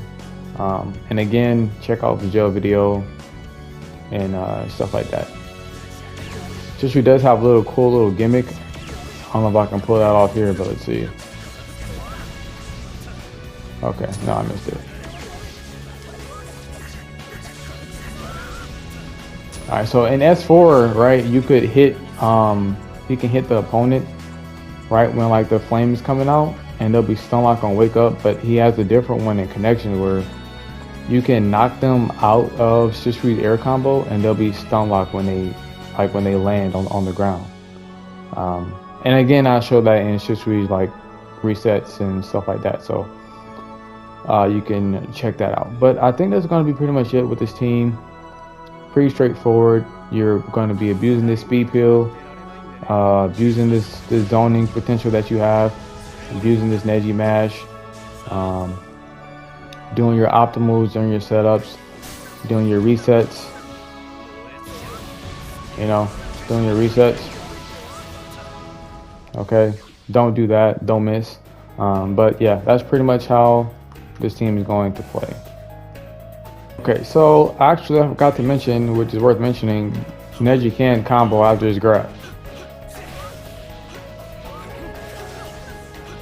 Okay, he can do that.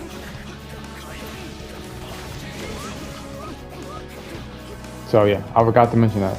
Option you have too for Shisui after grab is do his, you know, and then you can come in, well, obviously, you know, dash in and do whatever setup that you want to do there. So that's just like a little wake up pressure option you have after his grab. So I did forget to mention those things, but now I think that's it. Next preset, again, is a very S4 type beat type thing. This thing was suggested to me by a player named Abdullah. So shout out to them. This team plays exactly how it looks. You know, very good mash. Is more so switch heavy than the usual teams, and we're gonna just show some tech here. Guard pressure options, you know, you have the Naruto gel, right? You have that. You also have the, right, that is a gel option as well. For Kashin, you know, he has a little short hop. Okay, same thing with Sasuke, he has this short hop.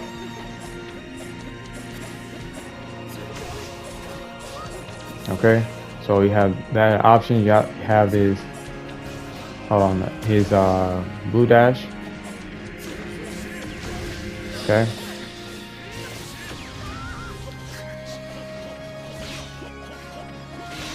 You have that as an option as well.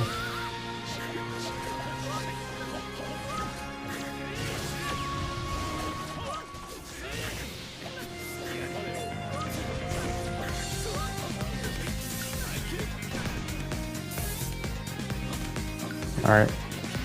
Some things to take note of. Kakashi can convert after his grab. You already seen his juggle.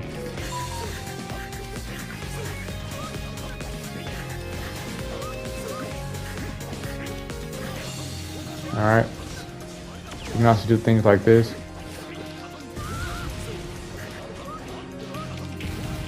Okay.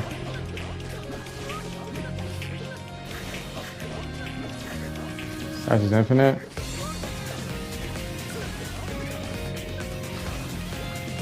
Alright. Sasuke, he does have a, you can use his chidori for many different aspects. Obviously, well, not that. Obviously for zoning in, alright?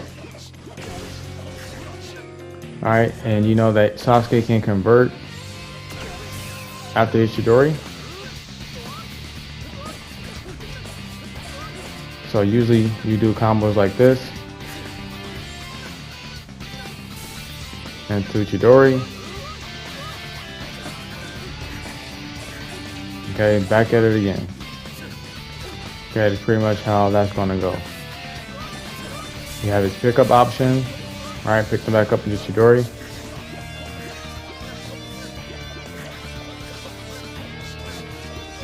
Okay, so you have that as an option as well.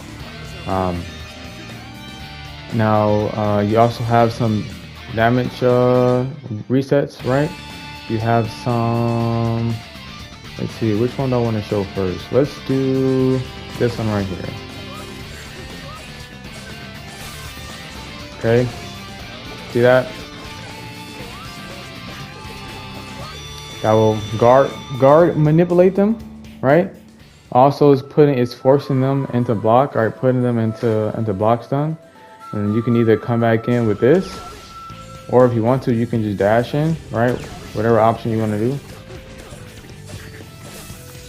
And a fireball, you know. So you have your options there. So that's one little reset. He has another one which Cactus showed me, where there's a very short window for the opponent to escape, and you can do like a grab. So then it's infinite. That right there. You see how like short that window is, and then you can just keep going. It's a very short window for them to escape. Okay, so you have that as an option. Kakashi, by the way, has a very fast grab. I want to show you how fast it is. It's so fast that you can confirm a dash grab, like a straight up dash grab, and like the opponent can't do anything like that. Like, and it doesn't reset damage scaling because you're grabbing them before they can recover. So just watch Naruto. Watch Naruto's like his animation. You see that?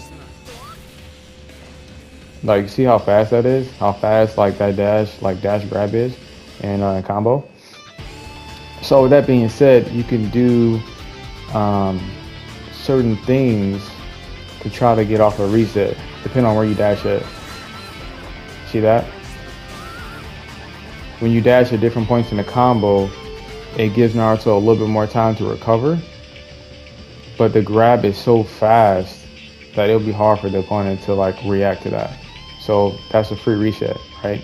Then you reset. Since you can convert, you go ahead and do whatever you want to do. Okay, So you have your options there. I have a video with Sasuke with his resets and whatnot that I will show, or not show, that I will link, so you can use that resource. For Nagato, you know, same old thing. You can do that, right? He does have a stun lock on his jutsu. You can do that, okay? So just something to keep in mind. He can cancel his almighty push, so that's good. He can, you know, remain safe afterwards.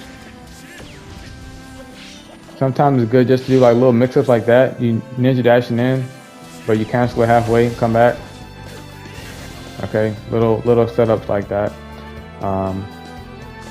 You have other things you can do too, like, or not that, but I'm trying to. Wow, he's coming off fast. But the point is, you want to like kunai to get them to block. You call out your support to put them back in the block stun, then you go into another combo. So that's just like different things that you all can use your support for, characters for. Naruto's Awakening, you're going to use it similar to Pain's Awakening, so it's really nothing different to show there. You got your speed pill, you know, for you to just get in, start mashing. You all have very good mash, you know. You got your chidori for like to help you zone or up close. Chidori still has very good tracking on it, you know.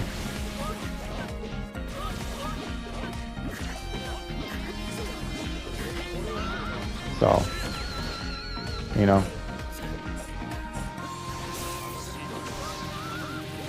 So, you know, you have your options. And obviously you got, remember that you can charge that. If you do charge his chidori, just keep in mind that you cannot cancel it. You can't block cancel it. So you can't be punished after that. You can't cancel the regular one. So just some stuff to keep in mind, you know. He does have he can fireball in the air too, so. And honestly, that's going to be pretty much it with this team. Very straightforward. You're just kind of playing the neutral, mashing. You know, using your supports to help you pick them off the ground if you need to. You know. Okay. Or delaying that. You know. All right, delaying that so you can do that. So they have time to block. You also have that, you know. So just something to kind of play around with. Kakashi has a decent awakening with his awakening actions. You all kind of know that, you know, do the awakening action, dash behind it, you know, just keep pressuring that way. And that's yeah, that's pretty much it for this team. To be the PTS Sakura Preset, and Sakura is pretty disgusting. All right, she is she's crazy, especially if you pair with the right support. This team is not as like meta. I will show one meta like at the end of the video for like all my competitive players, but the reason why I picked this team, because one thing Sakura does struggle with in some cases is like she has a lot of dead ends within her combos where she doesn't really have too many options.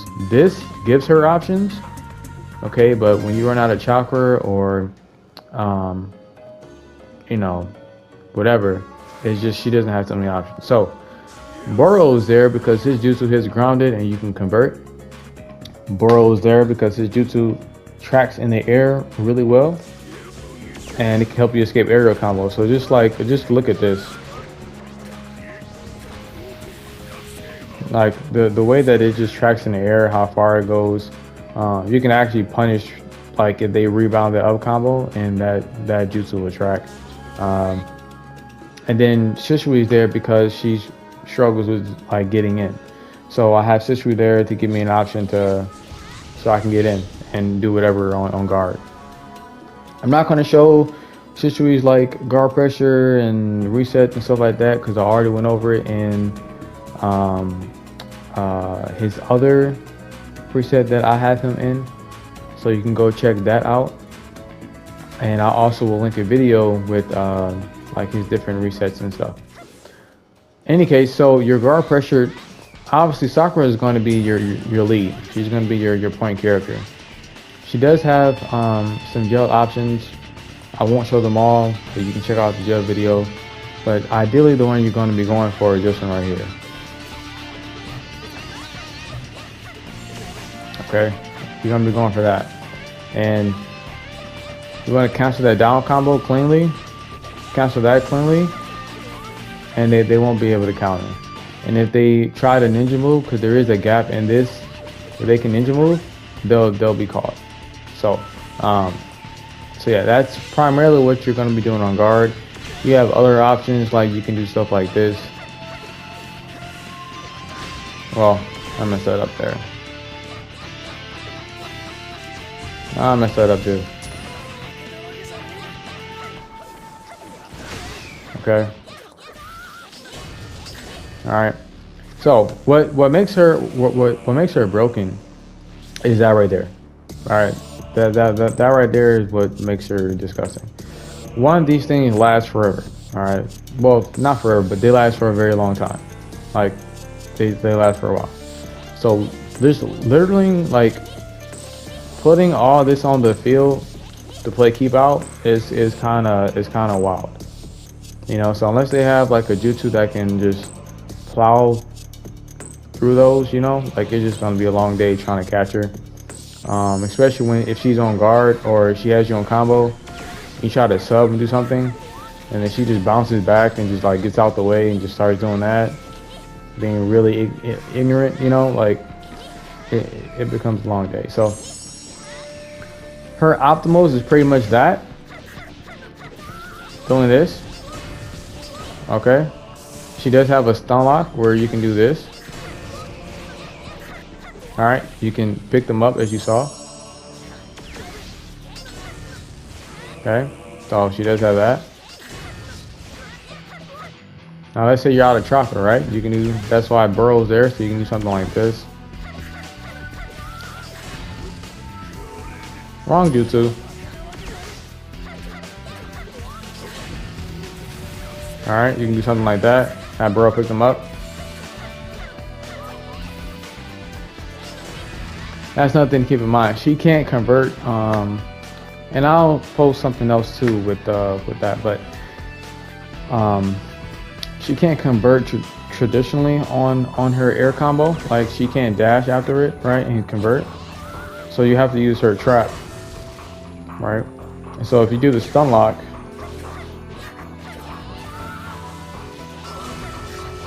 okay, you can convert.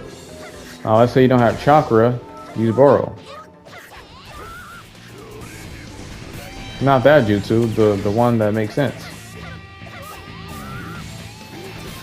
That one, okay? So you can do stuff like that. You also have options for like reset, so like, all right, putting them back in the guard pressure, you know, so something like that. So another thing too you can do is off a grab, you can trap, not that, come on Sakura. After grab, do her jutsu, her J1, and you can track that way, right? Kind of just keep up the pressure on them, because she'll follow them wherever they go. So that's one option you have after grab.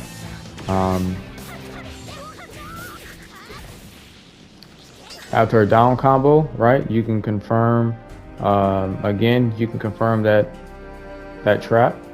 And also, you can convert after her jutsu as well, okay?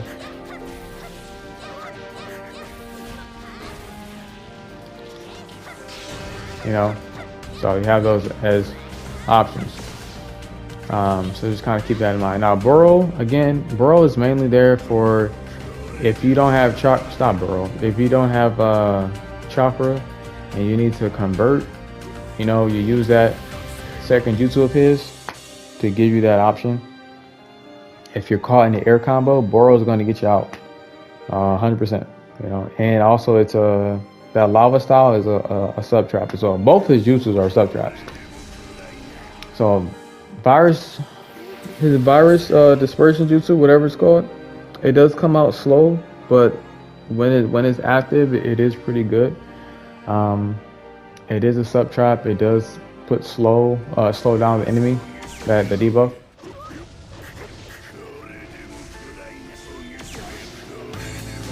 Okay, it does do that. So, and like this wide area of effect can interrupt other like your opponent supports. So it's not bad for keep out, for getting you out of trouble. It's not bad, you know. As far as Burrow goes, he does have a jail. I won't show that, but mainly you'll probably just want to go for the, what is this, IC3? Yeah. No, I think that's IC4. Hold on. Yeah, it's IC4. So you want to go for the dash cancel on my IC4. Okay. Well, don't fail it, but yeah, you want to do that. Then just go into the full up combo.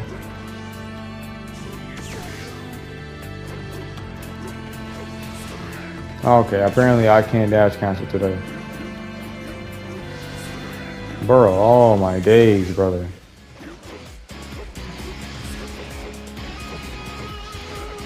Okay.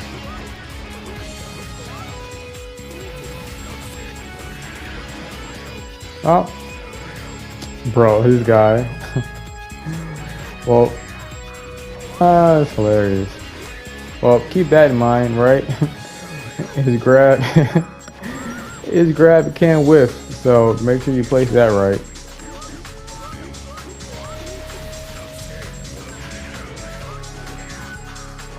It does a lot of damage to his grab, so those are just options that you have, you know.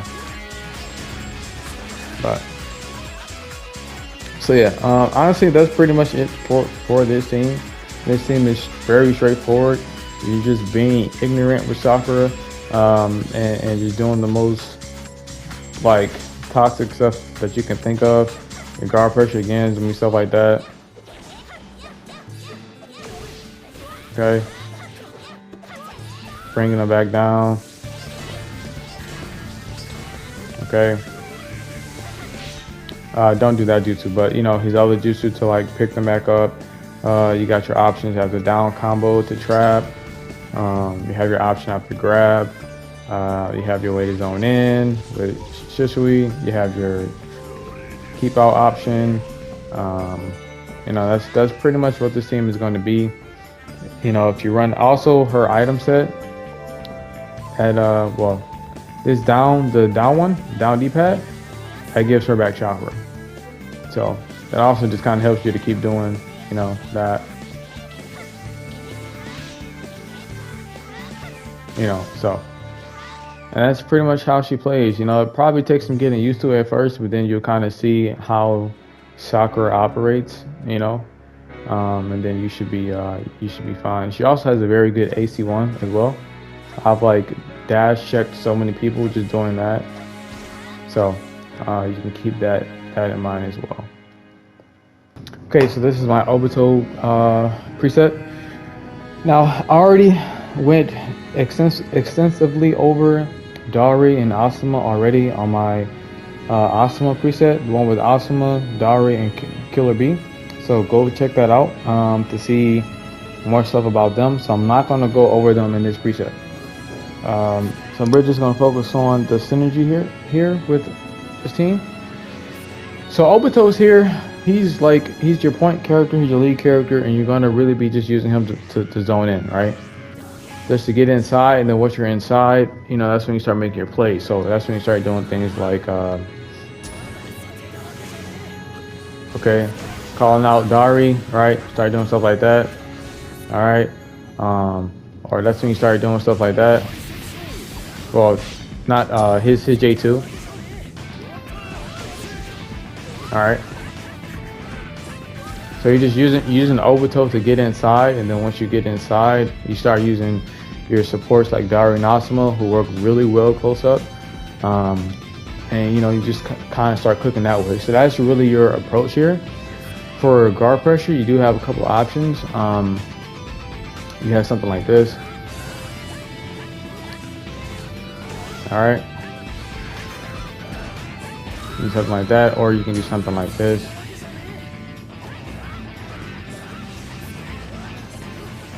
All right, do something like that. Okay. You can do something like this.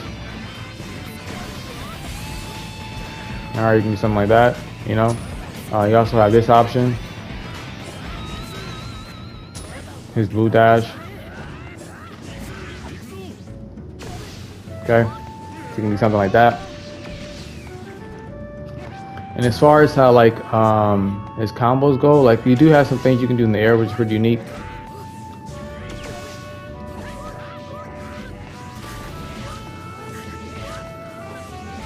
Okay, you can loop stuff like that. You know, also have things where you can do stuff like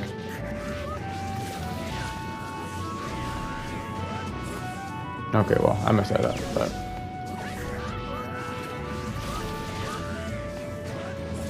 okay. Reset damage scale into rebound. Okay. Do stuff like that. You also have other things you can use your support for, so like do the full down combo. Bring out Dari. Pick them back up. You keep going. Okay. So you have options like that. Same thing with Asuma. Now Asuma sometimes will not completely convert, so they will be put back into guard pressure. Well, he did that time, you know. Okay. So, you know, you have your options like that to punish like rebounding or for like resets. You can also do stuff like, okay, you can make that a little bit cleaner. You know, something like that. Try to go for a reset. You know, just kind of depends. Kind of same thing there if you want to. Let them drop. Okay. Put them back in guard pressure.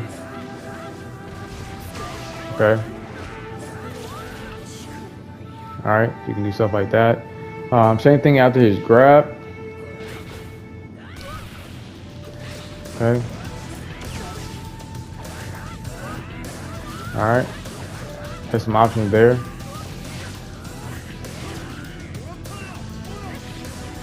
You know what I'm saying? You can do stuff like that.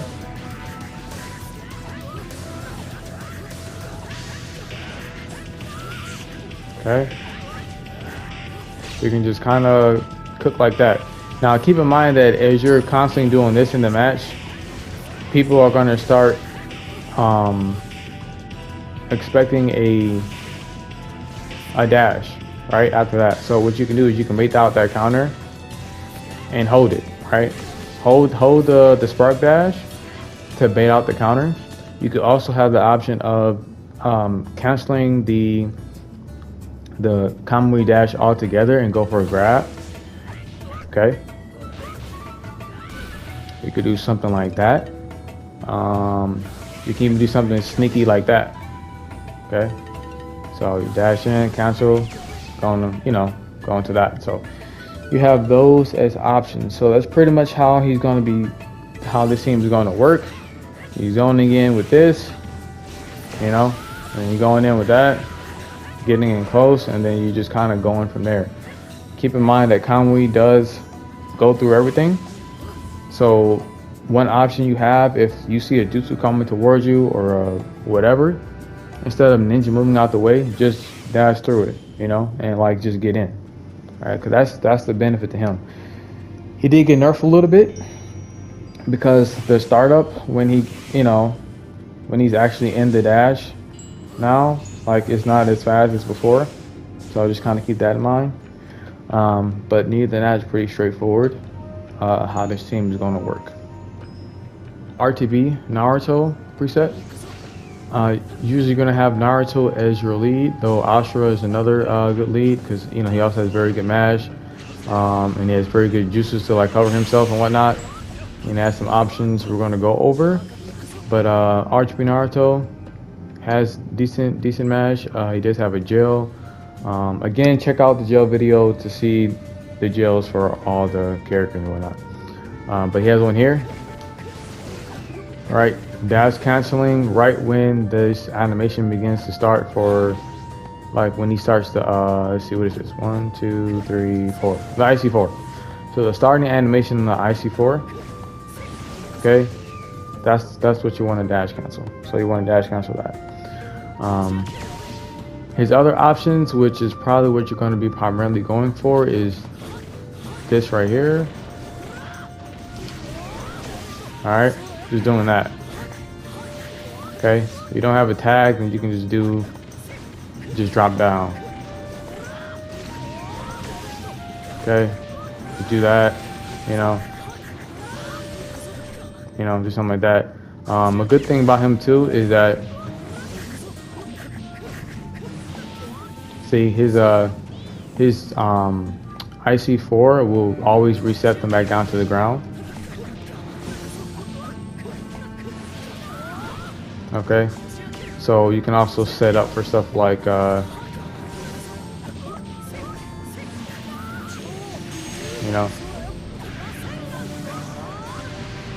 can also do like little stuff like that. So keep that in mind. Also, he has a instant guard break with his extended stun. So that's gonna look like this. Okay. Now you can't confirm that, it just has to be.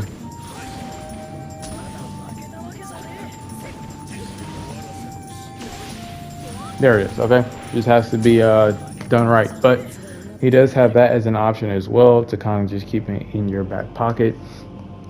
He has some interesting resets as well that you can do. So something like,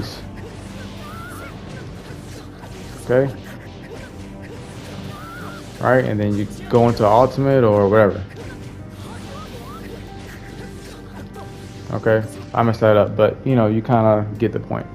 Another thing to make note of is that if you charge his Rasengan, right, there's different ones, which is kind of the same in S4. This faster one, that one has a very good tracking on it. This one will break the guard. Okay, so you can do different setups to like force them into situations like that where you're punishing them that way. Also, this second jutsu right here is pretty good. It beats ultimates. It can defend him like the claw. When the claw comes out, that claw slash can defend him against fireballs, inferno fireball, I believe. So yeah, it has a lot of priority, and also like this cloak is 360. So like even if Naruto was behind me and I did this, he would still get hit. Right? So no matter where the opponent is around around RTB Naruto, they can get hit by this. So that includes like all their supports. So it's decent to get yourself out of trouble, especially if you see certain supports dropping, you can just do that. Okay. That's another thing. You have options like bouncing off guard into that, something like that. So keep that in mind. Same thing after down combo. Okay. Yeah, something like that. Okay. You can do things like that. So. And yeah, and as far as that goes, right, there's some options there. You could call out Raza, just to pin them down, go into something. So you have that. But that's pretty much how you're gonna be playing with Naruto, and just kind of looping his infinite, using his attack up. His attack up, defense down tag. Try and going for resets when you can. things like that. Now Ashura has some gels as well. He has one in his IC4. I'm going to cancel the starting animation in the IC4. Alright, so that right there, but you want to do a dash cancel, obviously. I do showcase that in the gel video, so just look at that because it'll take too long to try to showcase it here. He has another one which is a short hop. It's going to be there, right there. So again, just check out the video, and I do it like correctly so you can actually see how it's supposed to look. But so those will be his 2 gels. But ideally, what you want to do in a match is you're going to be either canceling the IC4 with one of your jutsus, right? So okay, all right, you're gonna be doing that just for easy guard breaks, you know, or you're gonna be doing stuff like the full up combo. Okay, you're gonna be doing stuff like that. All right, that's gonna be your ideal guard pressure option. Is you want to use your jutsus within your guard pressure because they're so good, you know, like this jutsu right here is still disgusting. It's a sub trap. When it explodes, it's like it's a wall, so like it'll block other jutsus. It also lingers even after it's gone, if people didn't know that. Not long, but you know, yeah. Then this right here, it's another sub trap. Is decent as support, you know, to get the opponent off of you. And it's also decent. His other jutsu is decent as support to like zone in like that, you know, or to do things like this. Okay, set up like that is very good for it. So you have your options. You know, even for different resets, like let's see. Okay. You know, you have your options. So just kind of keep that in mind. Now there's some cool things about Ashura. Like some probably didn't know that he has where you can punish the rebound in his up combo, but you have if you dash like right here, watch. You see how even though you dash, you didn't hit him out of the tornado, he still popped up in the air. So if you do it late, right, that will happen. But if you do it early, then that won't happen. Ashura will just drop back down. Now what that gives you time to do is to punish the rebound.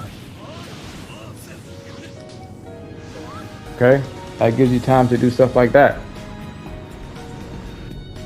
and you get a full damage ulti. So that's something there. You also have like a guard manipulation one. Okay, stuff like that.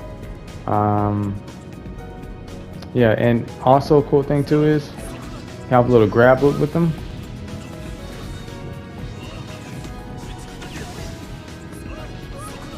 Or you can do like, well, you can do like a dash grab, but usually I like to just hop in kunai and grab. Okay. And also resets damage scaling. If you do it late, sometimes if it's like too clean, then as you see, like damage scaling, it won't reset. So that's usually how I use the grab there. Just hop in with kunai and grab again. Also, Ashura can also convert off his own, like he can do his own pickup off his jutsu. Let me see if I can showcase that. It might be kind of hard, but let me see if I can showcase it. Okay.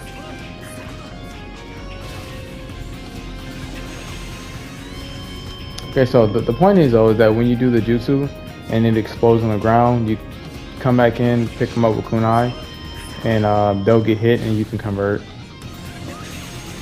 But Asura doesn't seem to want to do it for me. But in any case, so that's something that you know you all can lab or whatever. But primarily, this team is pretty much going to be, you know, it does have good mash, so you're just going to be zoning in and mashing. You're going to be using your Asura on guard, right, for those easy guard breaks. Using Asura jutsu on guard for easy guard breaks. Keep in mind too that you have stun locks. Okay. You have stun locks. If you dash, IC1, come out, it'll stun. You can also do, there's enough time for a jutsu there.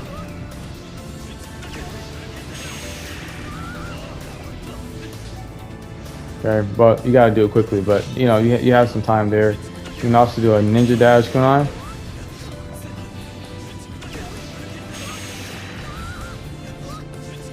If I do it right. Come on. That right there. Just stun lock, you know, stuff like that. So you have that as an option as well. As far as juggles go, right? Really just want to be doing his IC3. Otherwise, he's going to drop everything after the IC3. So ideally, instead of juggling, you just want to just dash back up. Like, take him back up, bring him back down. All right, like just do that. So it's pretty straightforward how this team is going to play. You know, we already talked about Raza and the other preset, so go take a look at that. I forgot what other preset I have Raza in, but where I go over some more tech with Raza. But Raza is primarily there to get the opponent up off you if you get caught in a combo. Also to kind of help you pressure. And you know, Asura is kind of there to do the same thing. You know, you're primarily using Raza and Asura as supports, but Asura is also a very good point and lead character. So that's pretty much how this team is going to be playing. This is the final preset. This is the PTS TenTen Preset. This team is somewhat similar to the Shino one that I showed, the Shino Kabuto one, where it's like you're kind of poking your opponent and whatnot, and like doing different mix-ups. I'll showcase some of the guard pressure first. So she does have good guard pressure. Like, you can do this, right? You can confirm that, right? So you can do that. You also have the option to do the charge chakra dash, bounce off guard into jutsu.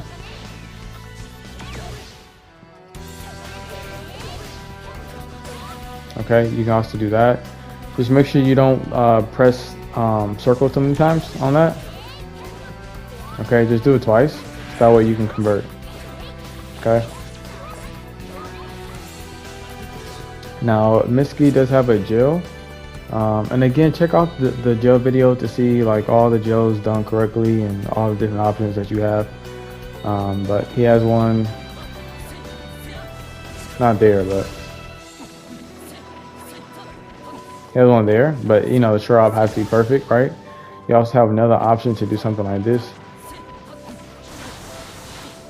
Okay, you have an option to do that. Okay, you can dash with it as well. You can spark dash. Okay, you can spark dash, cancel that as well. Karma Boruto has one. It is a short hop. Again, the short hop has to be perfect. You can also dash cancel that IC4 starting animation. You see when he throws out the shurikens, you want to dash at the beginning of that. okay, at the beginning of that input. So the dash cancel a little bit tight there.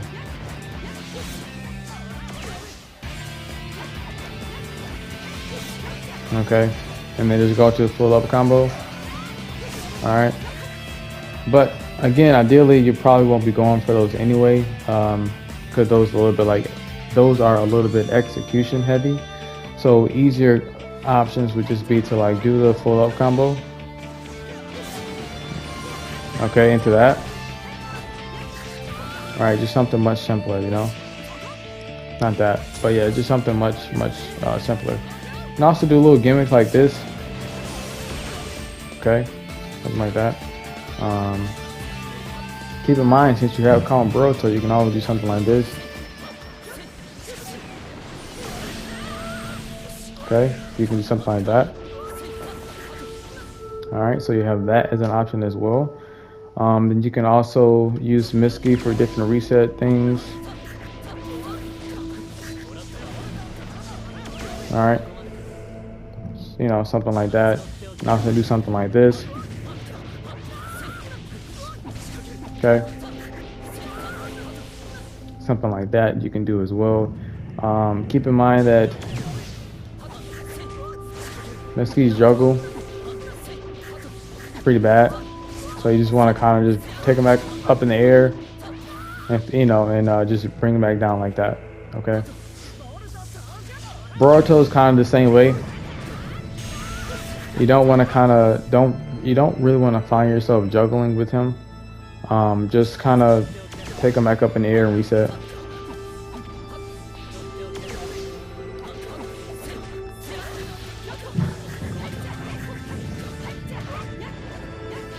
See what I'm saying? Like just take him back up in the air and reset. Don't worry too much about juggling. You can cancel that IC2 though into that for a reset, you know, something like this. Okay. All right, so you can do something like that. Usually too, like if I'm going for optimals, like and keep in mind that my lead, like my point characters are Kamen, Boruto, and TenTen. Usually I'm using Mitsuki just for support, right, to cover myself, get me out of situations, or to set my opponent up for different resets. So, okay. All right, so if I'm setting my, I'm using him to like set my opponent up for a reset, or like I'm setting him up for like, okay, I'm doing that, right? And then, you know, resetting. Okay, so I'm using Mitsuki for stuff like that, or in the air, you know, things like that, or to zone behind, right? Mitsuki is very cool too because you can convert off the blades as well, you know. You can also convert off of this, so very cool. Kamen Boruto also have stun locks.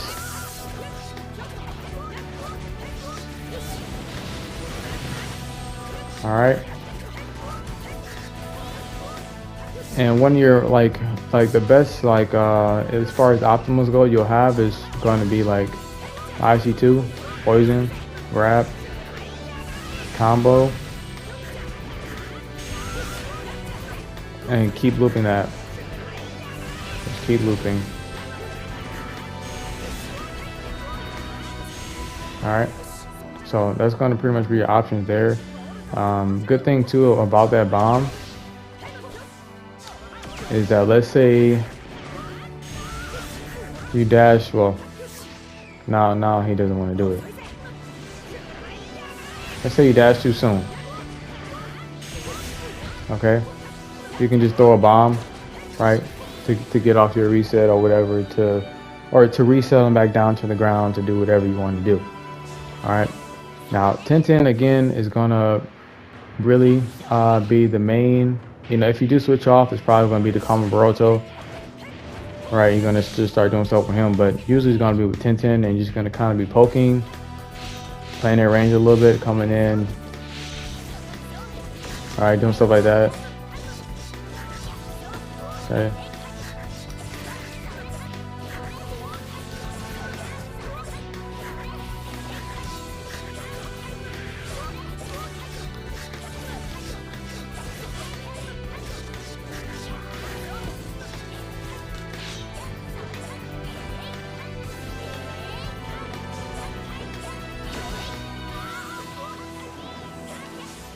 And you're doing stuff like that.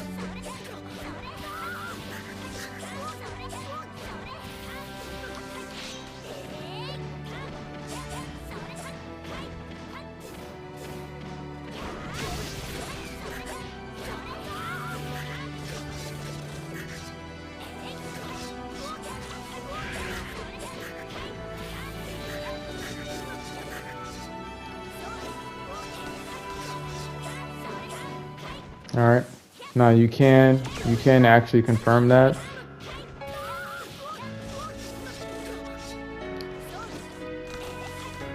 I messed up there, but the point is you can confirm the.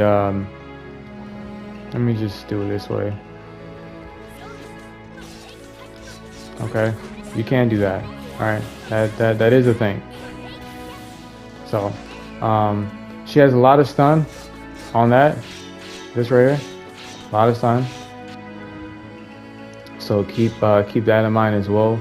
Another thing to keep in mind is she has another gel, very easy gel, which is the IC2 short hop into like the two of those. Okay, so kind of look like this. See if I can do this right. All right.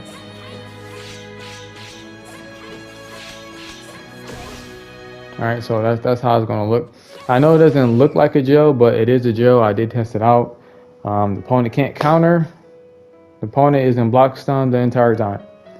So the cleaner you can do this IC2 short hop, and into that the cleaner you can 1 2 the cleaner you can do that, the better this is gonna go. Okay. So, but yes, that is a true gel. So just doing little pokes like that. Okay, little pokes like that. Doing different mix-ups and things like that.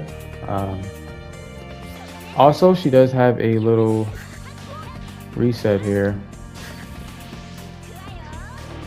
See that? If you ultimate like right after the grab, if the opponent rebounds, you can catch them and it'll be a full damage ulti. So you have that in your back pocket as well as an option. So let's keep that in mind, you know. So yeah, you have your different plays you can make, you know.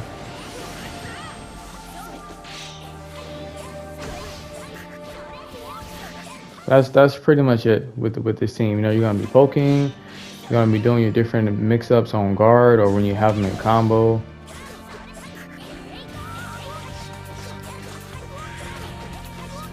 Okay. You're gonna be doing your different mix-ups on guard.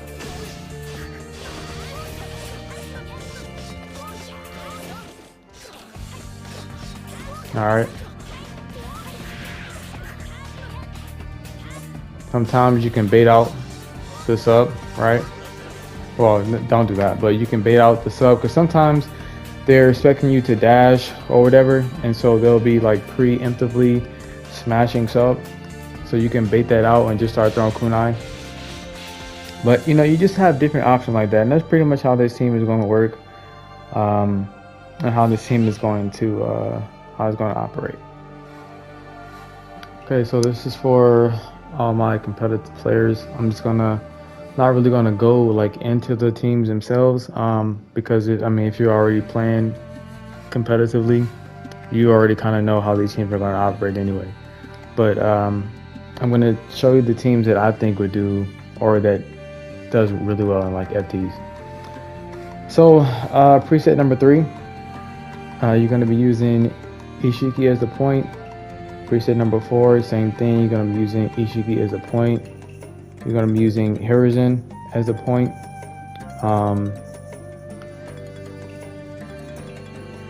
Preset number 12, RTB Sasuke, is going to be the point. Preset 14, Inoki is going to be the point character. Preset number 15, Sakura is going to be the lead character. 19, PTS Kiba is going to be the lead character. Obviously, this is Playco's team. I had to include it because, I mean, it's just broken.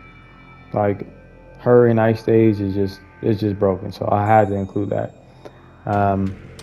If Hagoromo ever gets banned, you know, and if you're doing a set, then you can replace him with people like, replace him with Momo, replace him with Tamari. As much as I don't like Shikamaru, and I don't think he's better, you can replace him with Shikamaru if you want to. You can replace him with Kirin. You can replace him with Buro. You can replace him with Shisui. You can replace him with Ashura. So you have those options. So as far as it's about it for the meta, really sweaty presets. I just wanted to show you all. Ishik is pretty much like this. These setups right here is just grabbing. You know, you're resetting them, calling out Hagoromo, and you're grabbing. You're forcing them to sub, just constantly forcing them to sub, or they're taking the grab, and you're doing all the other broken stuff that you know these characters can do. Tamari is like Pain and Connections. You can slap her on any team, and she does well. And Tamari is disgusting. I call it Tamari Unlimited Possibilities because that's what she is. Like, she gives a team so many options, and she does so much. PTS Choji is slept on. Some of this stuff you all should probably have to lab. PTS Choji is slept on. RTB Sasuke. This team right here with the RTB Sasuke is disgusting. If you want to, you could replace Tamari with PTS Shino, right? And so pick PTS Shino first and go RTB Sasuke and Hagoromo, so you have the poison tag, and do the Heavenly Hand Power and grab loops with the poison tag, right? Do the Hagoromo reset into the grab and can keep going. Disgusting. So yeah, RTB Sasuke is slept on. This team right here is actually pretty cracked as well. Going to be using that speed pill and spamming that Sakura trap, getting in fast, placing your Tamari, getting those guard breaks, and just like this team is very annoying to fight, very hard to. Somebody that like plays this team really well, it's going to be almost impossible to actually catch them, to actually like get your hands on them. It's very annoying. Noki's really good. He slept on. He recovers very fast from his boulder jutsu. So I mean, really just holding on to your block, you know, spamming that, dashing in. You got your Shikamaru, you know, setups and your Tamari setups. PTS Kiba slept on. The jutsu where he like he's sending out his dog, abuse that. And lab that, you know, like don't sleep on PTS Kiba. You know, so yeah, that's about it for the meta. You know, and the preset 5 is pretty self-explanatory. So yeah, the rest of these sets are just my own personal presets I use. They're not meta, like 10, 11, 9, 13, like they're not meta. But the ones I specifically showed you, those are the ones for all my competitive players out there. So that's something that you all can lab and work with and use. Yeah, I was going to use this time to actually rant about how I felt about Shikamaru, because I don't think he's meta. Like, there's so many ways to counter Shikamaru. But you know, I decided not to because it is what it is. If you guys like Shikamaru, use them. You know, if players not responding well to Shikamaru, keep using them. So do your thing. Guys, so this is just gonna be the outro, closing out this video. This video is long. I don't know how long it's gonna be after I finish editing. It might be like 3 hours long. I mean, I have no idea. So I'm sure that I probably missed some stuff with some of the tech. Keep in mind that I wasn't trying to show everything, but just trying to show some of the team's synergy, and kind of like my mindset with that team, because they all kind of play a little bit differently. Some of them play the same. Hopefully you all got something out of this, learned something new, or got an idea for your own teams. So that's kind of really my biggest thing, that you all got something out of it, something out of this video. You just something that to benefit you as a player, and as the community. I'm confident in all of you all's ability. I think that you all are much better players than I am. I mostly lab and things like that, but I'm confident that you all can pull some of this tech off, that you all can understand how teams work and team building and things like that. So I just hope that it was helpful, and you all would get something out of it. If you have any comments or questions, you can put it in the comment section. I will try my best to link all the resources to different videos, like different character guides, different gameplay with some of the presets, and also links to other YouTubers that go over some of these characters that I touched on a little bit. So I'm gonna try to link those resources in the description and in the comment section. And yeah, I think that's it.